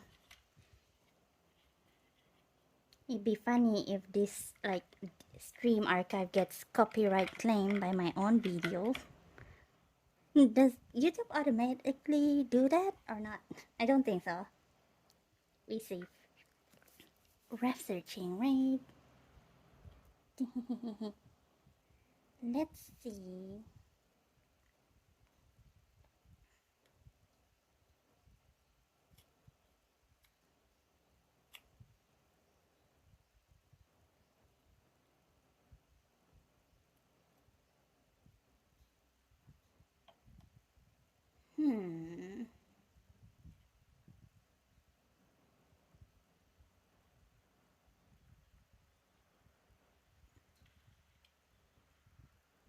Forgot to ask Poe what is that?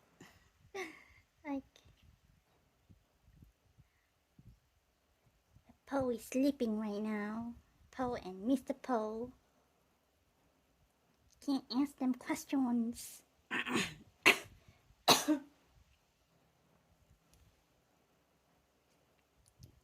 Me go to Unsplash then.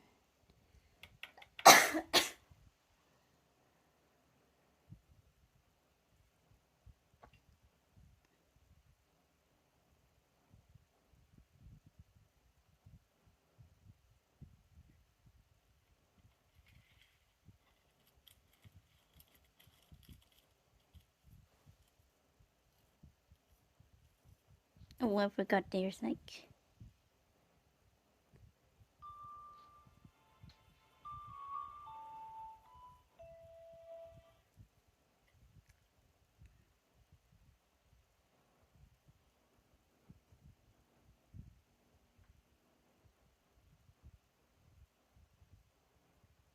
Unsplash.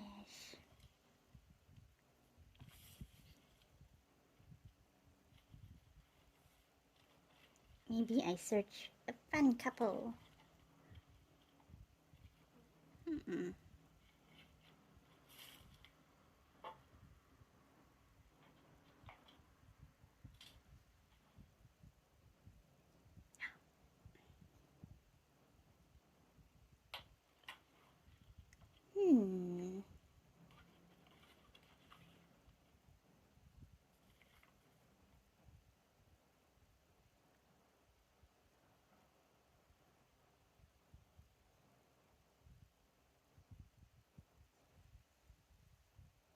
Maybe something like a celebration. Celebration illustration. Celebrate what? Don't know.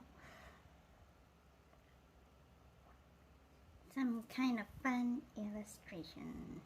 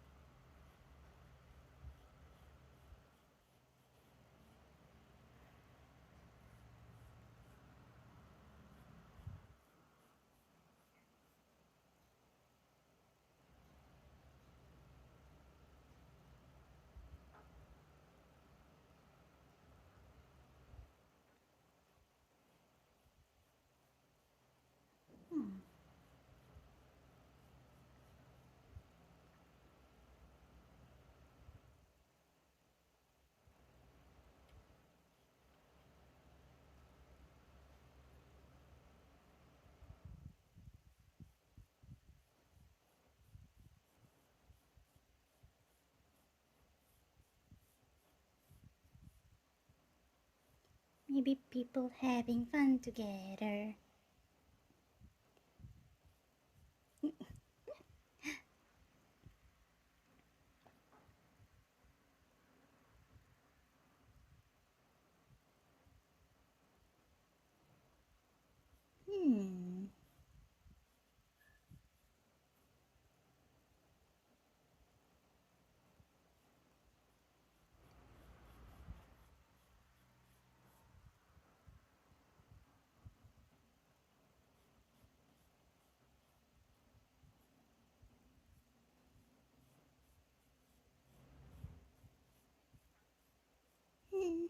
Hmm.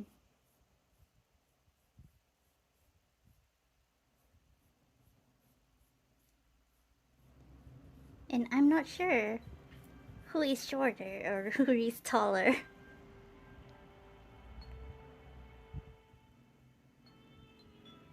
I make them equal.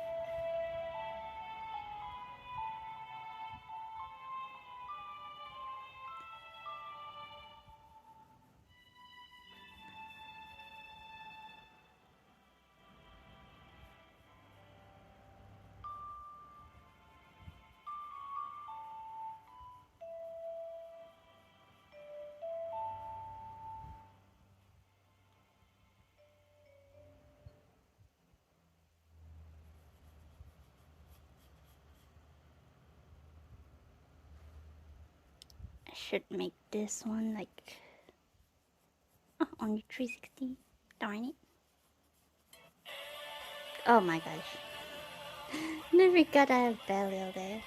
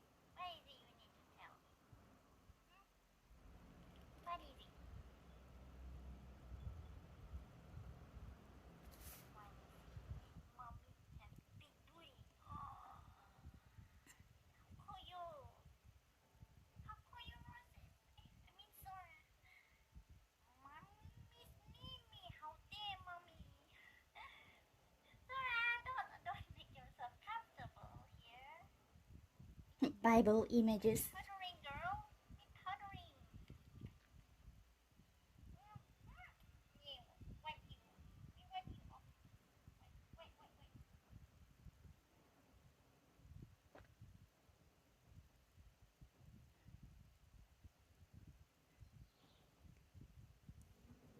Like this type of this is Unsplash, right? Yeah, Unsplash. I think this type of like illustration is good. It is simple like that. Paul, Mr. Paul.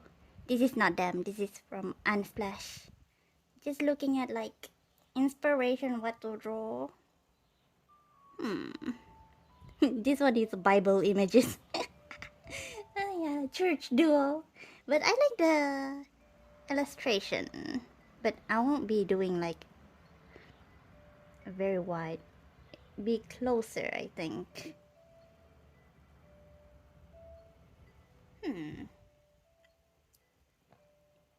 Portrait. Portrait mode. I think I can fit like 2 people like this in portrait.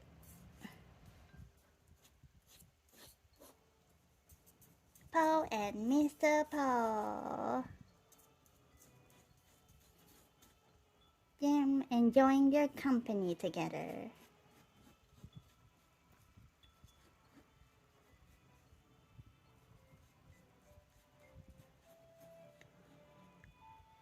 I think, no, besides myself, this is my first time, this will be my first time of drawing like real people. And I plan to make it like semi-realism.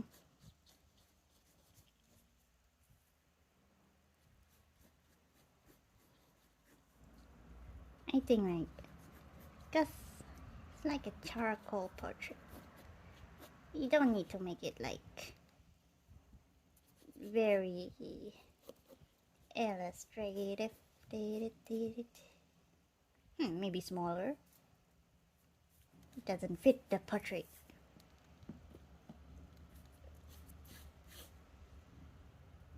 Maybe I'll just use this, just this one reference pose. Just as simple like that. I like the scene. I like the blurred backgrounds, the lighting. I think I don't need any other things, even though it's a Bible image. Yeah. I'll share in chat, but wait. It's by Ben White. Let's see other things first.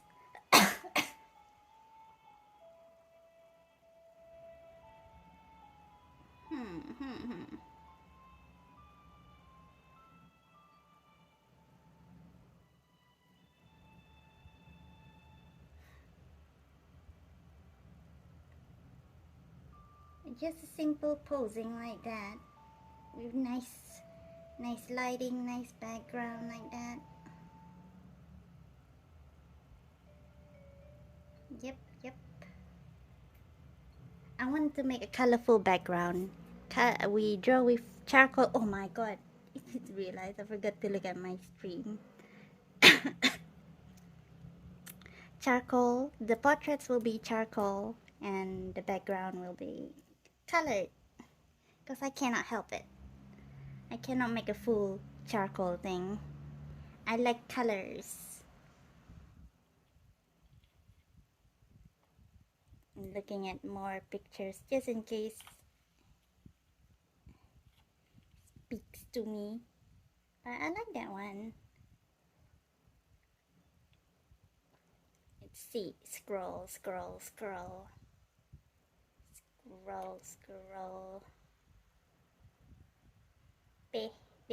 Woo.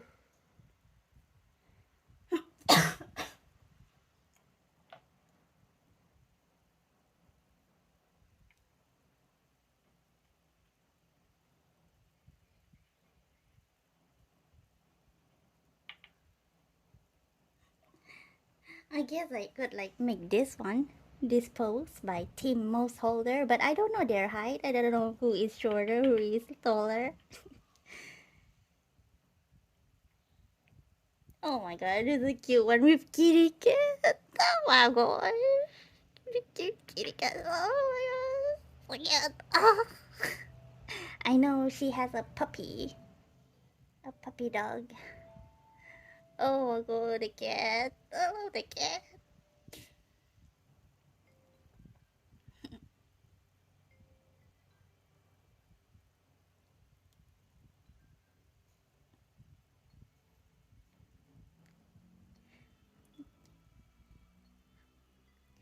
Just ordinary people.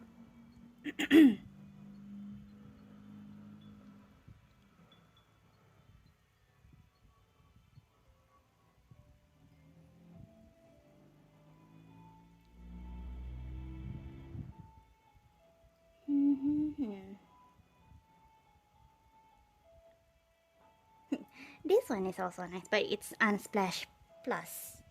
Cannot really use it. Oh god.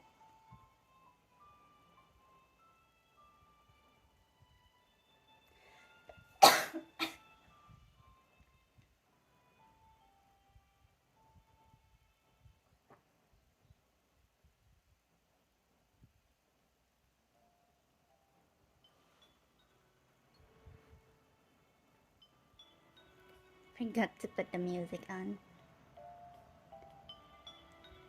Oh, got kitty cat parts that have me speaking in the video. Don't like listening to myself.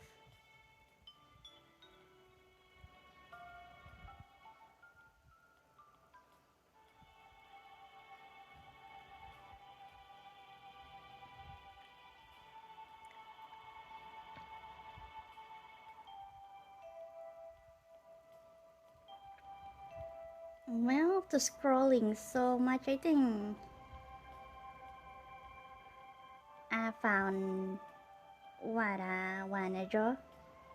Ah, look.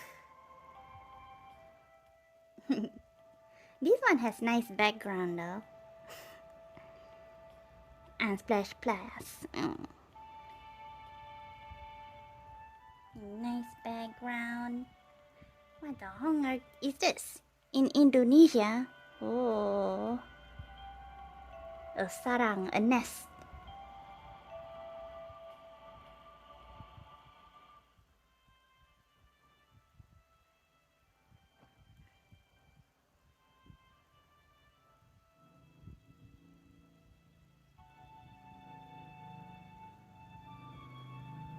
Okay, I think I'm just gonna use that one. I've been scrolling at all these couples. Where is it? Where's my bubble images? Bible. Christian pictures. Where is it? By Ben White. Taking too long. I just write the person's name. Ben White.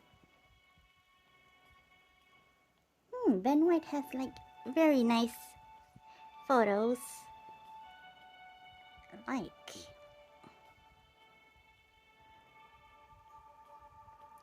many white themes though. So wait. Eh? Where's more of his work? Oh, okay. No wonder it's like Christian based. A very Christian person. Alright. Where's the picture?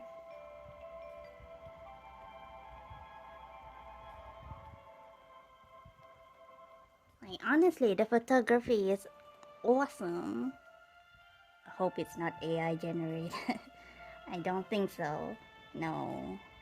It looks too good. It looks genuine, I think.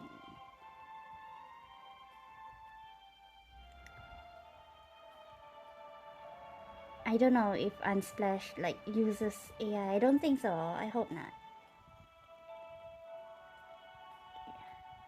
It's not good for a stock website to like use AI things. Where the heck is it? Oh.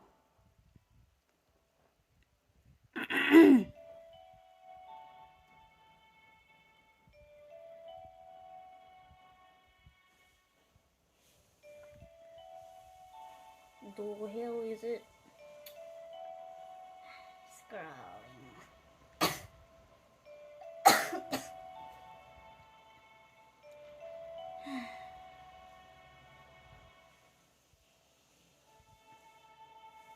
Oh yeah, this one. Finally. It's just simple, this one. I'll share it. By Ben White.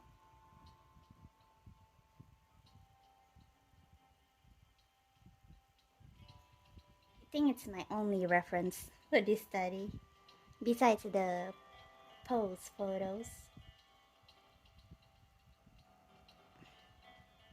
Can I draw that? Study reference by Ben White on Unsplash. There.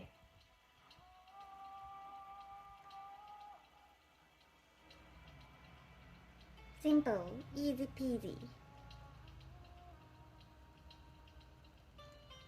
Let's bookmark it.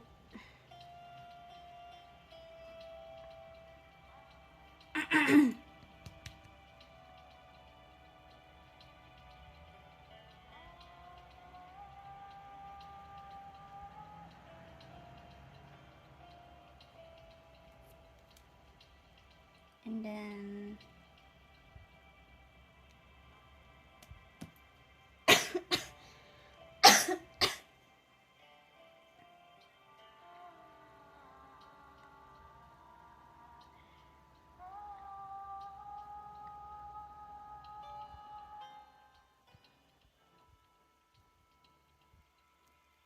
I'll just use Post-it. Oh gosh.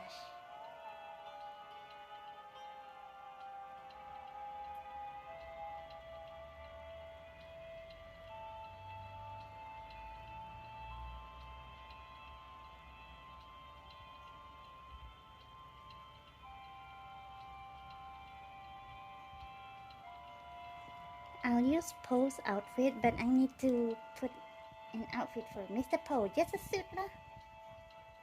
Just a nice suit for Mr. Poe.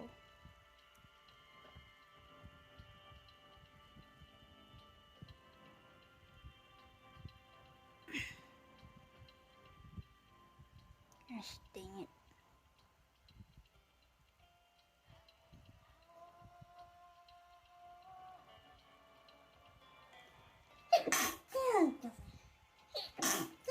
Oh my god.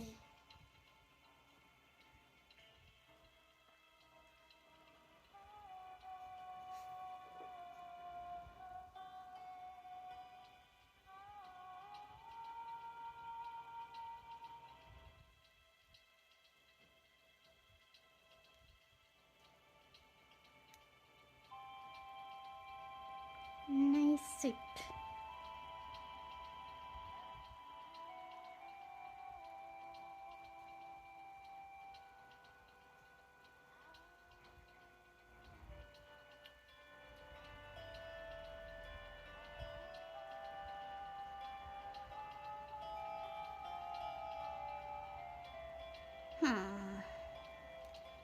Alright. Oh, I need to get these.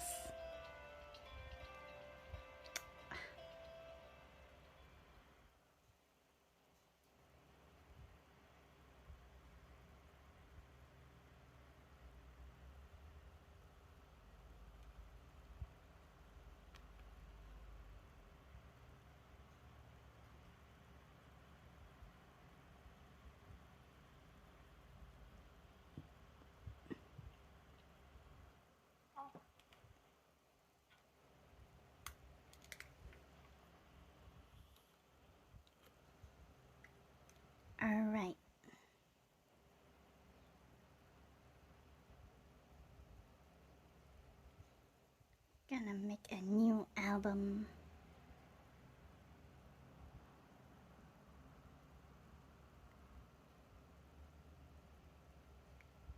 Pull charcoal.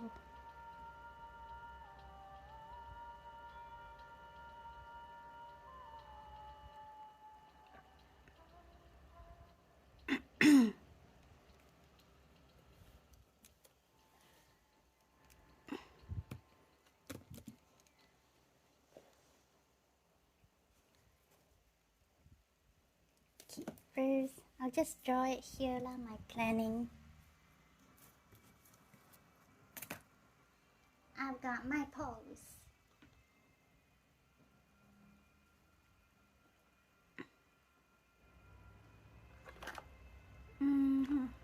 Where's my... Oh, Lord, sorry.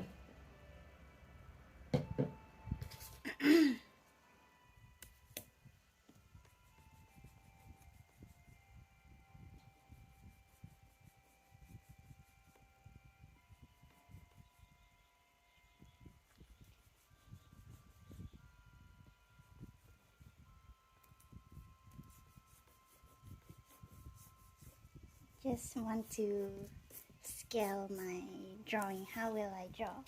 It's the rough, very rough.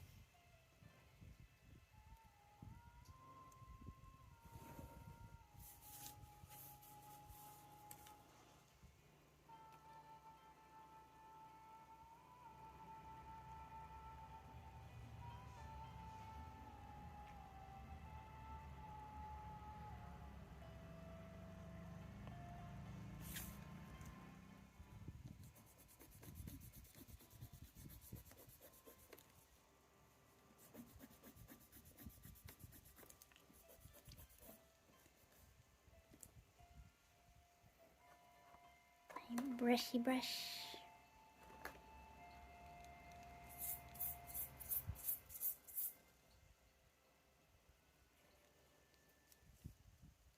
Let's see how small. Maybe this small.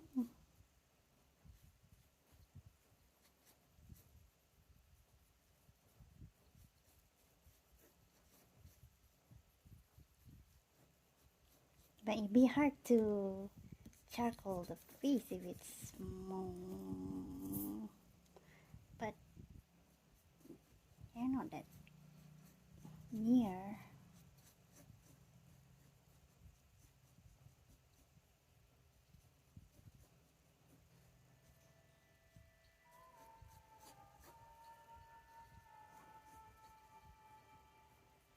Oh, darn it, her hair covers her.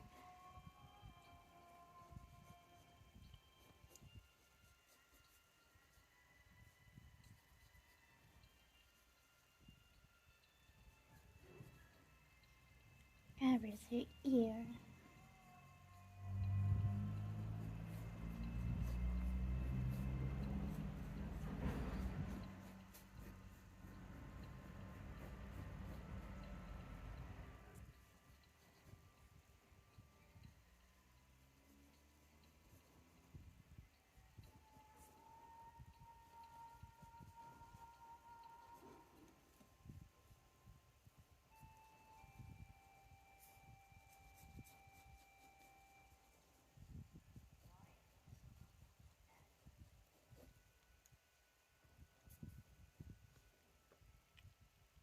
Or maybe landscape will be better for this.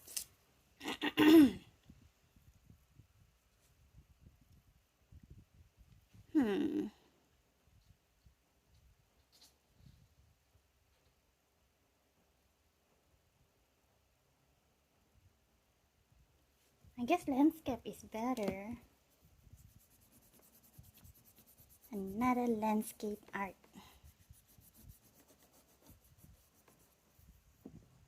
Portrait is just too narrow.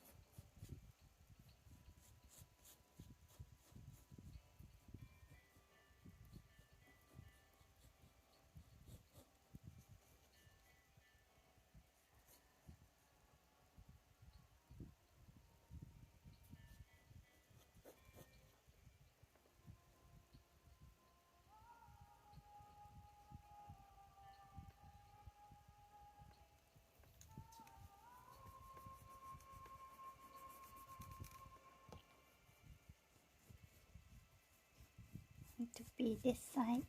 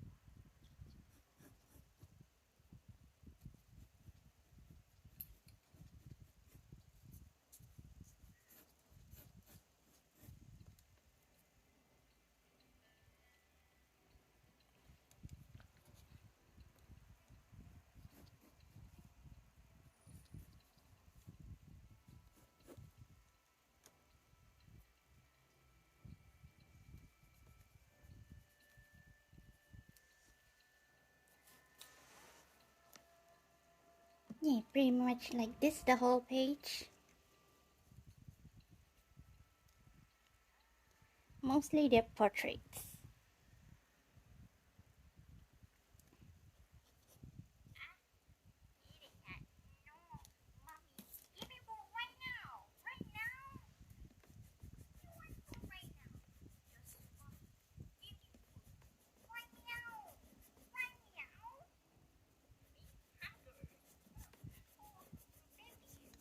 What time for today though? Food time for kitty cats. I woke up early today.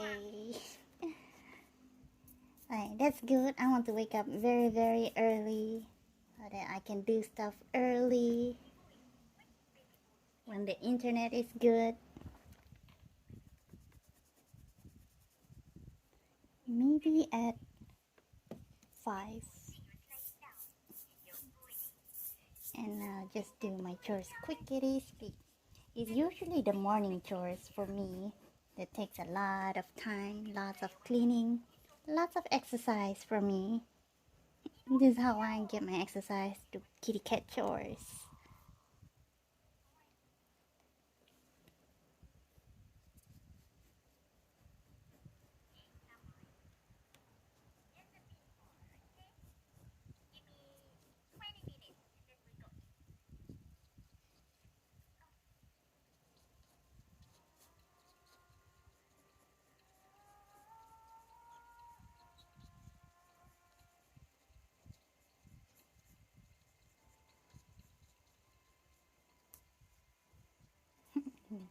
Power Ranger thing.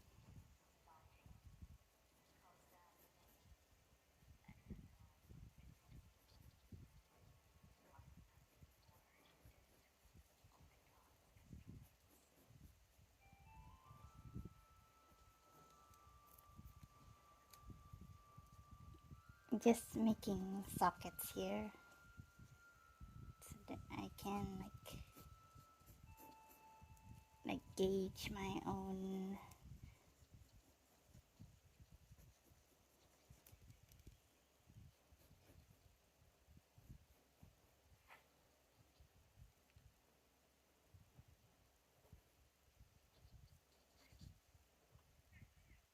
gauge the proportions.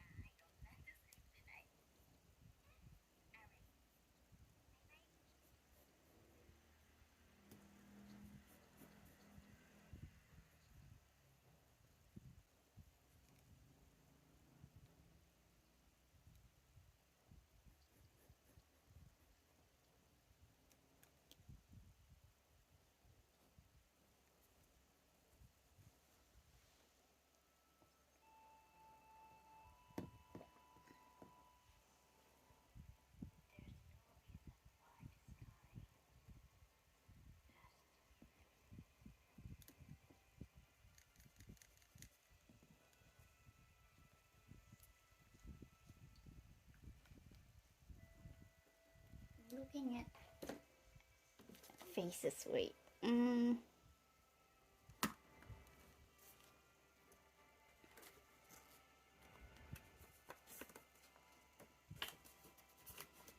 Looking at the bellow faces.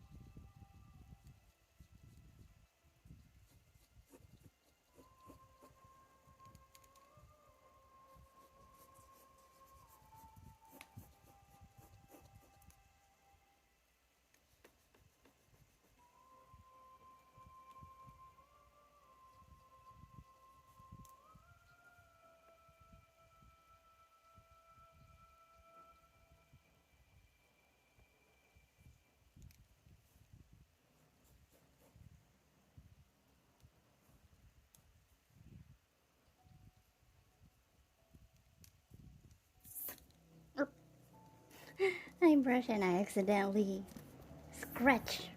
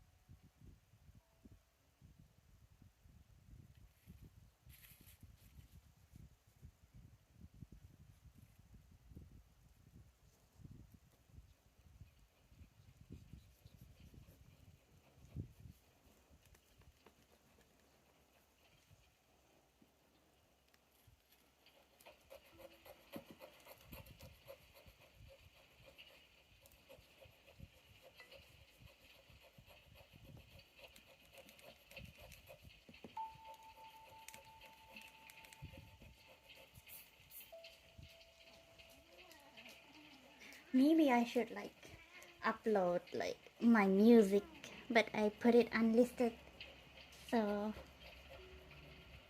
I can just play the music on YouTube.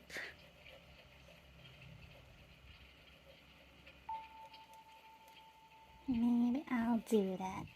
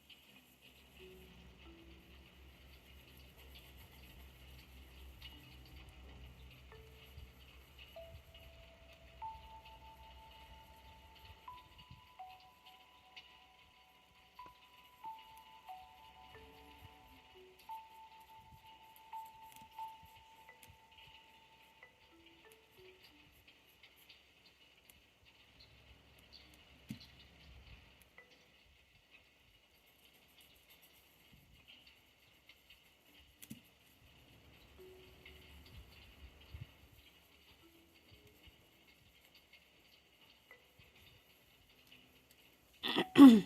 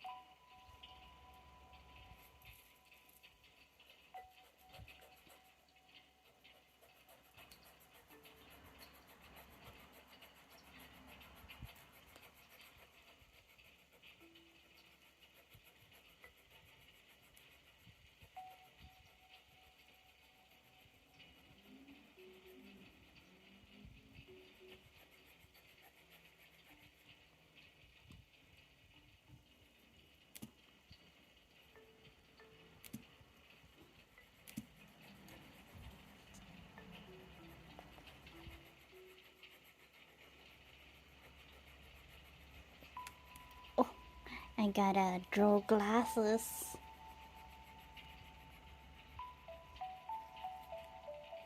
Alright, glasses, they like... First, draw.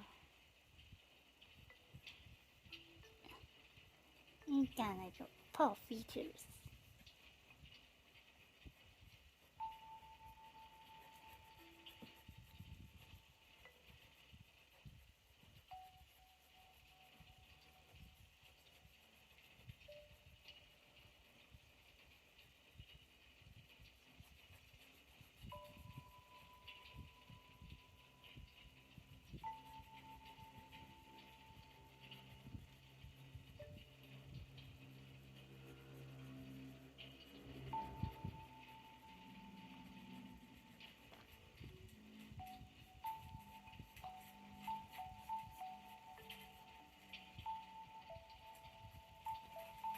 Glasses, they don't bend.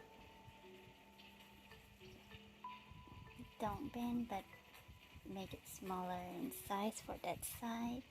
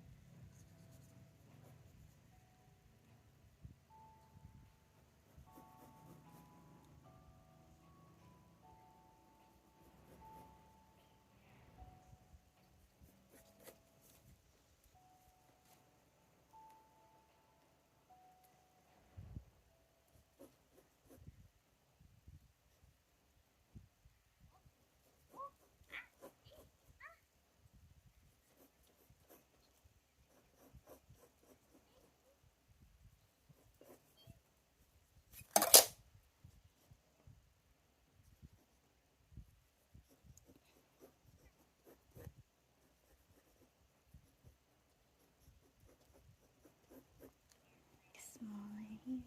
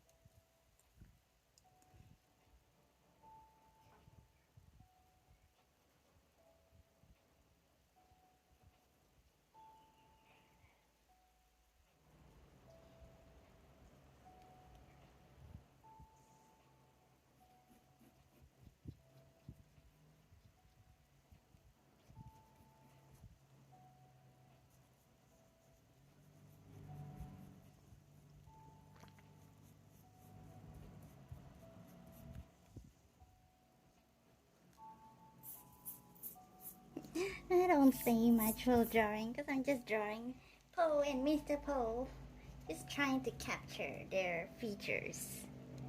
There's really no words past me concentrating while my dumb video is in the background because we don't have background music, so yeah.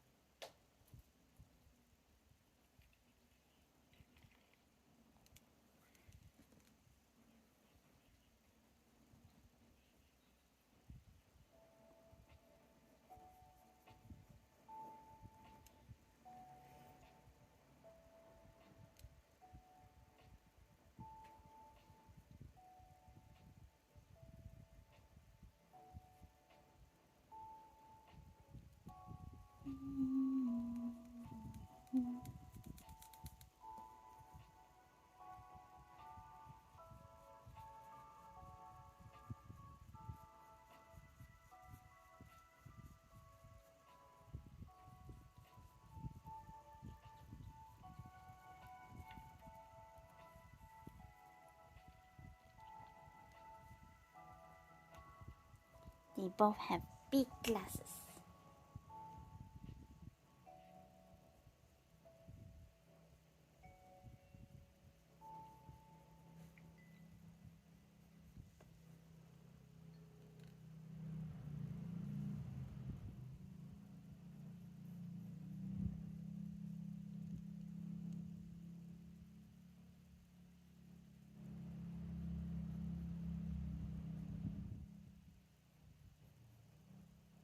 Mr. Poe's glasses are very, the frame is thinner compared to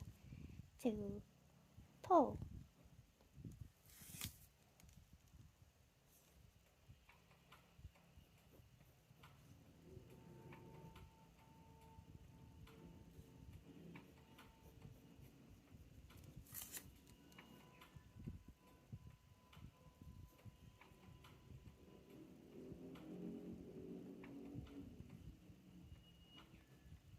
I'm gonna draw a beard and mustache for Mr. Poe.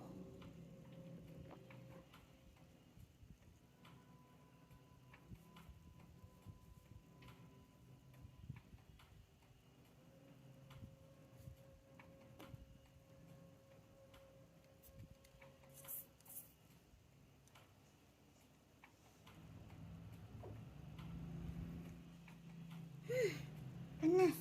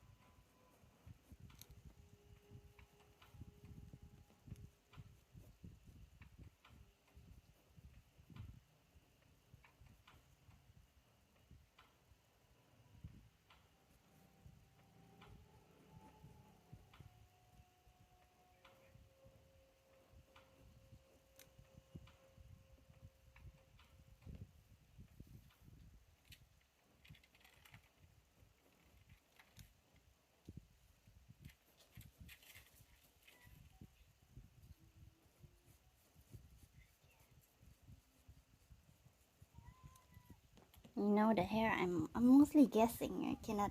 I cannot really see their cannot fully see their hairstyle. Just mostly guessing. Sorry.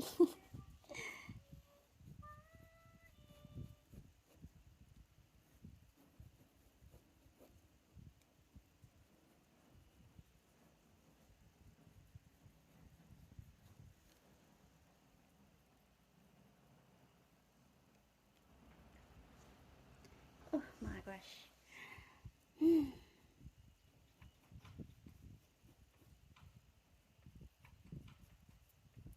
Just drawing their features right here so that when I draw in the sketchbook, I'll just follow my drawing.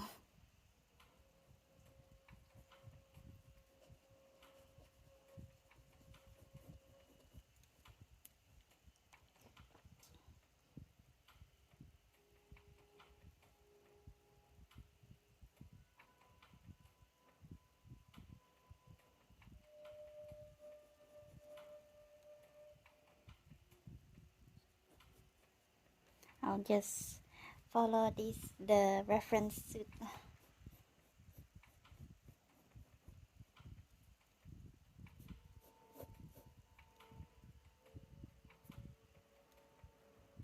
How about I give Poe a scarf too?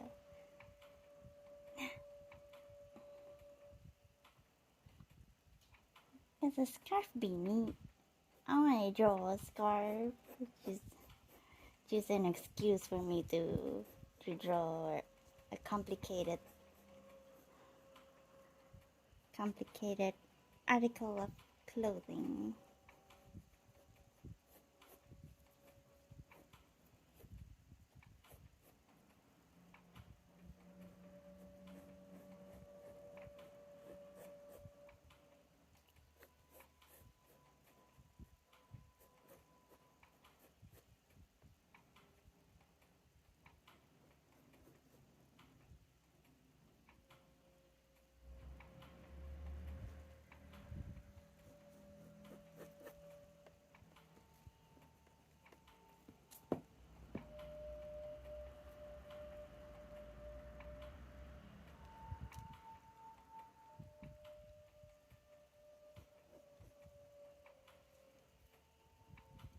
Mostly guessing, mostly guessing.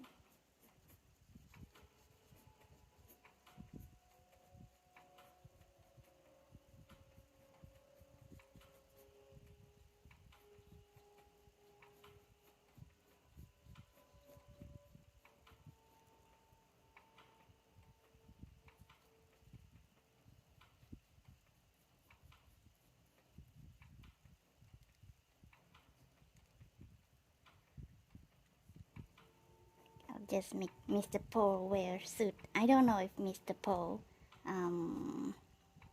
likes to wear suits. It's not like a formal suit. It's like I don't know, open button suit. Let me just follow this reference. It's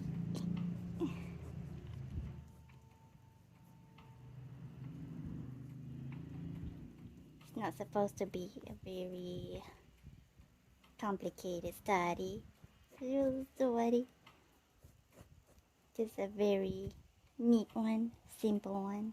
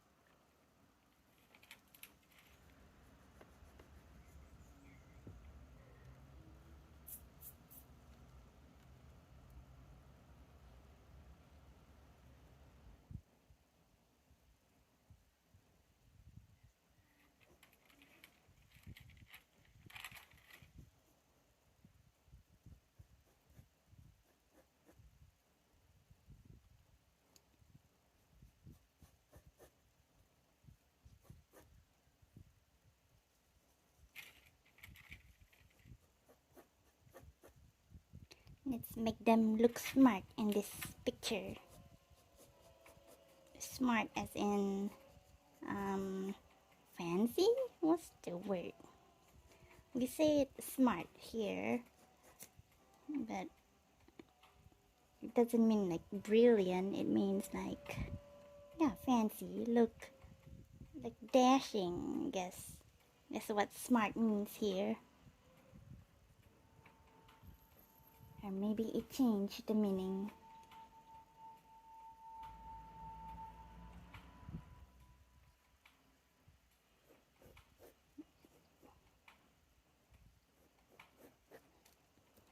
Let the shoulders touch.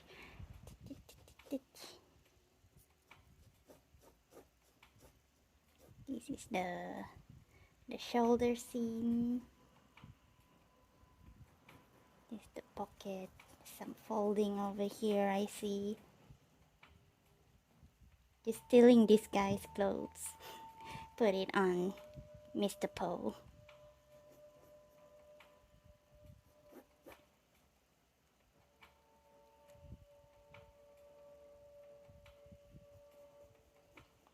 A white dress shirt here.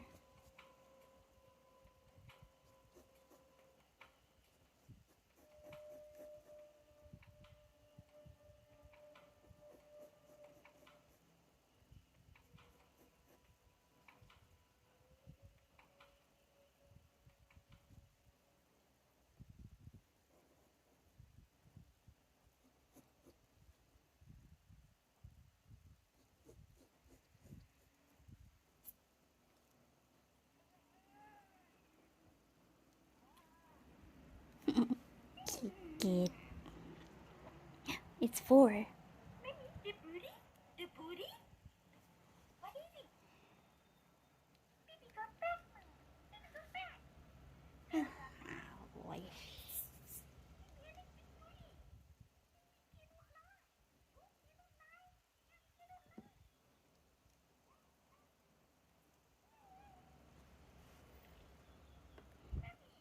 Bum, bum, ba-na.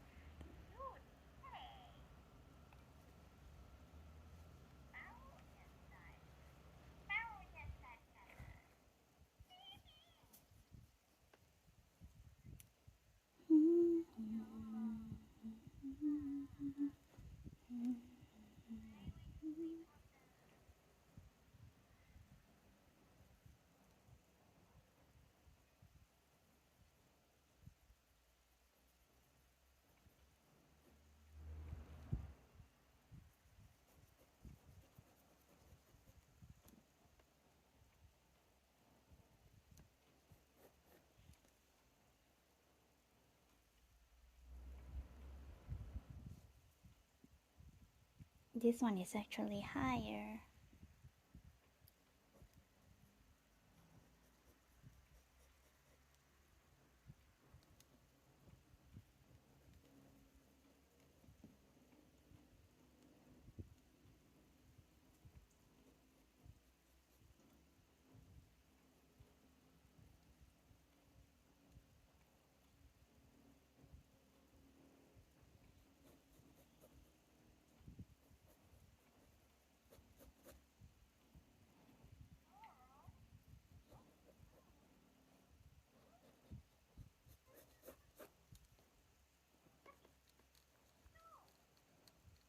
I think I'll only need like 2 long streams. Just draw the line art on the sketchbook next stream, and then I'll go off stream to finish it. Maybe do a bit of charcoaling.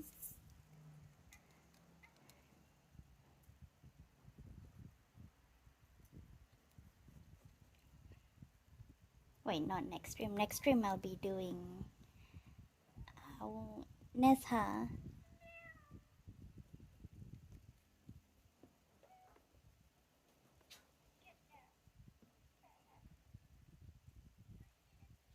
It's like here actually. Here.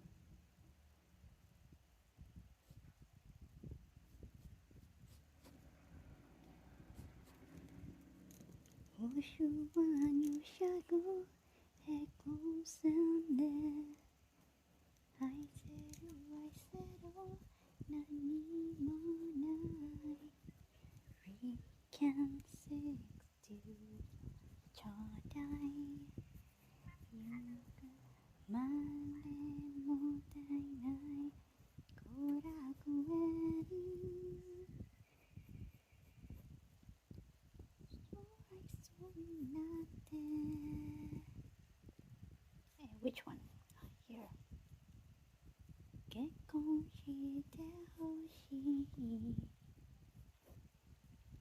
Go here, here.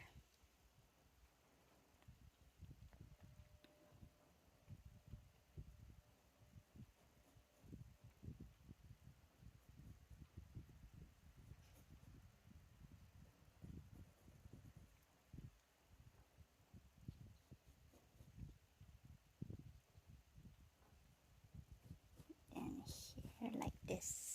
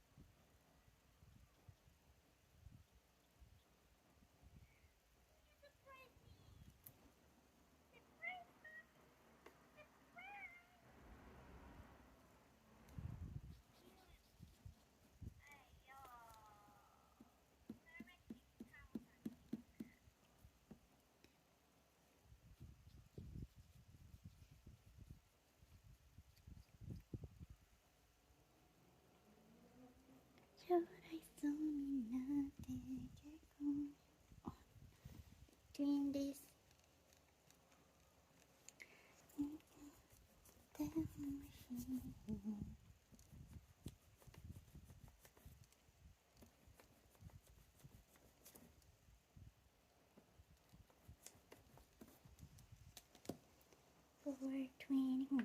One more hour. I'll film for 1 more hour, and we've done this.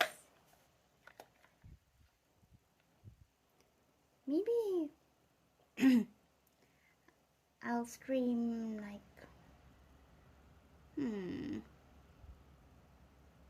on Tuesday. Not on Thursday, on Monday. Hey, wait, that's tomorrow. No, I cannot. Well, I could do tomorrow, maybe. Continue tomorrow. Continue with this. Just 2 sessions, I think I need. Maybe. Probably 3. I don't know.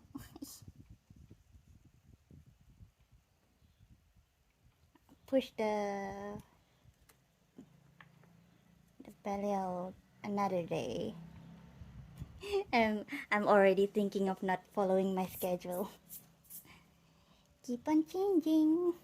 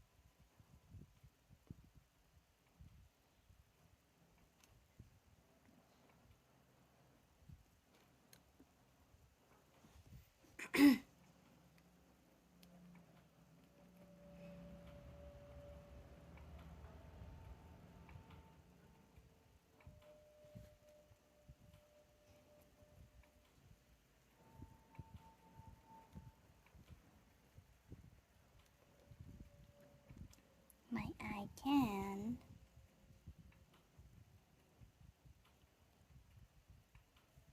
This one's supposed to be like here.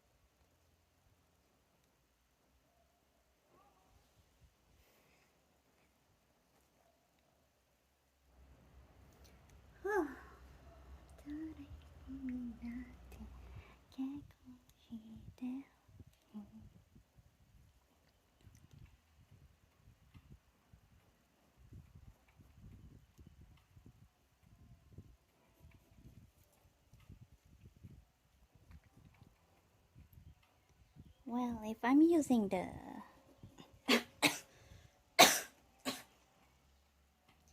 paper butter method, then I think I'll be getting another A4 paper and then landscape, and then we draw it again and then draw it again in a butter paper. Oh, we just directly just draw in. Nah, just directly draw in the sketchbook, or sketchbook studies.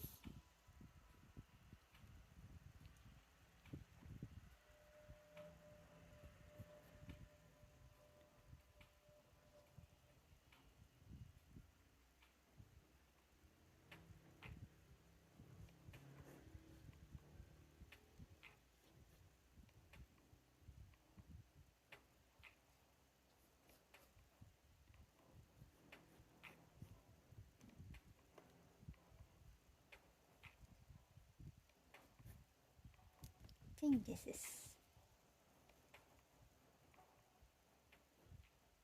the proportion.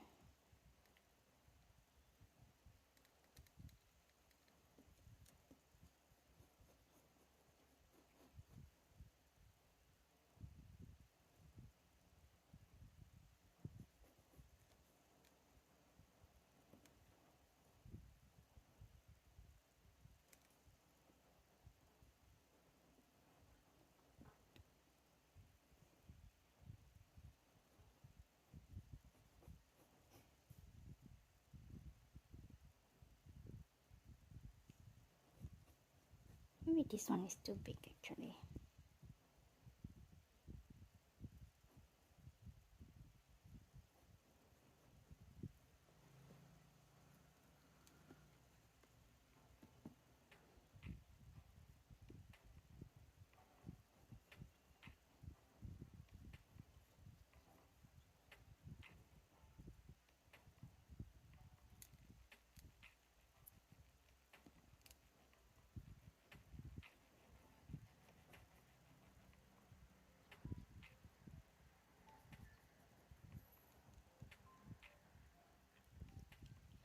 It's not that big of a, I don't know why is this called a panel.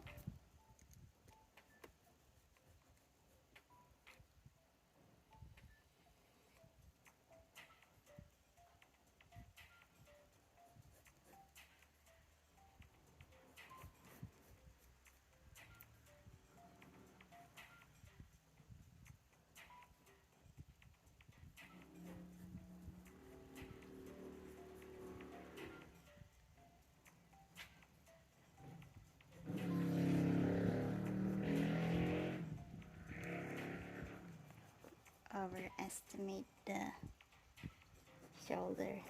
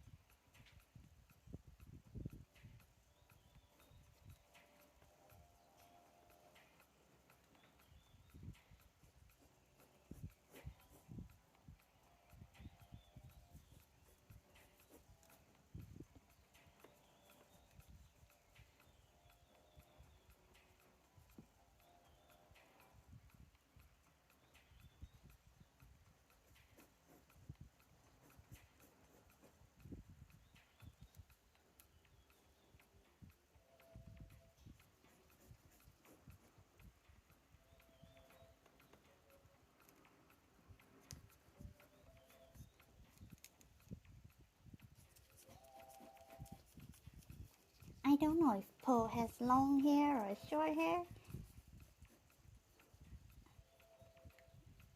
Does she tie it in a bun or a ponytail? Maybe I'll just draw a bun for Po. It looks cute. We don't know. We're just guessing mostly.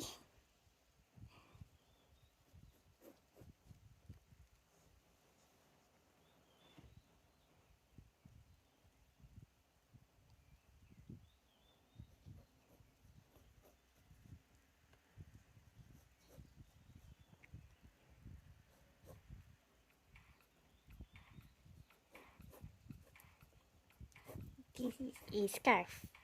I made follow the lady scarf. Make Po wear the scarf because I wanna draw scarf. I like the folds.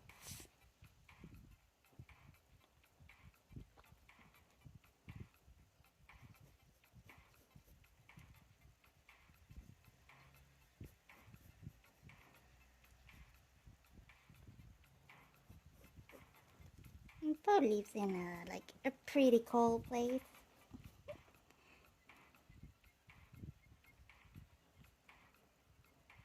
Me personally, I have no reason to wear a scarf because it's hecking hot.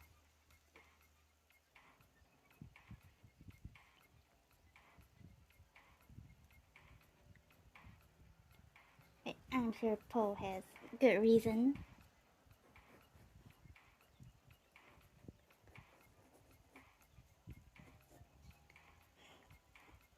I'm sure Po wears scarf.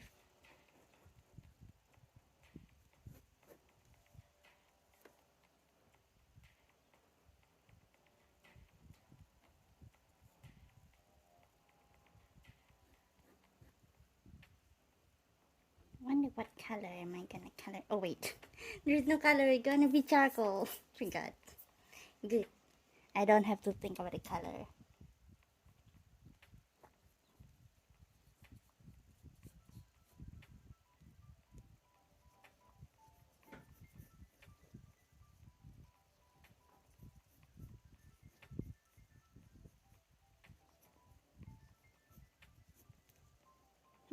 Just because I don't know how long Po's hair is, giving her a bun. Just because it's cute.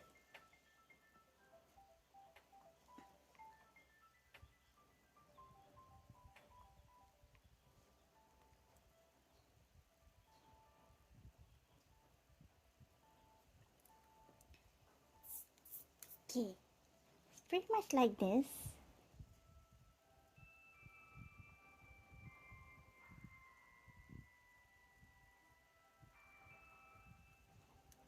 Po and Mr. Po.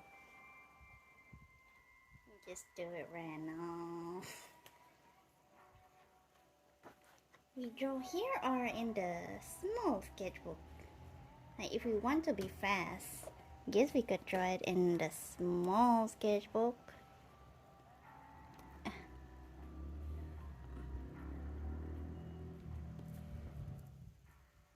If we want to do this fast. Use the small sketchbook for charcoals. Maybe we should just follow the trend using this small one.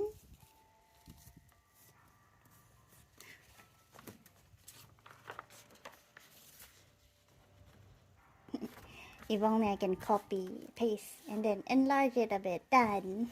We're done. Only one session. No. Like, it's only this small. And then we can make it. I think this big is adequate, right? You don't need A4. A4 is this size. I don't want to take long to do this study because I postponed it like long enough, like a year. Supposed to do this like last year. But I did that OC guitarist for such a long time.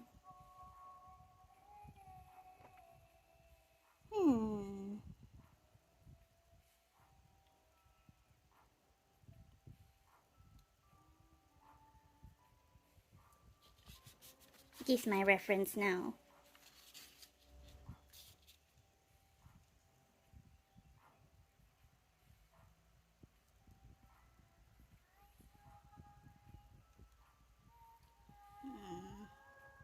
Can't really gauge the size.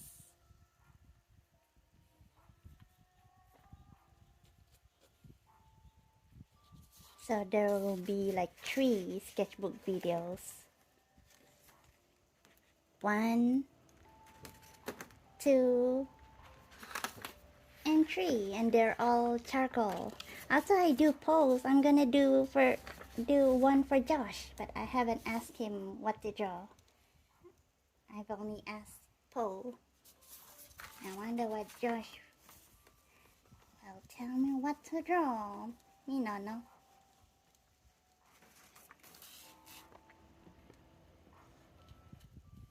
What time is it? Almost 5. I need to feed my Pokemon. How about I do it now?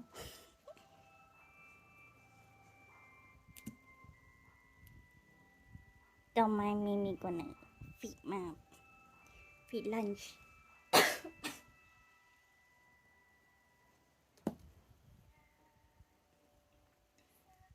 Man, my nail polish ruined. It's butchered because I put the wrong layer first. Darn it. Oh well. Ah well.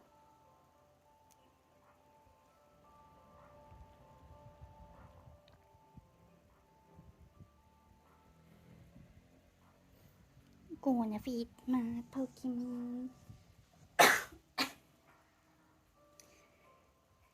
So maybe tomorrow I actually fight to.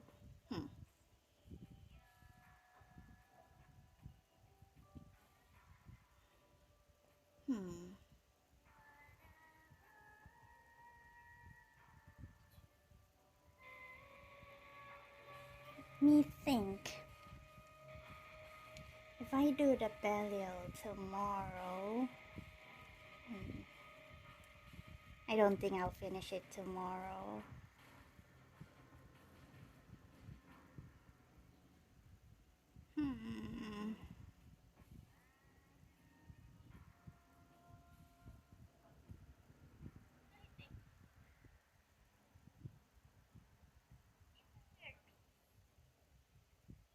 And another day. And then Wednesday we're gonna do a GBF thing. GBF thing. Darn GBF. Maybe I should postpone the GBF again. Another week of postponing.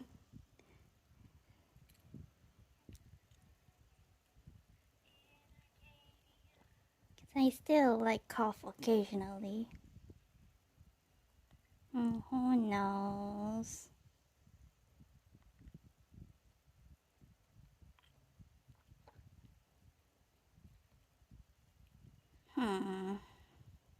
Need to change my babies.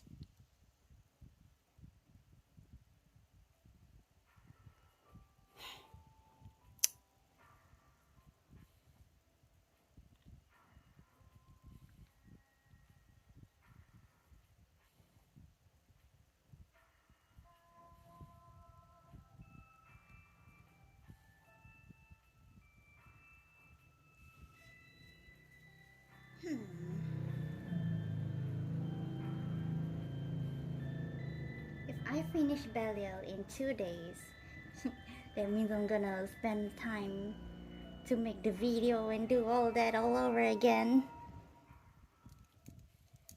Pictures, post it on Patreon.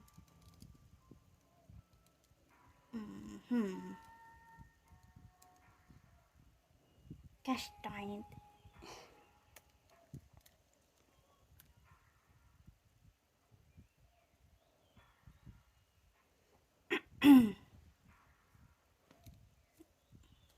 I'll just draw here so that it won't take time. It won't take long for me to finish. That's what I decided.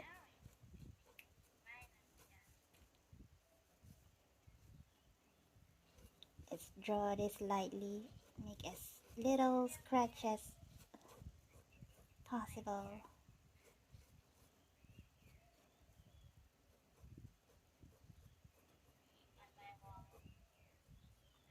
Maybe that's too big actually.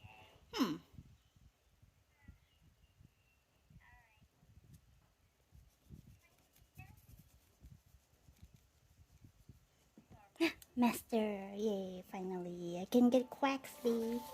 I've been wanting to get Quaxley. Need to clean my eraser.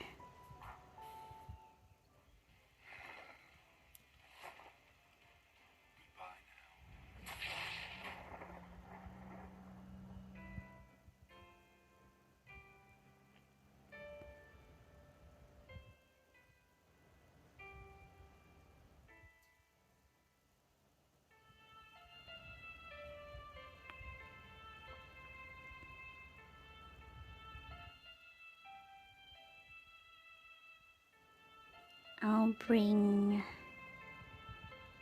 Big Eggy is not there. Big Eggy here.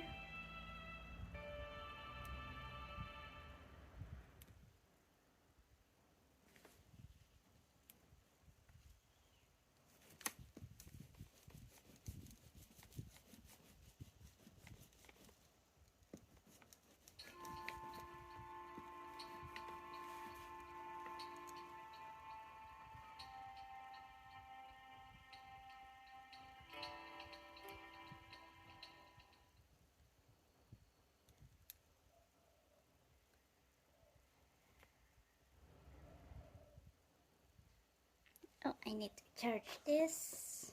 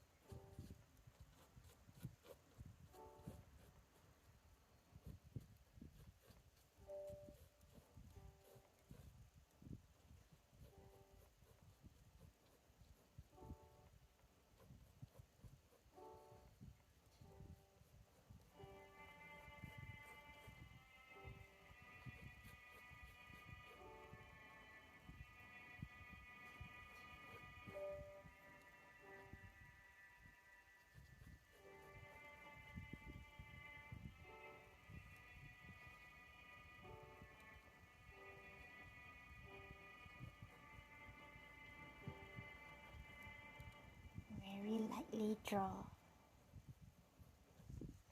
Up. Let's zoom in.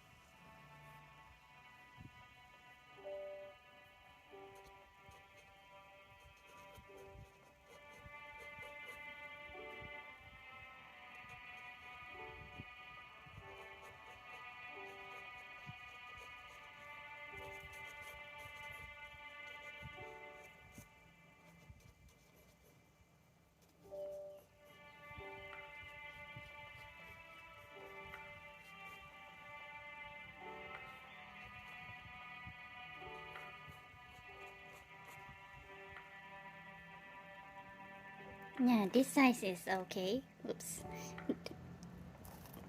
Maybe should further away.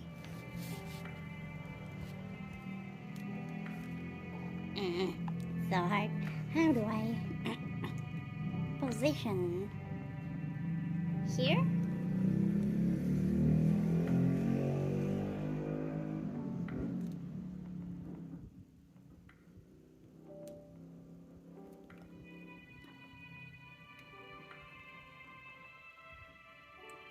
See the camera. Oof.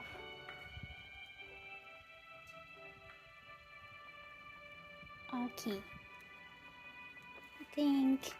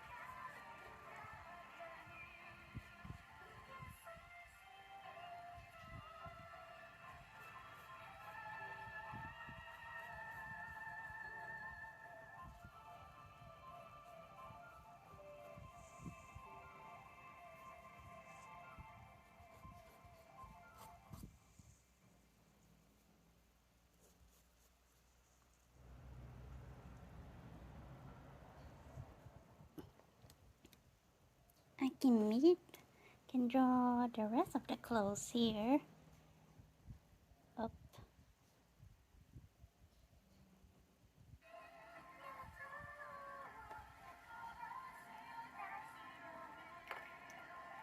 Baby.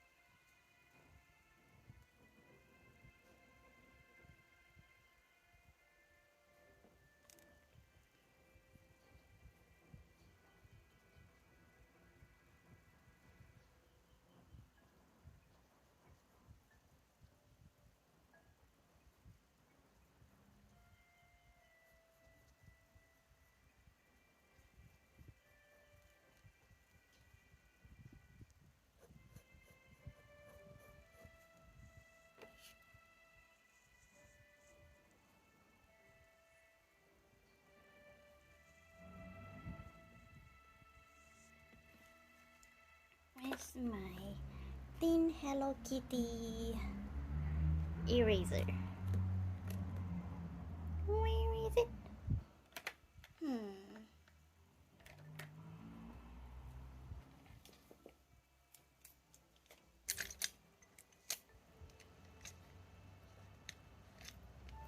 Oh, there it is. I see it now. I need the small one. This.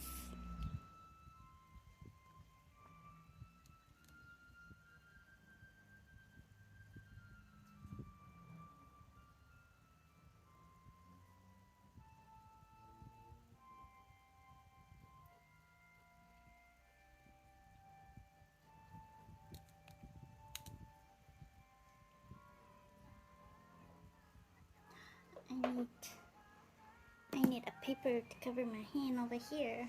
A new paper.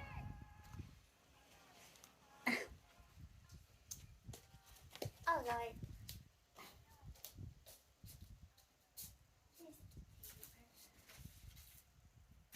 Have to end the screen thing too.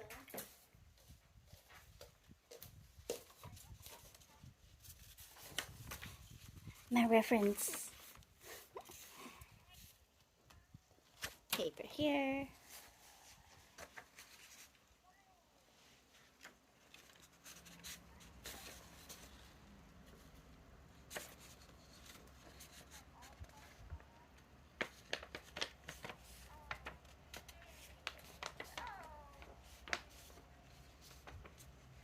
It's 5 p.m. already and I need to get going. Darn it. Get the base. At least we know what to do now. We started the stream not knowing what to draw, how to draw. Now, 5 hours later, we finally know what to do. And I don't need to fuss about the color since this will be in charcoal for the portraits.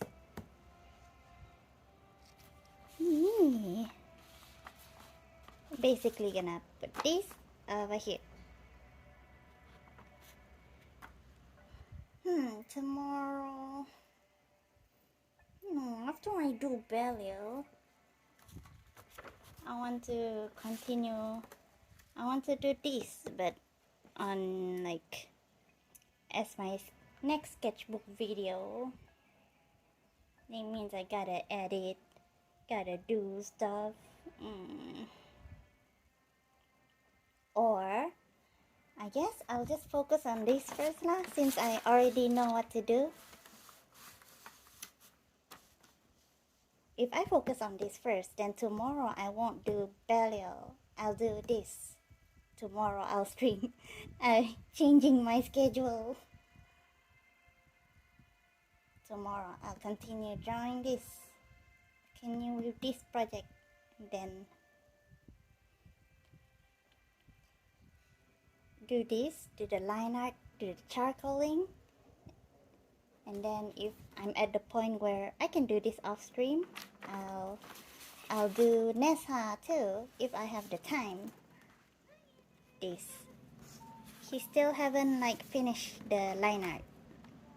Also, yeah, just a study, just a simple study. I want to draw Nessa. I want to draw other GBF characters too. Besides Belial.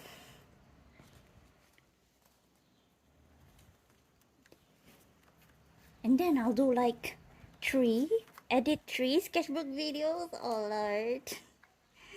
That sounds hell for me. But since I'm doing it, it's what I get for starting new projects but not finishing the other ones.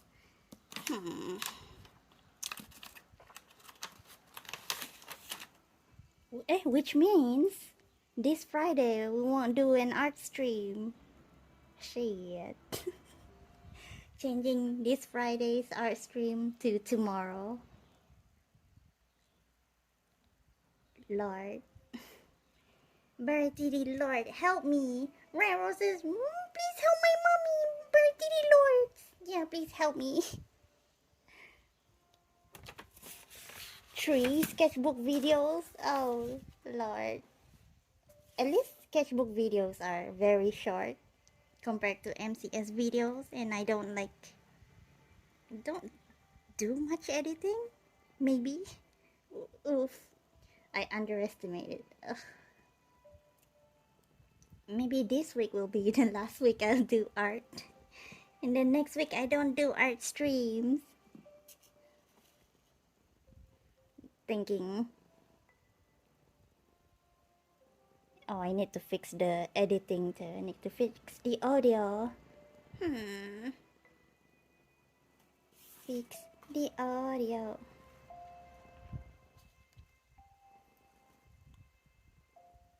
Well, I think tomorrow's audio will be fine. I think. I just need to disable the internal. And then we'll be fine. I hope.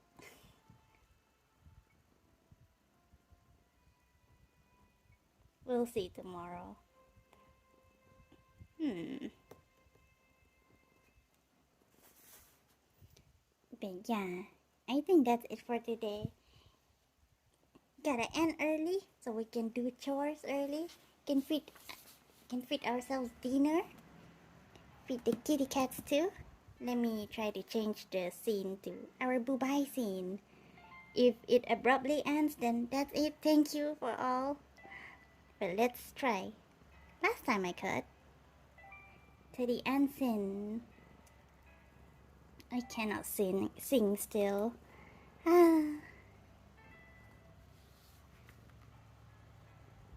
So yeah, the plan is to do this till completion.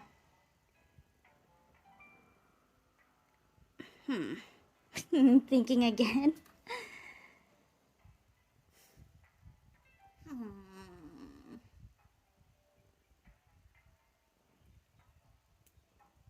Darn it.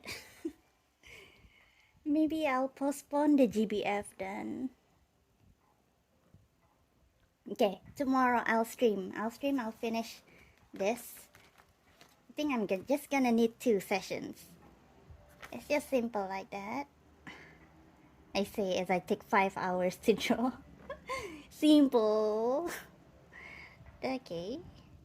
And yeah, tomorrow I wanted to do like an hour earlier, but then things happen. Kitty cats, they demand attention. That's why I'm late. But tomorrow, maybe I'll wake up early again and then I'll be able to stream early. Yeah. Sketchbook Study. Thank you for clicking on my stream in regular. I hope you'll have a nice day, nice night. Don't have coughs like me. And don't have like disastrous plans like me. Maybe next week I don't do art streams at all because I'll be busy editing. Oh, Lord. It's what I get. It's what I get. Yeah. Tomorrow maybe. Also depends whether the internet is good or not. Let's see. We have a person we can chill in. Oh, Lordy Lord. How? No, didn't mean to edit profile.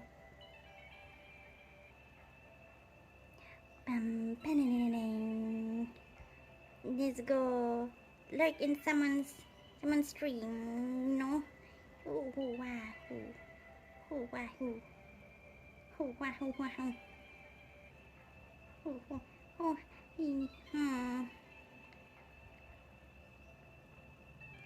maybe not. I kinda don't wanna.